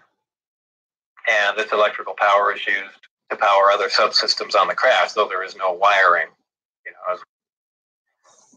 Also, that's almost a byproduct of the reactor. The reactor also sets up a gravitational wave from the 115 being bombarded. This gravitational wave was present at the top of the reactor and is essentially guided in the same way microwaves are guided through tuned tubes. And this goes to their amplifying cavities and through the projectors that are in the bottom of the craft. There is no thermal radiation while the reactor is running. The thermionic generator is 100% efficient, which is in violation of the first law of thermodynamics. But in fact, it works. Element 115 is stable. And for those familiar with chemistry, we know that elements with higher atomic numbers have shorter and shorter half-lives. However, when you reach a certain point, they call it the island of stability. There is a place. We've theorized this for a long time. Somewhere around 114 to 116, there should be an area in there where the nucleus of the atom is geometrically stable with protons and neutrons, where it no longer decays. It's not radioactive. 115 is, in fact, this element. In fact, it does occur again somewhere around element 247. Of course, we're nowhere near synthesizing that. We can only predict things like that, but that's where 115 is. Whether or not it was given to us, I can't answer that question. However, I was told that we have 500 pounds by one of my coworkers. How it was obtained and where exactly it came from, I don't know. Whether it came in one of the crafts or with separate cargo somewhere, anyone can speculate. But I was told that was the figure. The test flights I saw of the base, actually the best test flight was witnessed by my friend, who I brought out there. At the exact moment the craft was hopping around and doing some really impressive maneuvers, I had turned around and I think was looking for the video camera or something to that effect, but I missed some of the most impressive maneuvers. But the craft was similar to what was done before that I had seen close up, other than the fact that it went above the mountain range, moved a much greater distance at a much higher rate of speed. The test flight schedules were told to me specifically because I was probably going to have to be present during those times. And at that time, the test flights were taking place on Wednesday nights. And from what they said, that was because that was statistically the least amount of traffic in the area. And that's all that they were concerned about.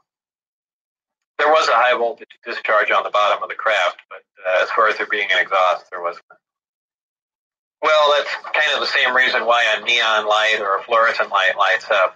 What you're dealing with is a high energy source in essentially a gas atmosphere, oxygen, nitrogen. And when you apply enough energy to a gas molecule, they emit photons, they emit light. And I don't think it's anything, it's really a byproduct of how the craft operates. When it's emitting that much energy, the gas surrounding the craft emits light. The same reason why lightning is visible. You have a huge electrical discharge, and the gas emits light in the form of lightning bolt. If you were going to see one of these crafts at night operating, it would appear really as a glowing ball or just a bright light in the sky from a distance. Even close up, you'd see a glowing halo around it. This is typically what you'd see in your normal UFO sighting. Consider it God, Area 51 facility heading down to S4, there was a tremendous roar, and I have described it as sounded like the sky was tearing. And I couldn't see out the windows of the bus. All I could see out was the very front. And as we came by, I asked Dennis, who was my supervisor and on the bus at that time, what that was. He said it was an Aurora, a high-altitude research plane. And it was a large craft. And the one glimpse I got of it was from the rear. And it had two huge square exhausts with vanes in them. And it was just, it sounded more like a rocket than a jet. I don't know. I even think he did mention that it was liquid methane powered. But there again, you know, working on this technology, I really could care less what was rolling around at Area 51, but it did catch my eye. One day when I was getting on Interstate 15, driving down Charleston Boulevard, a car came up alongside of me, and I thought he was just trying to race me to get on the freeway. This was after I had left the project. It was a white, boxy-looking car. Exactly what make and model, I don't know. But I accelerated to get on the freeway to go fast, and there was a gunshot, and the back of the car was hit, and I skidded off into the median. And I stopped, and I was frightened, and I just stood there because I thought the guy was going to be alongside of me and just shoot me. I had nothing to do. I was essentially paralyzed with fear, and I waited there, and then nothing else happened. It was an attempt on my life, but by who specifically, I don't know. It was an attempt on my life, but by who specifically, I don't know. Though I was threatened before I had left. They threatened my wife's life and my life. So I can only put two and two together and say that they were kind of pissed at me. After we were caught out, when I had the test flight schedule, and I brought some friends out to show them the disc test, we got caught out there. And the following day, I was debriefed down at Indian Springs Air Force Base. And I was in the room with the security guards that caught us, my supervisor, and some other people, and some other security personnel. They were essentially grilling me about security and how could I possibly bring people out there. And I guess I wasn't as responsive as they would like. And they got in my face and wanted to pull the sidearm out. Pushed it. For a very brief time after I left, Dennis, who was my supervisor, did try and make contact with me at the meeting place was the Union Plaza Hotel. And I took a friend of mine, Gene Huff, down there, and another friend, a former colleague and scientist from Los Alamos. And we saw him, but I also did recognize some security personnel walking around there from S-Force. Whether or not it was a setup or what was going on or was trying to talk to me, we never found out, and we left. It just was a real strange situation. I never heard from him since. Well, if you want to word the question, how are my opinions changed? I would say considerably. And before I was at S4, I was more or less one of the guys that thought, all these government conspiracy and UFO buffs and things like that were complete lunatics. I even remember before I was involved there, a friend showed me a little newspaper clipping. It said John Lear was giving a lecture who was touting that aliens from another world came to Earth and there's 70 different species. And I remember laughing on the phone that this guy had lost his mind. And I was also under the impression that, the government's all for the people and they, they're out here to protect us and all that. After the experiences I had there, everything is completely turned around. The government is doing everything but looking out for us. The only thing they're looking out is for themselves. Obviously the ET craft do exist. Something had to build them, so there must be aliens. And since there are, and the craft are there must be some sort of factory and an entire civilization somewhere. And if in fact that is true, and it apparently is, then there must be others. Actual craft and technology from another world. And that's probably the most important event. It kind of moved from science fiction into reality in my mind. It really just, I guess, opened my eyes.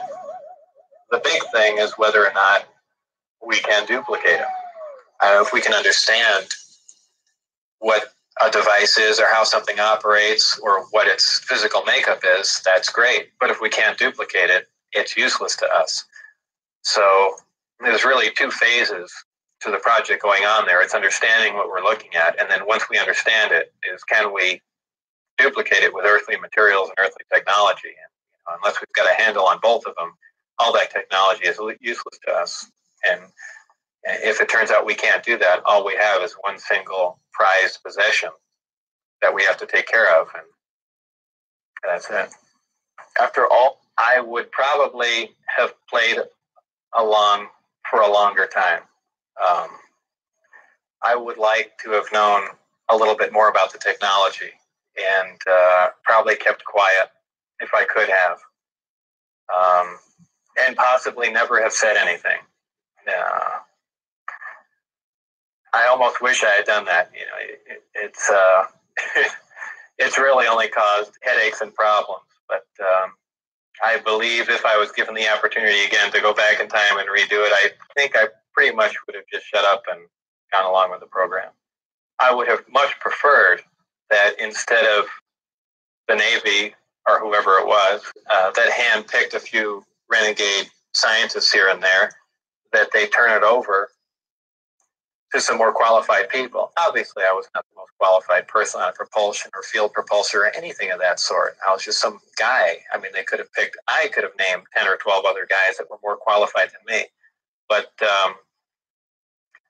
you know, if they turned it over to the scientific community and not just a couple of guys here in the United States, I mean, you need a large group of people in a large lab to research what's going on there, not a little quiet installation. It's the security itself that prevents them from getting anywhere. I mean, they never do work hand in hand. You can't have a military mind. Science itself must communicate. You have to have a free exchange of ideas. That's how things progress. And when you clamp down on a security system like that, where you work in isolated groups and ideas cannot be exchanged, you don't get anywhere. And that's the problem they have. Well, I'm not really involved in any of that stuff anymore. That's kind of put behind me. I have my own businesses that I work at, computer graphics, some consultation, other technical jobs, radiation detectors, a few other things like that. So really, I just go about my life, and that's, you know, something that happened that was fantastic, and it's over. But it's kind of hard to shake it loose. But eventually, I will, and that'll be that. I think all the surveillance and everything stopped. I don't think anyone's bothering to monitor me. I've said everything that I know. It's been all over the place, so it's kind of a done deal. As far as whether or not there were any craft out there, I believe they were out and gone in probably the late '89, early '90, and the only thing people see now out there are, either flares or planes coming into land. But that's about it. I was never interested in flying saucers as a child. How about that? That shows you how really dumb we really are. You know, how much secrets we have. There's so much secrets, so much lies. Like I said, there are like multiple layers of lies, especially here in America. America is nothing but pure lies. That's all it is. You know? That's all it is. It's pure fucking lies. And I have more. You know, I've been looking at this I've been posting this on my Facebook. If you want to see if you want to go on my Facebook, it's my same name as my YouTube. Especially you trolls. I know you trolls see my Facebook, and you know, most of the time I share all this shit, all this stuff that I get that Anonymous gets. You know, Anonymous made a comeback. Especially the charity version of Anonymous, you know, they made a comeback. I know I seen Anonymous when they first came out. You know, I remember Anonymous when they first came out.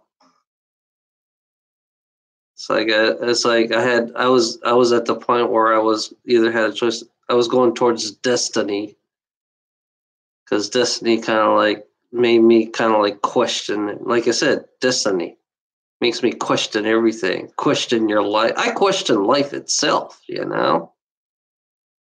The only thing I realize that, you know, this planet full of domineering assholes, you know, because they raise humanity like assholes. You know, that's basically that's why it's so negative on this reality that we live in. They have a negative reality, and we got negative people who don't want to quit, who doesn't know where to quit their negative. You know, so they create more negativity. You know, it shows you how bad we are as a human being. I wouldn't consider us humans, to be honest, because we don't act like human beings. We act more like robots that do our jobs every fucking day to make a paycheck. You know, so if you do your job every fucking day, then you're not really human at all. I don't think you're human, because you get up at 8 o'clock in the morning and you go and it's like you do the same fucking thing every fucking day. You know, you're not learning. You know, you go through. It's funny. Tomorrow, I'm gonna bring up Jordan Maxwell on about our education system, because it has in here. Jordan Maxwell says our education system is really, you know, it's everything about this reality is so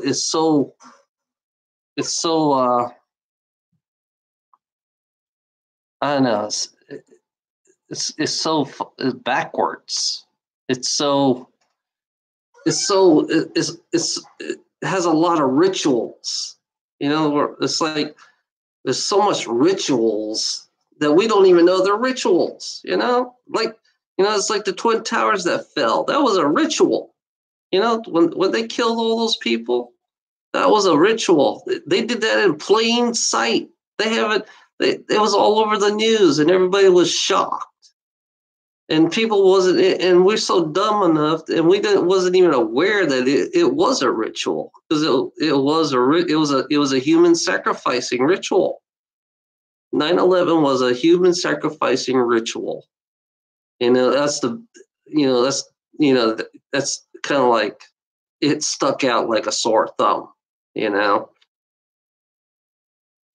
and the ignorance. You know, we are so ignorant about you know, the ritual that's going on on our everyday life. You know, the wars. You know, it's funny about the Iraq wars, and that's a ritual too. You know, when you go to war, you're going through a ritual. When they say you're sacrificing your life for your country, that means you're being sacrificed. You know, that's the American way of life. You know, the American way of life is when you say, you know, thank you for your sacrificing. It's just how you say your words. Your words give it away. You know, all wars are all sacrifice, are human sacrificing. That's basically what it is. They create enemies. The cabals on top create enemies. You know, that's why I talk about how they create humans versus humans, because they do it on purpose. You're like I said you guys are like a pawn. You're a pawn. We're all pawns. And they can move us like a chess piece, you know? You know, if they want, the Americans go fight Iraq. The Americans go fight Afghanistan. It's all about corporate greed. You know, it's all about oil. You know, basically war is a moneymaker, according to these cabals. War is a moneymaker. Plus, you're sacrificing human beings at the same time. You're sacrificing families. You're shooting families. And then turn around, your soldiers are committing suicide. So you tell me what's wrong with that fucking picture, you know? Yeah, drugs. Yeah, drugs is another version. Yeah, exactly. Yeah, Marcia, drugs. You know, CIA is nothing but a fucking drug cartel. CIA is nothing but a cartel, nothing but a mafia. And then, it's funny, the police now, you might as well just call them gangs, because that's what they are. The police is nothing but a fucking gang who only supports the rich asshole, Because it's funny about now. Now, it's like, now a police is, you might as well just call a police a gang, and your judge is your God. The judge plays God with your life. That's basically what a judge. And Saturn, you're just, like I say, your justice system is based on Saturn, based on the Luciferians, the belief.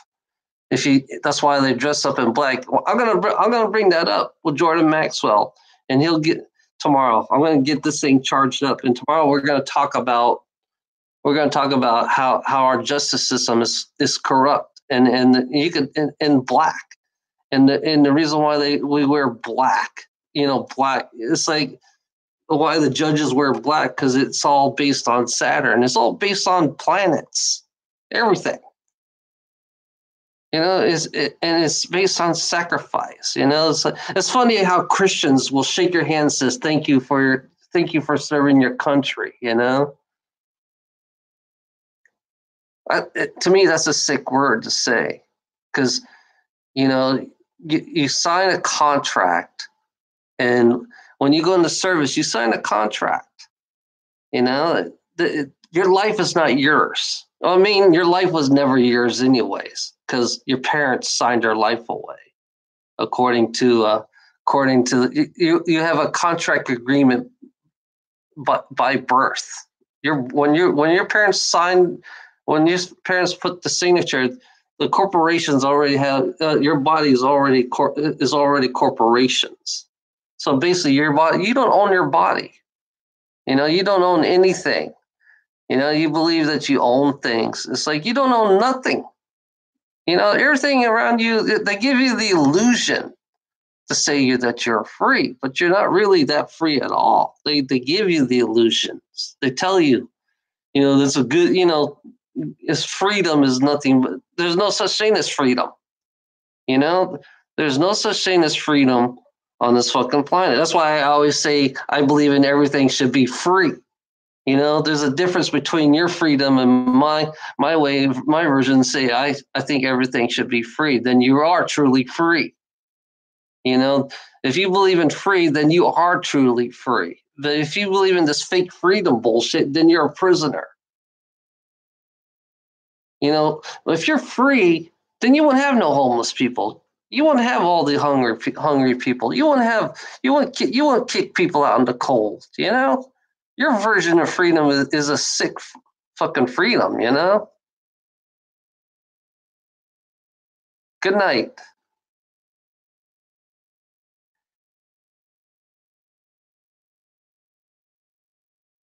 Good night.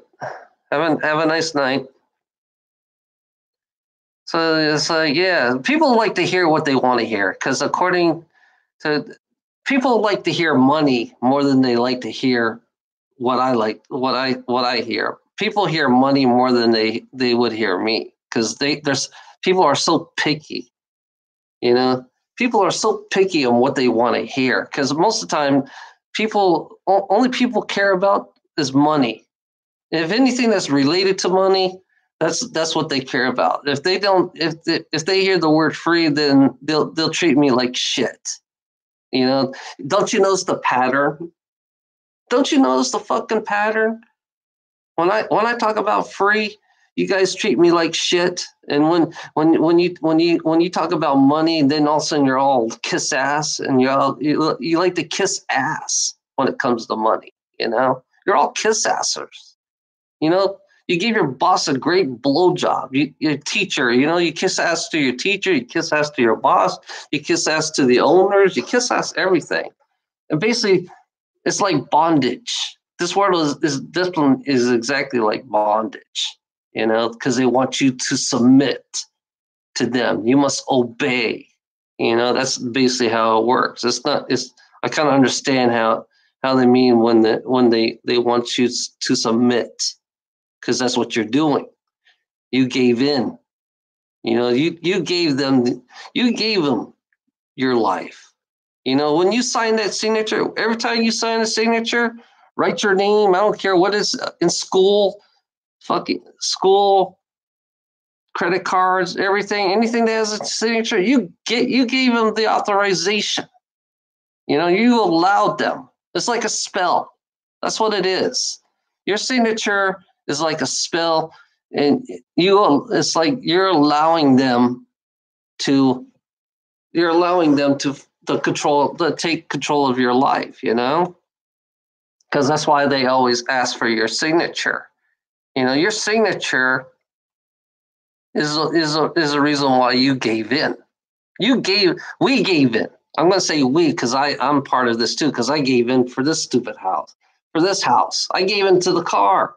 I gave in to the banks, you know, because I gave them my signature. I gave them authorization, you know, because you know, signatures, you know, it's funny about identity theft. You know, it's funny. They should do a DNA. People should base their DNA on their identity, you know, instead of having a fucking physical card. That's one thing they should do, you know, and then they can't steal your identity because the only way you got to do is you got to get the DNA from you. You know, they need some kind of, they need to steal your hair sample or something so you can steal the identity of you. But you need something that people can't steal your identity, you know? So yeah, I figured DNA would be perfect. Yeah, it's just you know, the ID card system is a failing system, I think, the ID system, because I don't believe it works at all. You know, I don't know why we need IDs in the first place. You know, and then alcohol and drugs.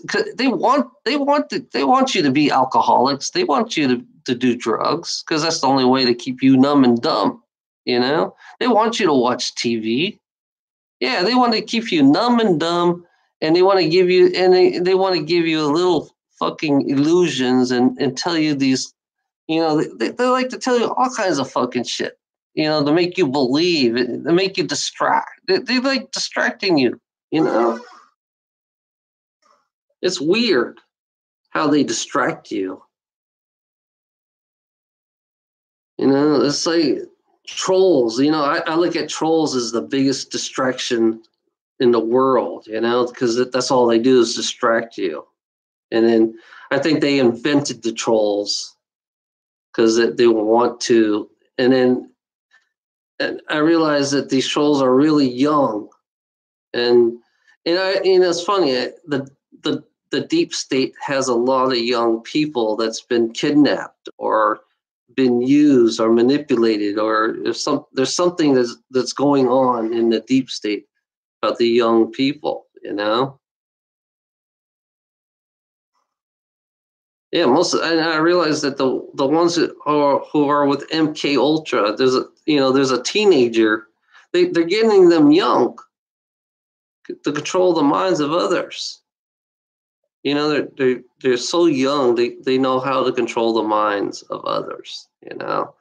Mind control is just the way you say your words and understand the words, because words to me are just like spells. That's how I look at it, especially the American language. Just the way you use your language and how you use your language is just like a fucking spell, you know. One thing about me, I only have one brain that functions, so it doesn't fucking work on me. That's why I always say fuck all the time, because fuck to me is like a deprogramming word, and it's offensive to the ones who are programmed. You know, when I say fuck, it's like it's just a word that backfires on normal the people who believe in their normality, their programming. You know, that's why I use the word fuck all the time, because fuck is kind of like a rebelling word, and it goes against everything in this reality, because fuck is you know, it's like a strong rebelling word, you know. To me, it's like it may be offensive to these fucking people that doesn't like to say the word fuck, because when you don't say the word fuck, that means you're just programmed. That's the reason why I say it, because fuck to me is it's just, if it's just when people are programmed not to say fuck, then I kind of like it's like it's strange, because you're programmed. Yeah, you're programmed, because everybody always avoid that word, because it's like they can't stand that word, because they're programmed not to hear that word, because it's so offensive. Even on the other side doesn't like it either. The other side doesn't like to hear that word either, because it offends them too. The spirit world does. For me, it's like I've been dead before. I've been dead many times, even though you guys think you live one life.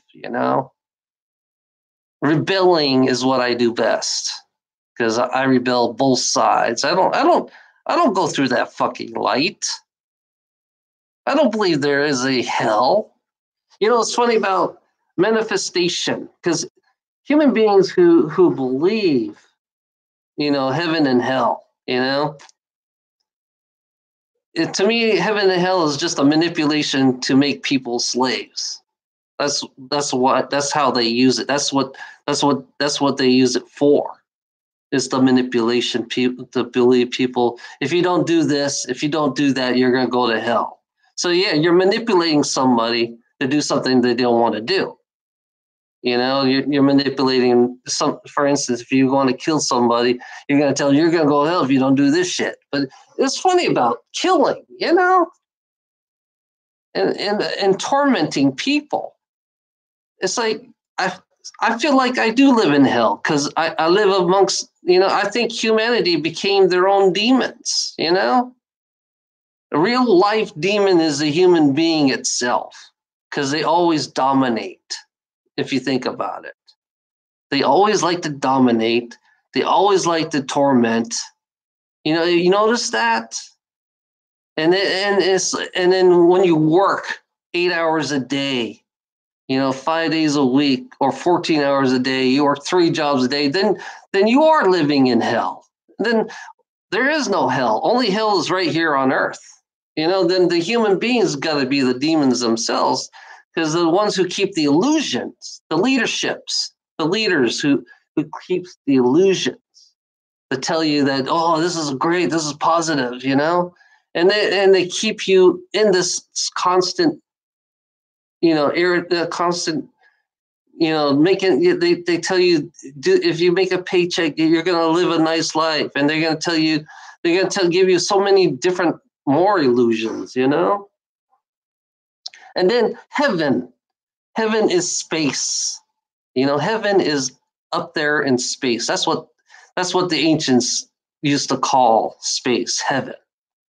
And that's why religious fuckheads will always get it wrong, because they use heaven and hell as their scapegoat to make everybody else slaves.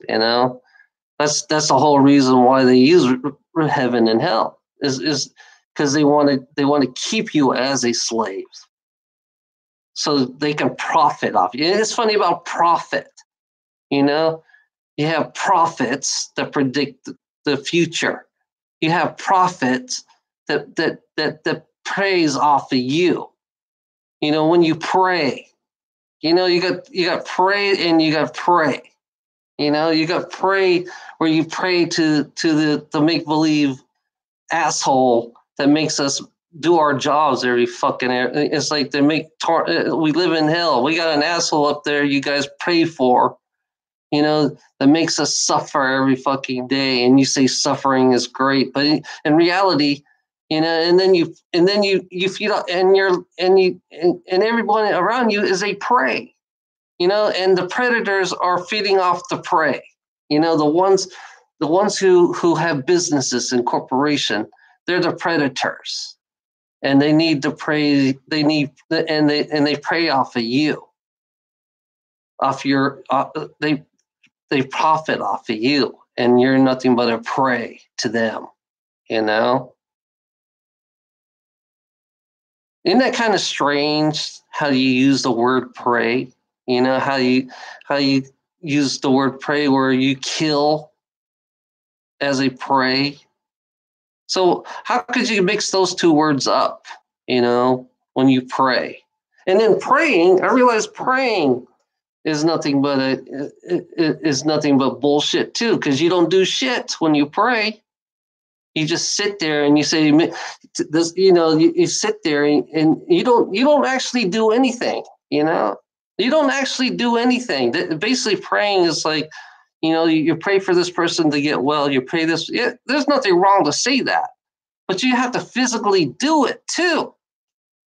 If you're actually going to say you did good, if you really did good, then physically do it. Don't pray for it. You know, that's one thing I don't get is why do you pray and then all of a sudden you don't do shit? And then when money comes, you know, when you want to do shit, then you don't have the money to do it. And then you're telling this person to go do it. It shows you how fucking fucked up this society is. How these fucking people that dominates and they create these illusion telling you, yeah, meditating. There's nothing wrong with meditating. Basically, you just meditating and praying. There's a difference between meditating is different. You know, it keeps you calm, and you're kind of like you feel everything around you. Praying, you don't do shit. Praying, you worship a God that never comes down and fucking helps you. You worship a God that never comes down and helps you. You know, and basically everybody else suffer and then you pray so you can escape, but nothing happens. You know, it's really ignorant of you to do that. You know, you get on your knee for a God that never comes down. You know, the gods you guys have been praying for like 6,000-7,000 years never once came down to you. It doesn't give a fuck about you. You know, creation does not give a fuck. You know, it doesn't care if you do pray. You know? So that tells you how negative your system is. This negative world this world is so negative. You know, it can be turned around. I'm telling you, people, it can be turned around. If you change your ways and stop fucking praying, you know? That's one thing I don't get about religious people. Especially the big three, you know, Christianity, Muslims, and Jewish people, you know, the big three. You know, they're the one who's keeping this world so negative. It's like I don't believe in the big three. Christianity, Muslims, and Jewish people. I don't believe in them. You know? There's more to this world than these three. Because these three are leading us blindly. You know, that's what they're doing. These three big, huge, major religion are leading us blindly. And the ones who controls the three religion is the Vatican. And the Vaticans are the ones who created the religion. Well, we can't say that because Christianity wasn't created by the Vatican, but they control Vatican. They control all the religion. If the Vatican controls all the religion, you know, because the Vatican has reptilians, you know, reptilians are in the Vatican. So if an off-worlder can control all three major religions, then what the fuck, you know, what the fuck are you guys praying to? You're not praying to a god. You're praying to many gods, the extraterrestrials. That's all you're praying to. Your gods are extraterrestrials.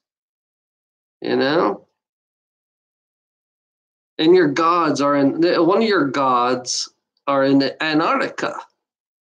Yeah, one one of your gods are in Antarctica. Your gods are in Antarctica, right? As hiding among us.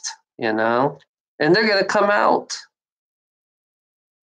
The gods that you guys worship, all you religious people. They're big-headed.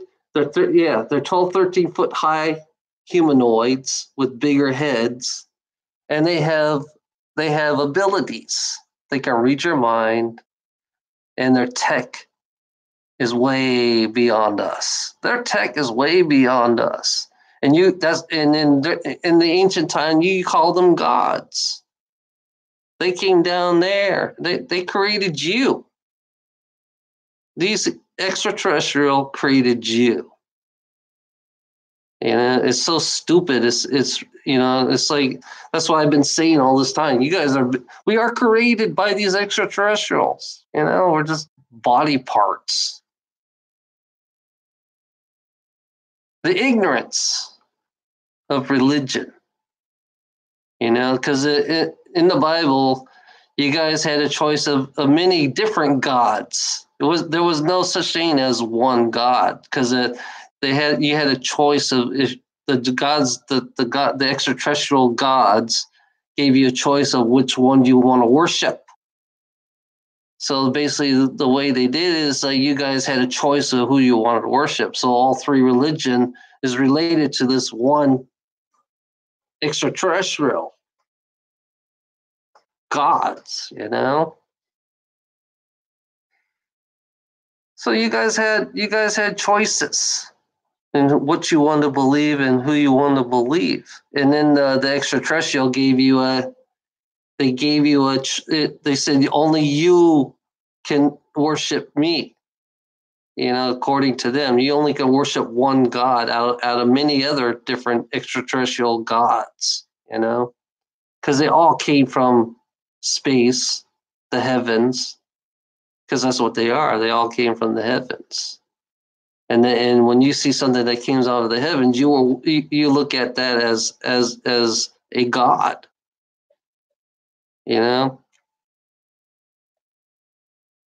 It shows you. It really shows you how ignorant we really are as human beings.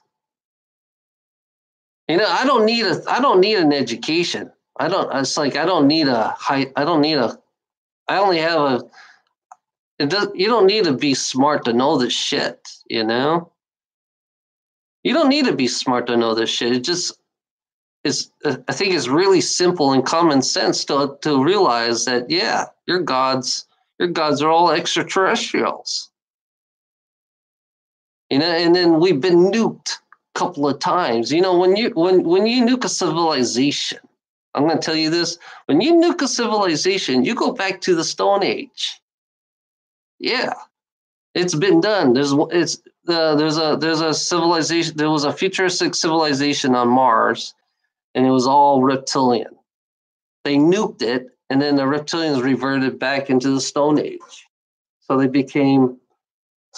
It's like, you can go back to medieval times. You can go back for this. If you knew this civilization, you go back into like the Mad Max era. If you have an EMP burst, you go back down. You go back to the cowboy ages, because nothing else would work. You will revert backwards, because evolution can go backwards too. You can de-evolve evolution. Only thing about this evolution here, we're at the 26,000. Right now we're coming to the 26,000 year rotation. So something about the sun, which I kind of like. I support David Wilcock about the sun that changes our DNA, and we become the rainbow, like a rainbow. The monks You know, the rainbow body, they call it. You know, because the rainbow body, you have to have a positive energy, you know, and then you got these fucking trolls that are distracting me, creating this negativity, which they don't want us to become a higher evolution of our own self. So these trolls kind of like de-evolve us, regress us, because that's what they do. Because they don't want you to evolve. They don't want you to be positive. If you notice the society here in America, they're not about being positive.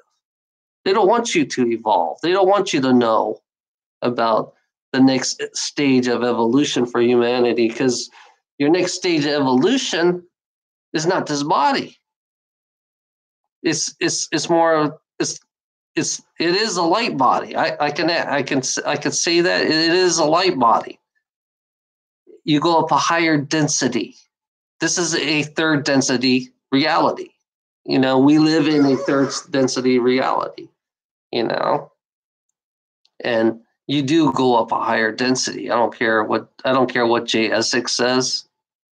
Jay Essex likes to be stuck in a third density. I want to go up a higher density. You know, either that or create my own density to get away from this density. Because there are other densities out there that are completely way above this reality, more in harmony. That's the reason why I say I'm a utopian. You know, being a utopian is more positive compared to people who are civilized, that consumes. You know, you know, if you're positive, great, yeah, but your positivity needs to be. You have to be a realist to really face your reality for what it is. Because if you're not real about your reality, and you're not real about who you really are, then you finally really see who you really are. It's like seeing who you really are. It's like you have to break yourself down to know who you really are. It may sound negative, but you got to know the only way to break out of this thing is know who you are inside you, because you don't know who you really are inside. Because for me is like when I do these videos, I'm reflecting myself. You know, I'm always reflecting back at myself. I'm always looking in a mirror. When I get angry, yeah, I get angry because I have a stupid troll that's always distracting me to make me angry. It's not me that's angry. It's the trolls that making me angry. And I realize that how much negativity they are. That, you know, they're creating the negativity to make you become in a lower density. Because the more negative you are, the lower the low density you'll stay here in this third density. You know, because I have a friend in the sixth density. The yellow avian. It's like he knows me. You know, it's like I've done this before already. The yellow avian knows that I've done this before. A higher density. It's like an escape from here. You know, talk about peace and harmony. It's more peace and harmony up a higher density than here. I think this is just the beginning stage. Third density is like the beginning stage. You know, eventually the planet will go up a higher density. You know, because I found out that in the 1980s, this planet already went to the fifth density. You know, I guess it splits, you know, time kind of like it does split, it splits itself apart. So basically, yeah, we've been held back. You know, we've been held back. They split it off. They split us up. I realized that they split us up. They took the positive people off the planet. And there's another planet like Earth or Gaia. They have all the positive people on that planet, the higher density version of Gaia, you know? and they left the negative people here. But all the negative people will stay here, and they will fight each other, and they will dominate each other, and they will kill each other. So yeah, all the negative people will basically fade away in this planet, and the planet will be destroyed in this reality, because the negative people wants to keep this world negative. And it kind of weird me saying that. It's like this is all the information I could try to gather, you know, about how negative people will stay here. They will always stay here. Negative people will always stay here. They will not. They're going to keep. They're going to be recycled back all the time. You know, negative people will be recycled back all the time until they learn their lesson. If they haven't learned their lesson, you know, they're going to fade away. Because that should be a new rule. That if negative people don't want to learn, they should just fade away. You know, if they want to keep everybody else suffering, if they like making people suffer, then they should stay in this negative world. And if all the positive people that sees the reality for what it is, I look at this: if positive people see the reality for what it is, and then they try to fight for a positive world, then the ones who wants a positive world should go to the higher density and make a positive world, you know, and leave the negative people here. Keep them. They're always going to stay as a, you know, they're always going to be a fossil fuel. They're always going to do fossil fuel. They're always going to.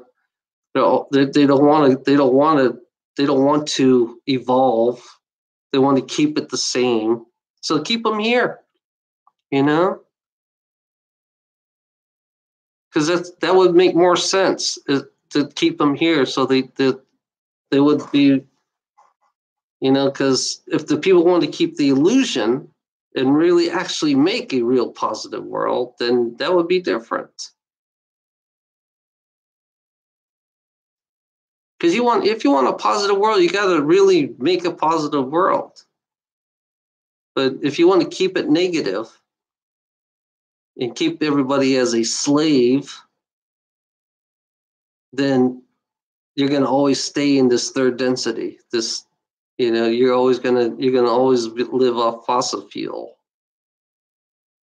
And then once it's all done, then most of humanity will just fade away in this density, this third density world. Or just they'll take some of them. If someone wants to change the way they are, the way they learn, because it's a learning. Yeah, it is a learning experience in this world. But to me, it's not learning, because you're always repeating the same thing every day. You know, you're not really learning things. You're memorizing. The education that you learn is all about memorizing, but not actually learning.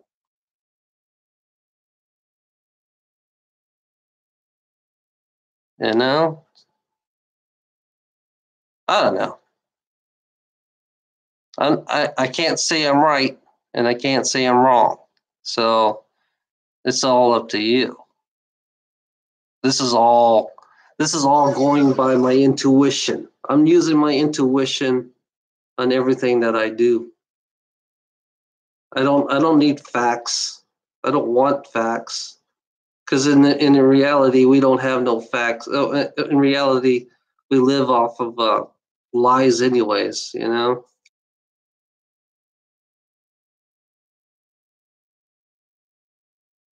Quantum finance. I don't believe we should have any kind of financial system at all, you know?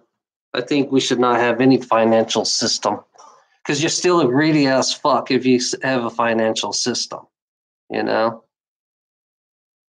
Because, you know, if you're going to finance somebody, you're always going to be a greedy, negative person. I don't care what it is, who you are. If you believe in that, then you are truly negative.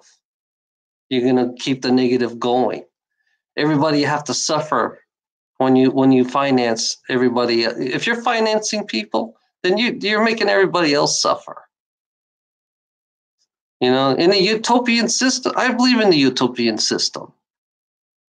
It's not going to happen now. It's not going to happen 1,000 years from now. It's going to happen 4,000 or 5,000 years from now.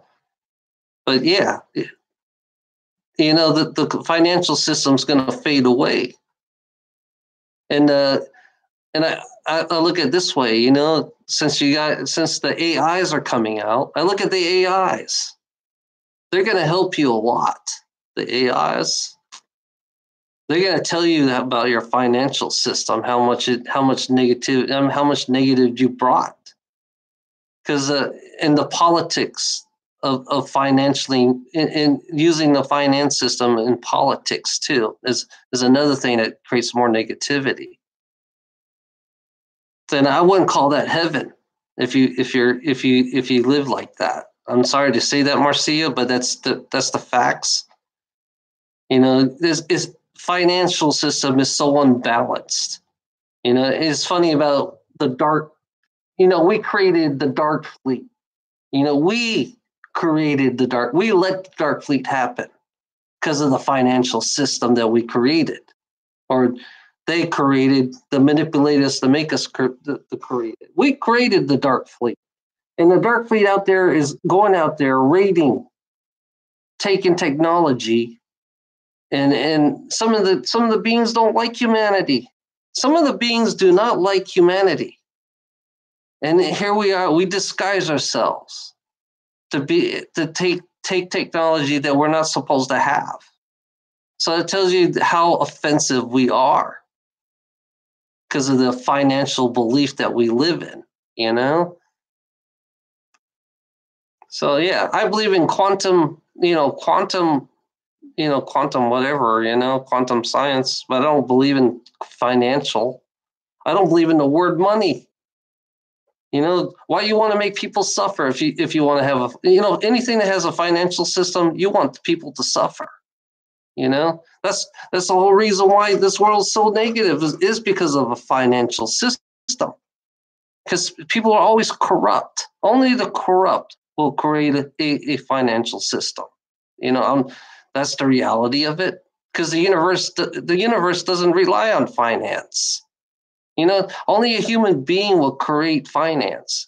And the ones who, and then you realize the ETs who influence the human beings to create finance. You know? So yeah, I'll be glad to leave. You know, I can't wait to leave this fucking planet. Because of the finance and people who feed off people's fear because they believe that finance is the answer for everything. They think money is the answer for everything. You know, that's a corrupt mind. Anybody who believes in money is corrupt. Anybody who believes in gold is always going to be corrupt. It doesn't matter, because you're gonna have technology, and you're gonna be futuristic, but you're still gonna have money. You know, it's gonna fade away eventually. It's gonna take right now. It's gonna take at least human beings and be at least 4,000 years to really kind of like grasp it, saying, "What the fuck am I doing this for?" You know. Then it's gonna take them 4,000 years to get out of this fucking hellhole, this mess that we're in.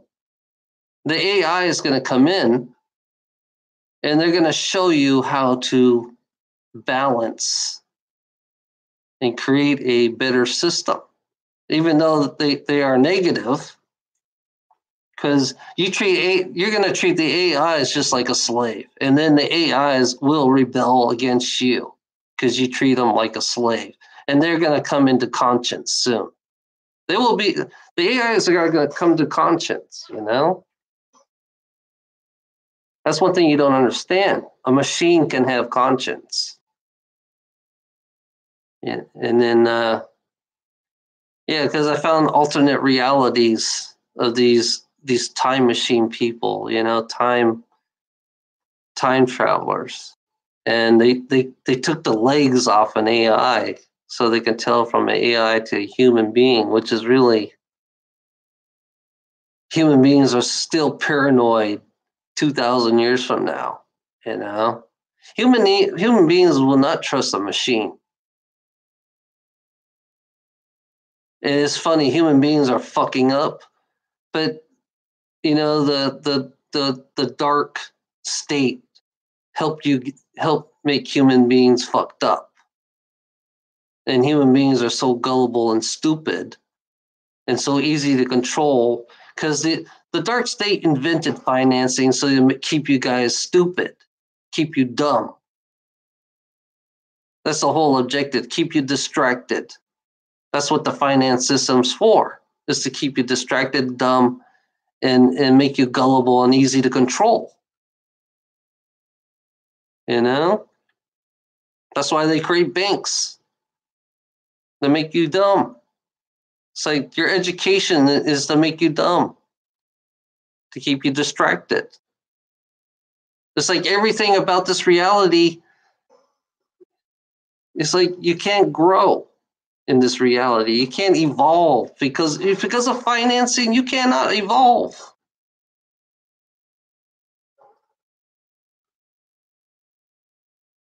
You know, you can still stay in the third density and evolve if you wanted to. You can go between densities. If you wanted to, you can go in between densities. You can come down here and visit, or you can go back up there, you know, go back up and down, you know? Yeah, soon, you know, in the future, AIs are going to combine with us because basically we're hybrids anyways. You know, we are hybrids, and the AIs are going to combine with us. You know, we're going to become one with the AIs. Wouldn't that be fascinating? Wouldn't that be? I know some of the human beings will say, "What the fuck? No, hell no." But yeah, so in the future, I think AIs will combine with us. And we actually will show them the physiology of our we're basically like AIs. These bodies are AIs. These are only organic. This is an organic body. Organic. We're like organic robots. You know, with spirits inside of it. That's what we are. This is not really.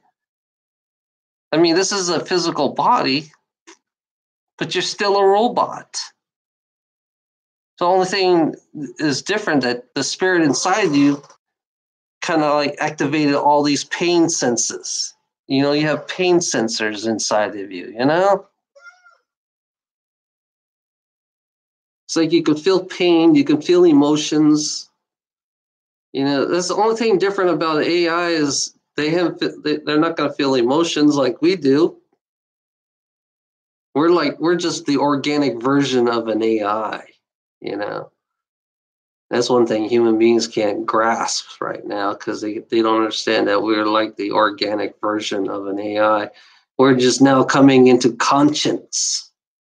Yeah, we're now just coming into conscience because we're like robotic. Because our first bodies, we were more robotic and we were edible for the ones who created us, you know. They like eating us because we're very tasty. And they were very big people too, because there's all different sizes of these bodies. You know, we're the smallest right now. We're the smallest version of these bodies because these bodies can go. I found that the human body can go all the way up to 70 to 100 feet tall. You know, and they think this is mythology. They believe it's mythology, and then you realize if you see the giants, because you got giant mounds. There's a giant mound in Georgia. There's a giant mound with double mandibles. And only thing different about the giants is when they die, they turn to stone. You know, when they die, they turn to stone. That's the only difference between them and the giants and us. We turn to stone. I don't know, we don't turn into stone. We kind of like, it's like we decay. But the Giants, you know, they ate us. They were cannibal. Yeah, we were still herds. We were herds. We were like herds of cows to them. And they still do that up there in space. We were like herds of cows. So it's like, yeah. In humanity, and now we're starting to have a conscience. And you start to wake up and realize, what the fuck? You know? Isn't that crazy? It's fucking crazy that how we are as human beings, how they manipulate us. Is, you know, we're so gullible. It's like anything can control us. Media, you know, all you have to do is create robots. You know, basically people in media are nothing but robots. You know, they're all puppets. So we have to believe in media, we have to believe in the government and the politics, and we have to believe in money. That's how gullible we are. They want us to make us easy to control. They want us to be so easy to control. You know, it's like finance. You know, money is the best way. It's just like, I don't know. I look at the gold standard as it's just another form of slavery. That's all it is. That's how I look at it. I look at the gold standard, another form of slavery. Whether they don't, I don't care if people like it and don't want to hear it or not, but it is, you know, because that's what they programmed you to be. Like I say, you're programmed to collect gold. You know, that's what you're programmed for. You're programmed here to collect gold, and once you gather all the gold, you know, once you sell your gold so you can have fake money and your fake finance, you know, that's the whole reason why. That's why you guys believe. That's why you guys exchange. That's why you're going back to the old system again. You're going back to the old system, the gold system, because that's the oldest form of slavery. It's the ancient form of slavery. Is the gold. You know. So yeah, the gold is the ancient form. Because that's what you're designed for, and you're being reprogrammed back into the old system of slavery. I can't wait to leave now, you know. Hopefully, I'm hoping that I'll die at 65. You know, my goal is to die at 65. Because that's it for me. I ain't gonna be no more slave for these fuckers, you know.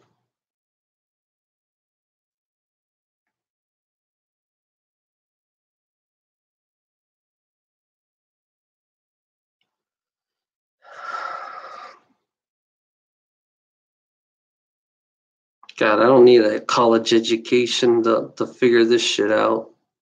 I don't need to be smart to figure all this shit out, you know?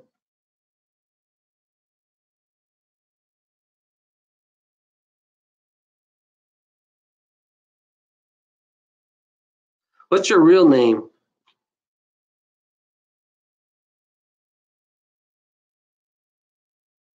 I'm sick of looking at people's fake name. Why don't you put your real name on? I want to know your real name. Stop lying to me.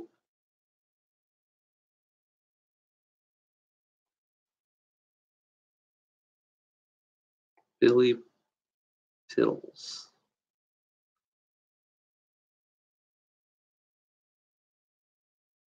Habsburg.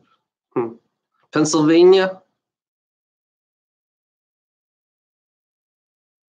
Are you from Pennsylvania?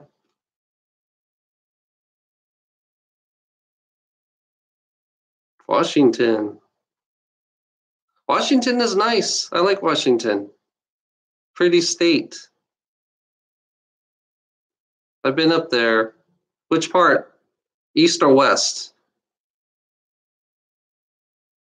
Are you near the ocean or are you in the middle of nowhere in Washington?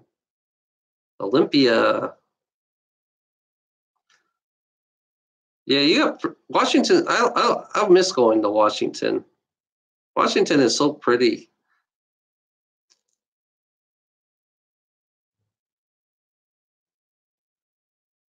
I'd like to go to Washington someday.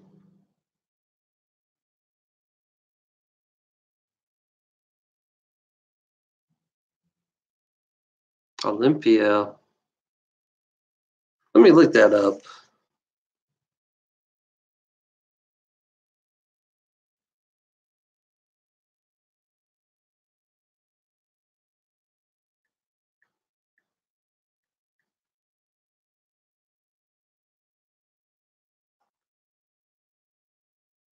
Oh yeah, yeah. Oh, that's a nice place, Olympia.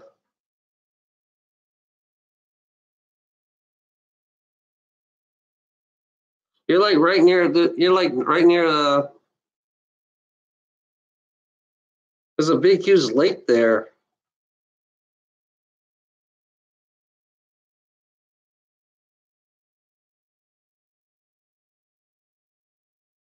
Damn. You got a nice place. That's a nice place to live.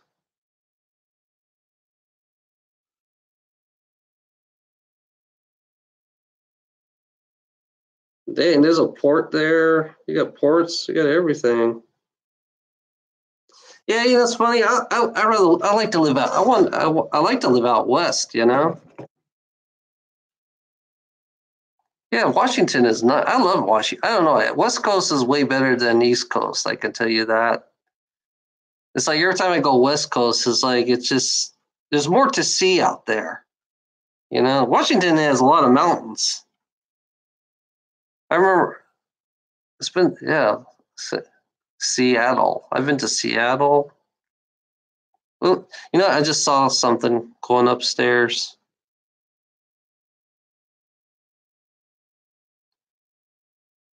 I thought about moving to Oregon. You know, go live out in Oregon in the middle of nowhere in a small town.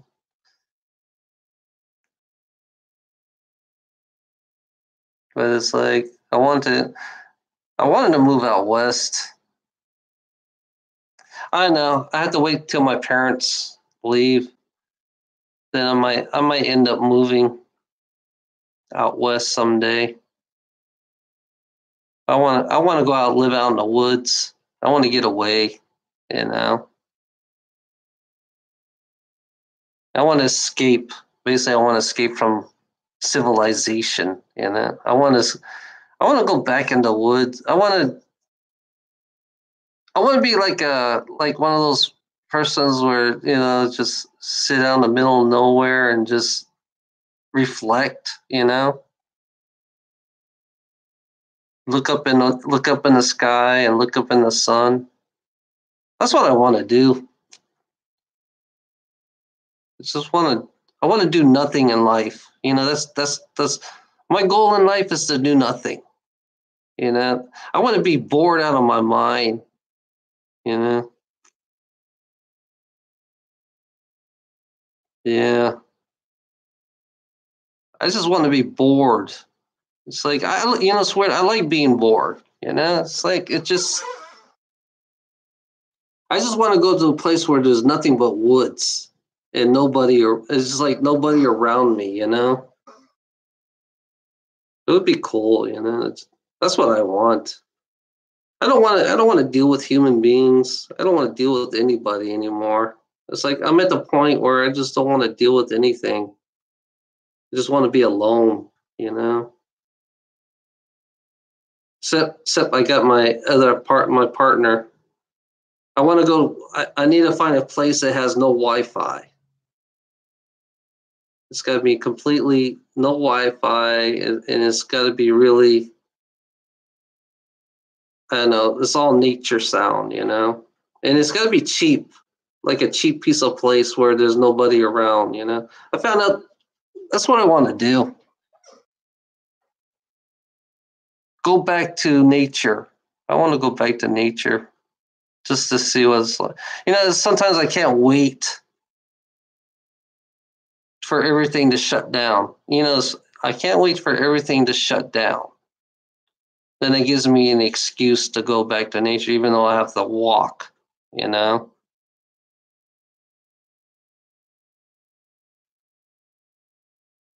That's what I want to do.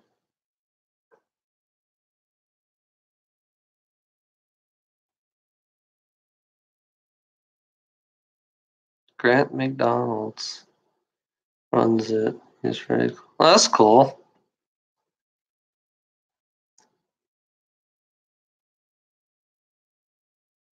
Yeah, I don't know. I have this feeling inside me that wants to go back, wants to get away. It's funny. I wanted to get away for a long time. I wanted to get away from people.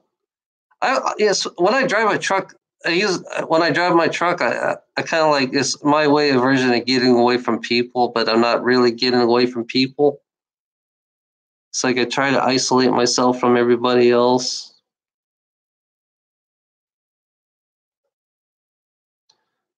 It's like isolation of oneself. 10 years, it's funny about me, 10 years, in a truck by myself, isolated, being celibate.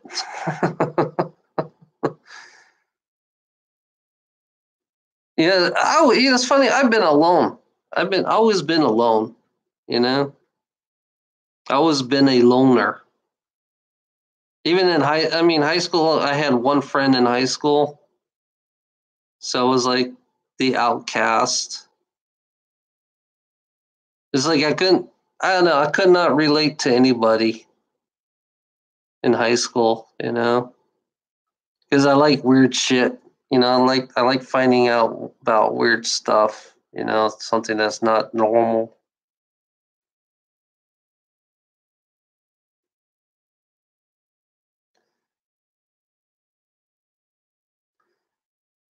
Isn't that kind of weird?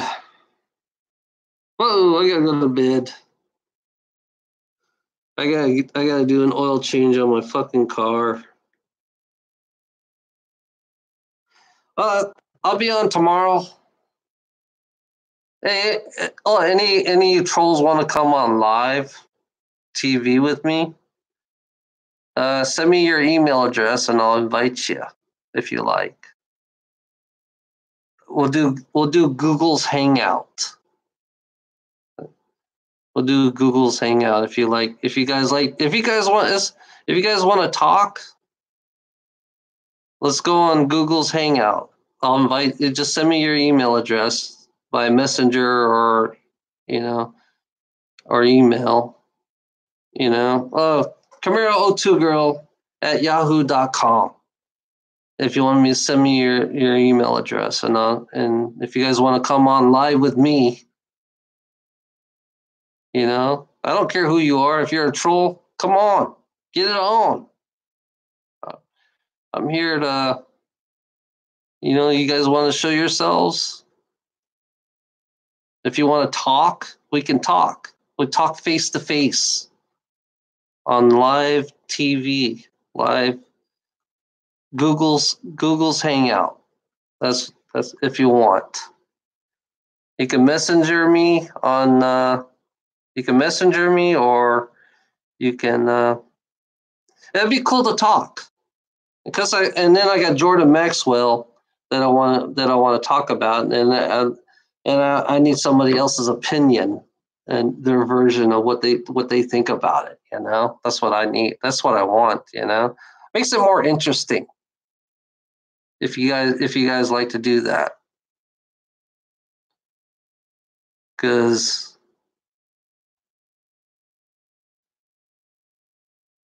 Marcia, you can come on live if you want. If you want to be on live, Marcia, just send me your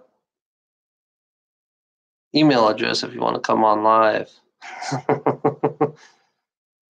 I do live shows with others. If you people are interested, if you're not shy. It's funny about trolls. I would love to talk to, one-on-one no making up bull, making up, I seen what the trolls do. I had them on Skype and I saw what they did. They don't want to give you the straight answer, so they just make up all kinds of words and sayings. Say the best example that I heard, from the trolls is you fucked me, It's like I fucked you. And that's basically what it's like they'll never say they'll show themselves, but they will never talk straight to you. So it's like endless of tormenting. That's all they do. Even live they like to torment, So yeah. And then I can invite, and then plus I can, if any of my friends wants to come on live, Google's, hey, send me your email address.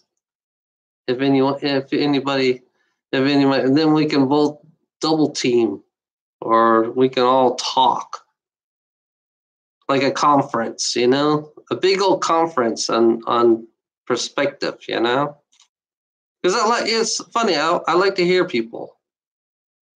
Here we go. Money is real. Are you sure?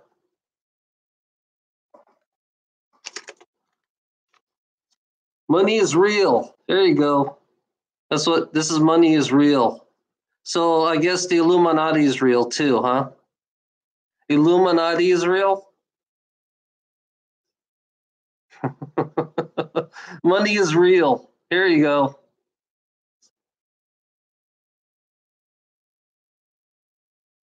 So the Illuminati must be real too. So they created the money.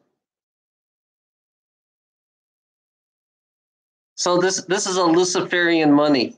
There you go. That's why money is so real, because it's Luciferian.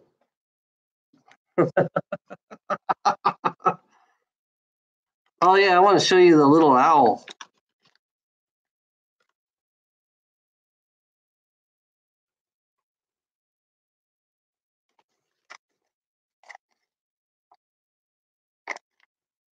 Oh, there it is.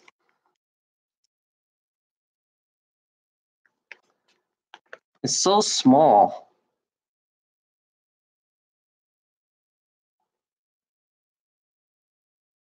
You have a little owl. It's funny. You know why this money is Luciferian? You have a little owl right there.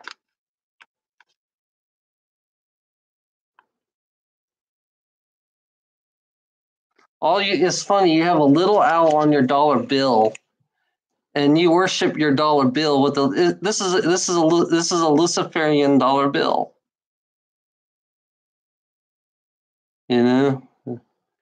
It's not real. I don't think money is real. It's just a fucking piece of paper. That's all it is. There's no value in it. This doesn't even have any value in it. It's a fake dollar bill. This is counterfeit. This is not real.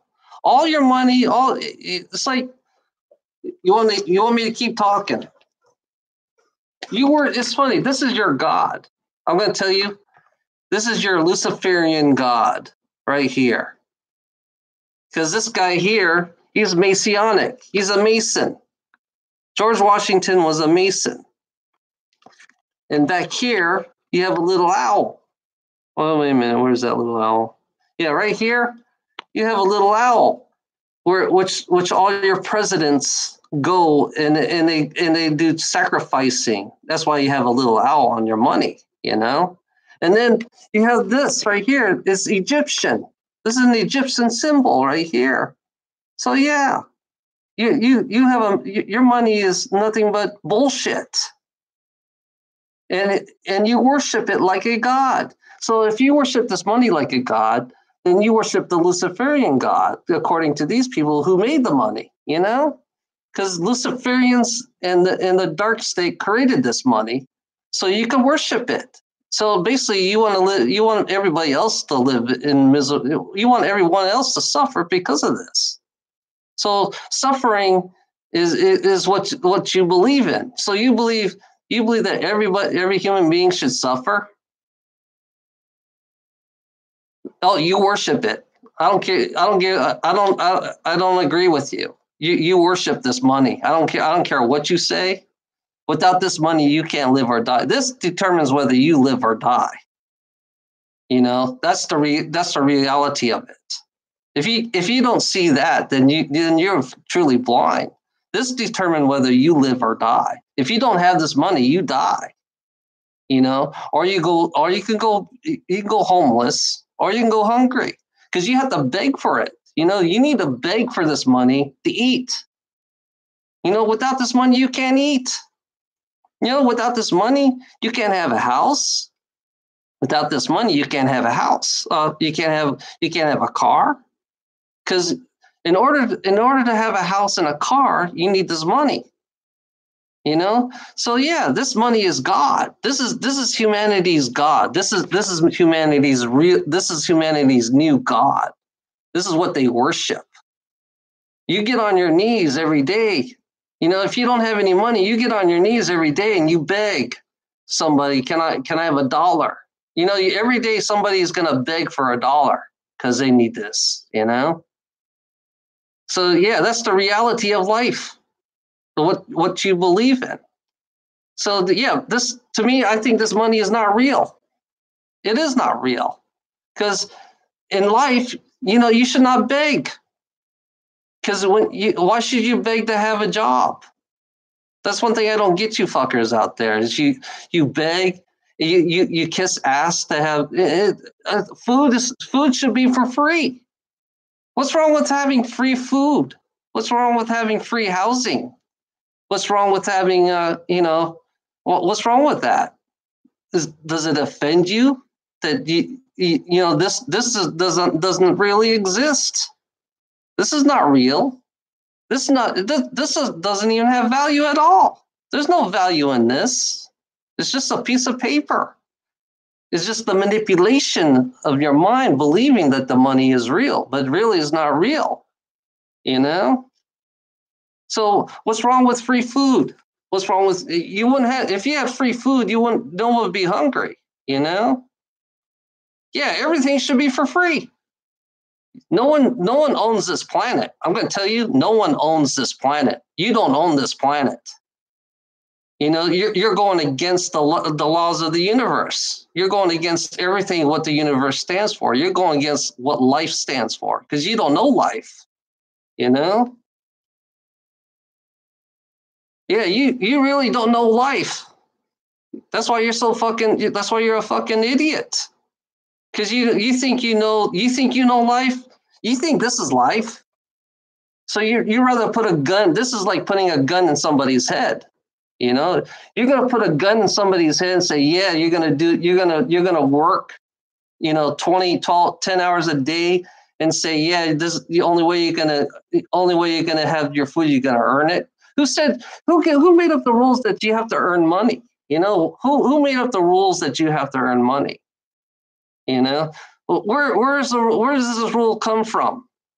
You know, who made up this? There's no rules in this reality that where you have to make money to survive. Yeah, what makes you think there is rules? You know, there is no such thing as rules. Only greedy ass fucks like you created rules. Only a greedy ass fuck like you created rules, because that you want to keep everyone. If you want suffering, that's what you are. You only human beings create rules. So everybody else got to suffer because we have to listen to you. So there is no such thing as rules. There's no such thing as when it comes to food and housing, it should be all for free. You know, there's no rules on having free housing. There's no rules on having free food. So what makes you believe that? Why should you control everybody else? So you are definitely a control freak. You're a sick psychopath control freak that wants everybody to suffer or die. So you are sicker than me. Then you are really fucking stupid. I'm just laughing at you right now. showing how stupid you really are. You know, the universe doesn't revolve around money. You know, the universe does not revolve around money. So therefore, you are breaking the laws of the universe. So you're creating suffering. So basically, you think suffering is normal. You think suffering is great. You think suffering is going to help you. So who's positive now? I think you're more negative than I am. I'm questioning you. You know, I'm questioning you, Enjoy Bro. I'm questioning you. What you think, how you are. I'm not afraid to question you, because you're not really in tune. You're not really in harmony. You're actually out of balance and negative in your reality, because that's what you want. You want unbalanced. You want inharmony, and you don't want to create balance and equality for life, because all life should be equal, no matter what. If you create inharmony in this reality, then therefore you're worse than anything in life, because you're not worth it in life, you know, because it's always about yourself, because you always think about you and enjoyment, bro. The only person cares about is you. That's it. You don't care about nobody else. You just give out people's lies. You enjoy the lies. You keep the lies going. That's what you do. You know, you want everybody to listen to your fake positivity about this bullshit. You think this fake bullshit is positive?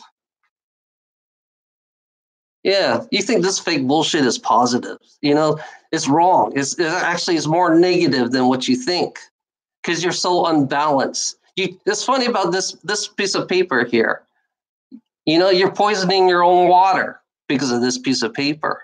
You're poisoning your own food because of your piece of paper. You're poisoning the air because of this piece of paper, because this shows you how stupid you really are. You know, it shows you how dumb you really are, because you're willing to spread the lies about this bullshit. You know, this Messianic Luciferian bullshit money.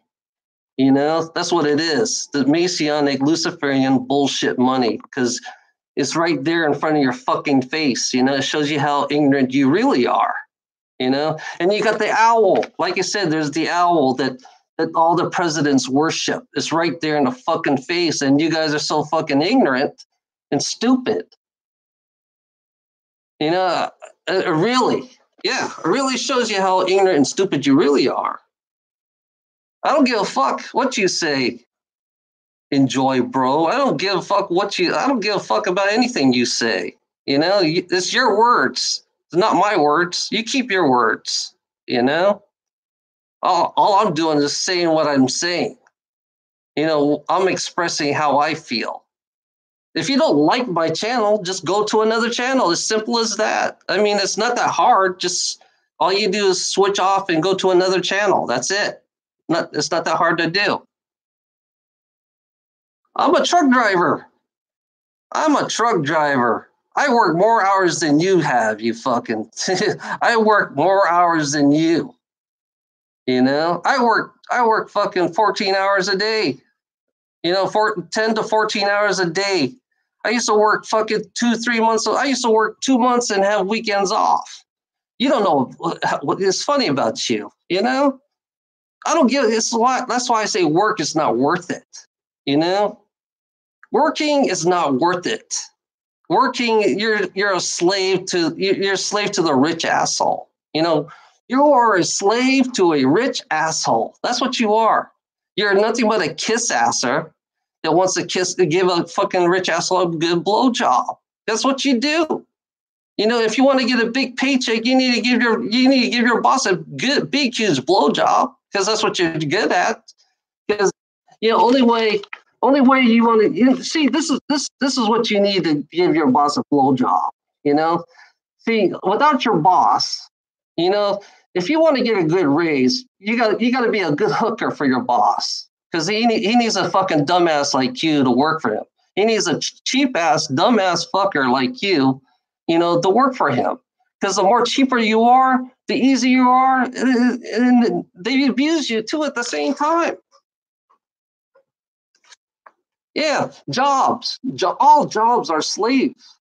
All jobs are slavery. You know, I say every single job on this planet, you're nothing but a slave. Every single job. I don't care, middle, rich, poor. You're all slaves for this, you know? And it's not worth it.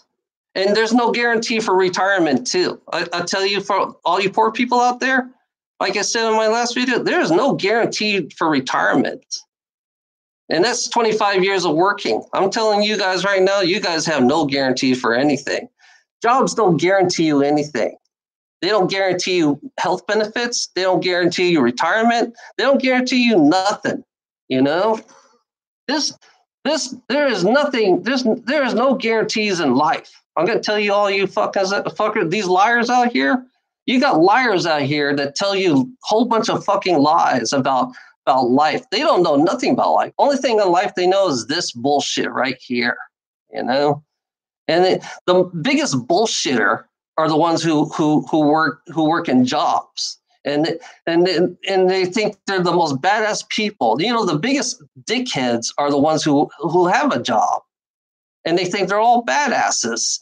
And they think, and then turn around, they get fired or they get laid off because it's like they're not producing that well. If you're not producing in your job, then they're gonna lay your fucking ass off. You know, if you're not working hard enough, they can fire you. That's one thing they don't tell you about this world. In this world, they don't tell you that you can get fired too. So there is no guarantees in a job if your boss has an option to fire you. You know, yeah.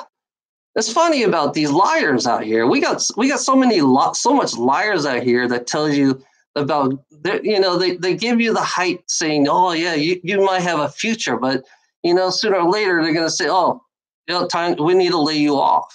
We have to let you go. They don't tell you that part, the part where they say they'll have to let you go, to lay you off, to fire you. They don't tell you that because they don't want to tell you that. And then basically they'll abuse you. They'll use your body. Basically, they push your body to the limit. They push your body to the limit until there's nothing left of you, and then they throw you out. They throw you out like trash. That's what jobs do. Jobs. They push your body to the limit. They push your mind to the limit. And all these bill mafia, all these mafia people, the bill collectors, I call them, they love pushing you to the limit. And they really, and it shows you how fucking pathetic these fucking people are, how pathetic humanity have become, That's what they are. They become so pathetic as human beings. They don't have, it's funny, when people who works in jobs, right? When people, they don't have no conscience. You're not supposed to be friends. In the business world, you're not supposed to be friends. Like I said, in the business world, you're not supposed to be friends. You're not. Sooner or later, your friends will get fired. Your boss might fire your friend. That's one thing about the one thing they don't tell you about jobs. And sometimes they don't want your family to work together, so they split you up and put one family on one side and another family on another side. They don't want to put family together in a job. So basically, that's basically, unless you own a business, it's okay it's a family business, But if you don't own a business, then you're split apart, because they don't want. It's like they don't give a fuck about you, Working is not worth it because they don't really give a fuck about you. Only thing they care about is making this almighty dollar that they worship. And all the poor people worship this thing. They bow down. They get on their fucking knees and say, hey, let me give me a good blowjob so I can get this extra $100 for, that's what you do. That's what you do best. You just give great blowjobs to your boss, The best blowjob, I have one right here. He gives great blowjob to his boss. I have this. Enjoy. Bro loves giving blowjobs. He's a kiss-asser. He will always be a kiss-asser, and he'll always get on his knees and bow down for this, You know, he has to get on his knees and bow down so he can make more money. You know, that's the reality of life. You know, that's one thing they don't want to tell you. You know, there's no guarantees in life. You know, in life, they're out here to fuck you. That's what they are. They're out here to fuck you in the ass, throw you away like trash. That's what life is about. You know, that's the reality of life. This is why this reality is so negative. You know, because they throw you out like trash, and they treat their fucking country like trash. You notice that all the shit. It's like America is so trashy. Don't you notice how trashy America is? They pollute the waters, they pollute the air, they poison the food. It shows you how trashy we are as Americans, you know? It's funny, it's like I see dead animals everywhere, and we don't give a fuck about animals either in America. We don't give a fuck about anything in America. And it's like, you know, it's like we trash everything that we touch. You know, you go into the big major cities, I go to New Jersey, right? You talk about trash in New Jersey. You talk about New York and New York City. It's like you talk about trash. They love trashing up everything. You know, working people, they love trashing everything everywhere they go. You know, that's what working people do best. They like to trash everything. They want to make everybody else miserable. You know, they want to keep everybody else. I can go on forever about this. You know, I could talk for hours about how negative this world is and how much manipulation that these fuckers do. You know, how much lies they give you so much lies. You know, they love lying so much. It's just they want to give you the illusion of positivity. You know, the illusion of saying, yeah, this is a great job. We're so positive. It's like you see the fake billboards, you know? It's funny. Look at this shit. You know? Look at the fake positive bullshit. You know, this company here. Look at the fake positive bullshit this is, you know? This thing costs like $45, you know, for a stupid printer. This costs $40, and this is what they show. This is how sick corporation is. You know, they give you the fake. You know, it's funny. This company here is making billions of dollars. You know, and here you are, you're working your ass off, and you get fucked at the end. Guess who's going to make out? This company's going to make out more than the guy who below. The poor person's going to get fucked at the end. That's the way it's always going to be. You're always going to get fucked at the end. You know. Because big companies will get away with everything. They get away with all kinds of shit, and we all get fucked at the end. You know? Fuck you. Fuck working. You know, working is nothing. You know, you have to be an idiot to have a job. You know, I'm an idiot. You know, it's funny. I am an idiot because I drive a truck. You know, I'm an idiot because I have a job. I'm an idiot because I have to make a paycheck. Yes, I am an idiot. I am a moron because I have to make a paycheck. And then I realized that all this shit around here, you know, all this house, I don't own this house. And this shows you how stupid this person is. You don't own nothing in the United States. You do not own it, even when you pay it all off. When you pay your shit off, you don't own it. Because the fucking bank, the fucking government owns this place. You do not own the house. You do not own your car. All this shit, I don't own this shit. Yeah, the illusion of it's believing that you own shit. You don't own shit. You know, shows and here you are bringing out more lies. You know, make believe that we own shit. We don't own nothing. We don't have no freedom. This is not freedom. You know, debt slavery. Do you understand debt slavery? Enjoy, bro. Do you understand debt slavery? You don't. You're a debt slave till the day you die. You have no choice. There is no choices. You know, you know, it's funny. The bank owns this house. The bank owns my car. So technically, I don't own shit. They give you the illusion that you own shit, but you don't really own shit. The bank owns it, you know? And I have to work to pay off all this shit. And then it's like, and I realize the laws is so twisted in this reality, especially when it comes to this Masonic dollar. You know, everything in America is so Masonic and so Luciferian, and it's so backwards and so negative. They give you the illusion of freedom. You're not really free. You're never gonna be. You're not really free because you're stuck with this. I'm stuck with this. I'm stuck with the car. You know, I'm stuck. It's funny about. It's like a never-ending. It's like a never-ending debt slave. It's like they like to create never-ending misery. You know, and they give you the lies of happiness because they think debt is happiness. You think being in debt is happiness because you have to work hard for the debt? It shows you how ignorant you really are. You think you own? You think no one own? You know, America don't own shit in this fucking country. American do not own shit in this fucking country. I'm going to tell you this for a fact. We don't own nothing. You know, it's under British law, British rules. We're under British rules, actually. The Queen of England actually owns us. You know, we're nothing but a slave to the ones who we're not. You know, we're slaves by birth. We are slave by birth.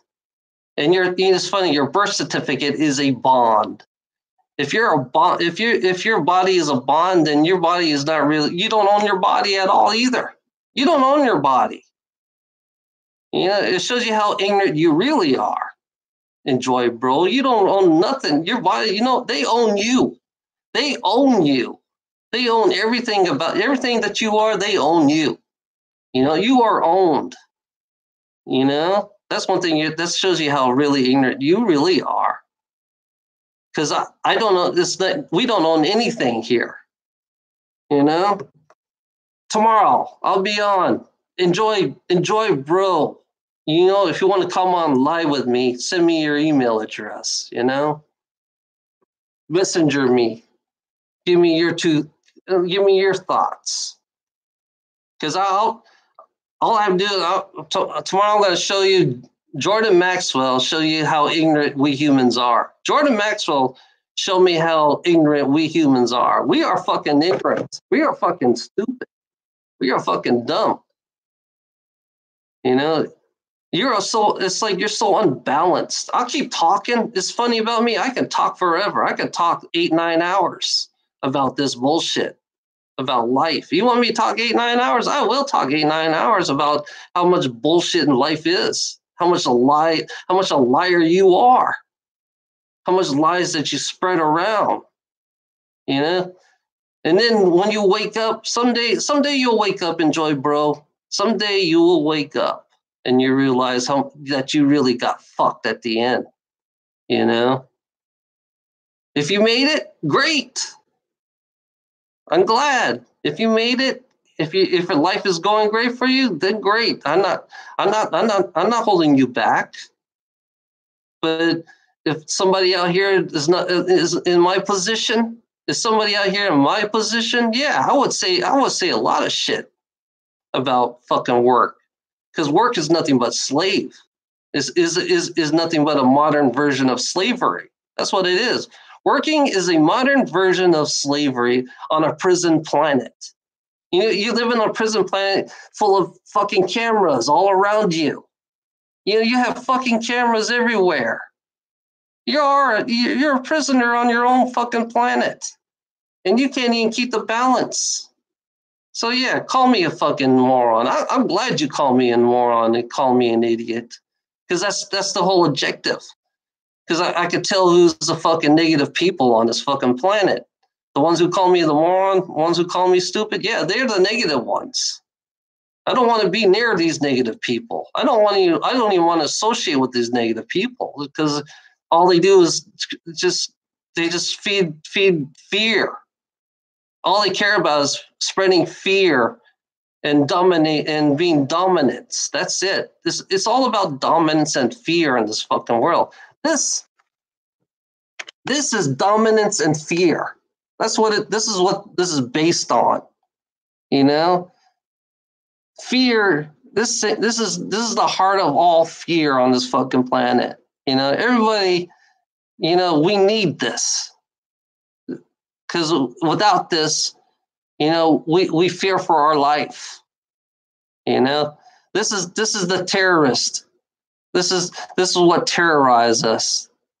You know, the heaven and hell bullshit scam that they tell you. They tell you about if you don't work hard, you don't go to heaven or something. You know, that's a fucking it's a fucking scam. It's a lie. You know, working hard doesn't mean you're going to heaven. Heaven is space. Heaven is space. Hell is here on earth. That's the reality of it. Hell is here on earth. That's why they call it hell on earth, you know? It's not below earth, it's here on earth. That's the misinterpretation of these fucking stupid fucks that, you know, that I listen to, you know? This shows you how stupid these religious fuckheads are. Because they use the heaven and hell to enslave people. You know, the manipulation, the con job. It's like being a con man. You know, you're conning somebody to be something that they're not, you know? You're forcing people to work and they don't want to work. You force people to work. You force people to make money. That's not life. You force people to have 2-3 jobs. That's not life. It shows you how ignorant you really are. Have a nice fucking day. Thank you. I'll be back here tomorrow. I'm gonna bring up Jordan Maxwell tomorrow. So if you want to come on tomorrow, I'll announce when if you want to come on. Just let me know. I'll be on live. Have a nice day.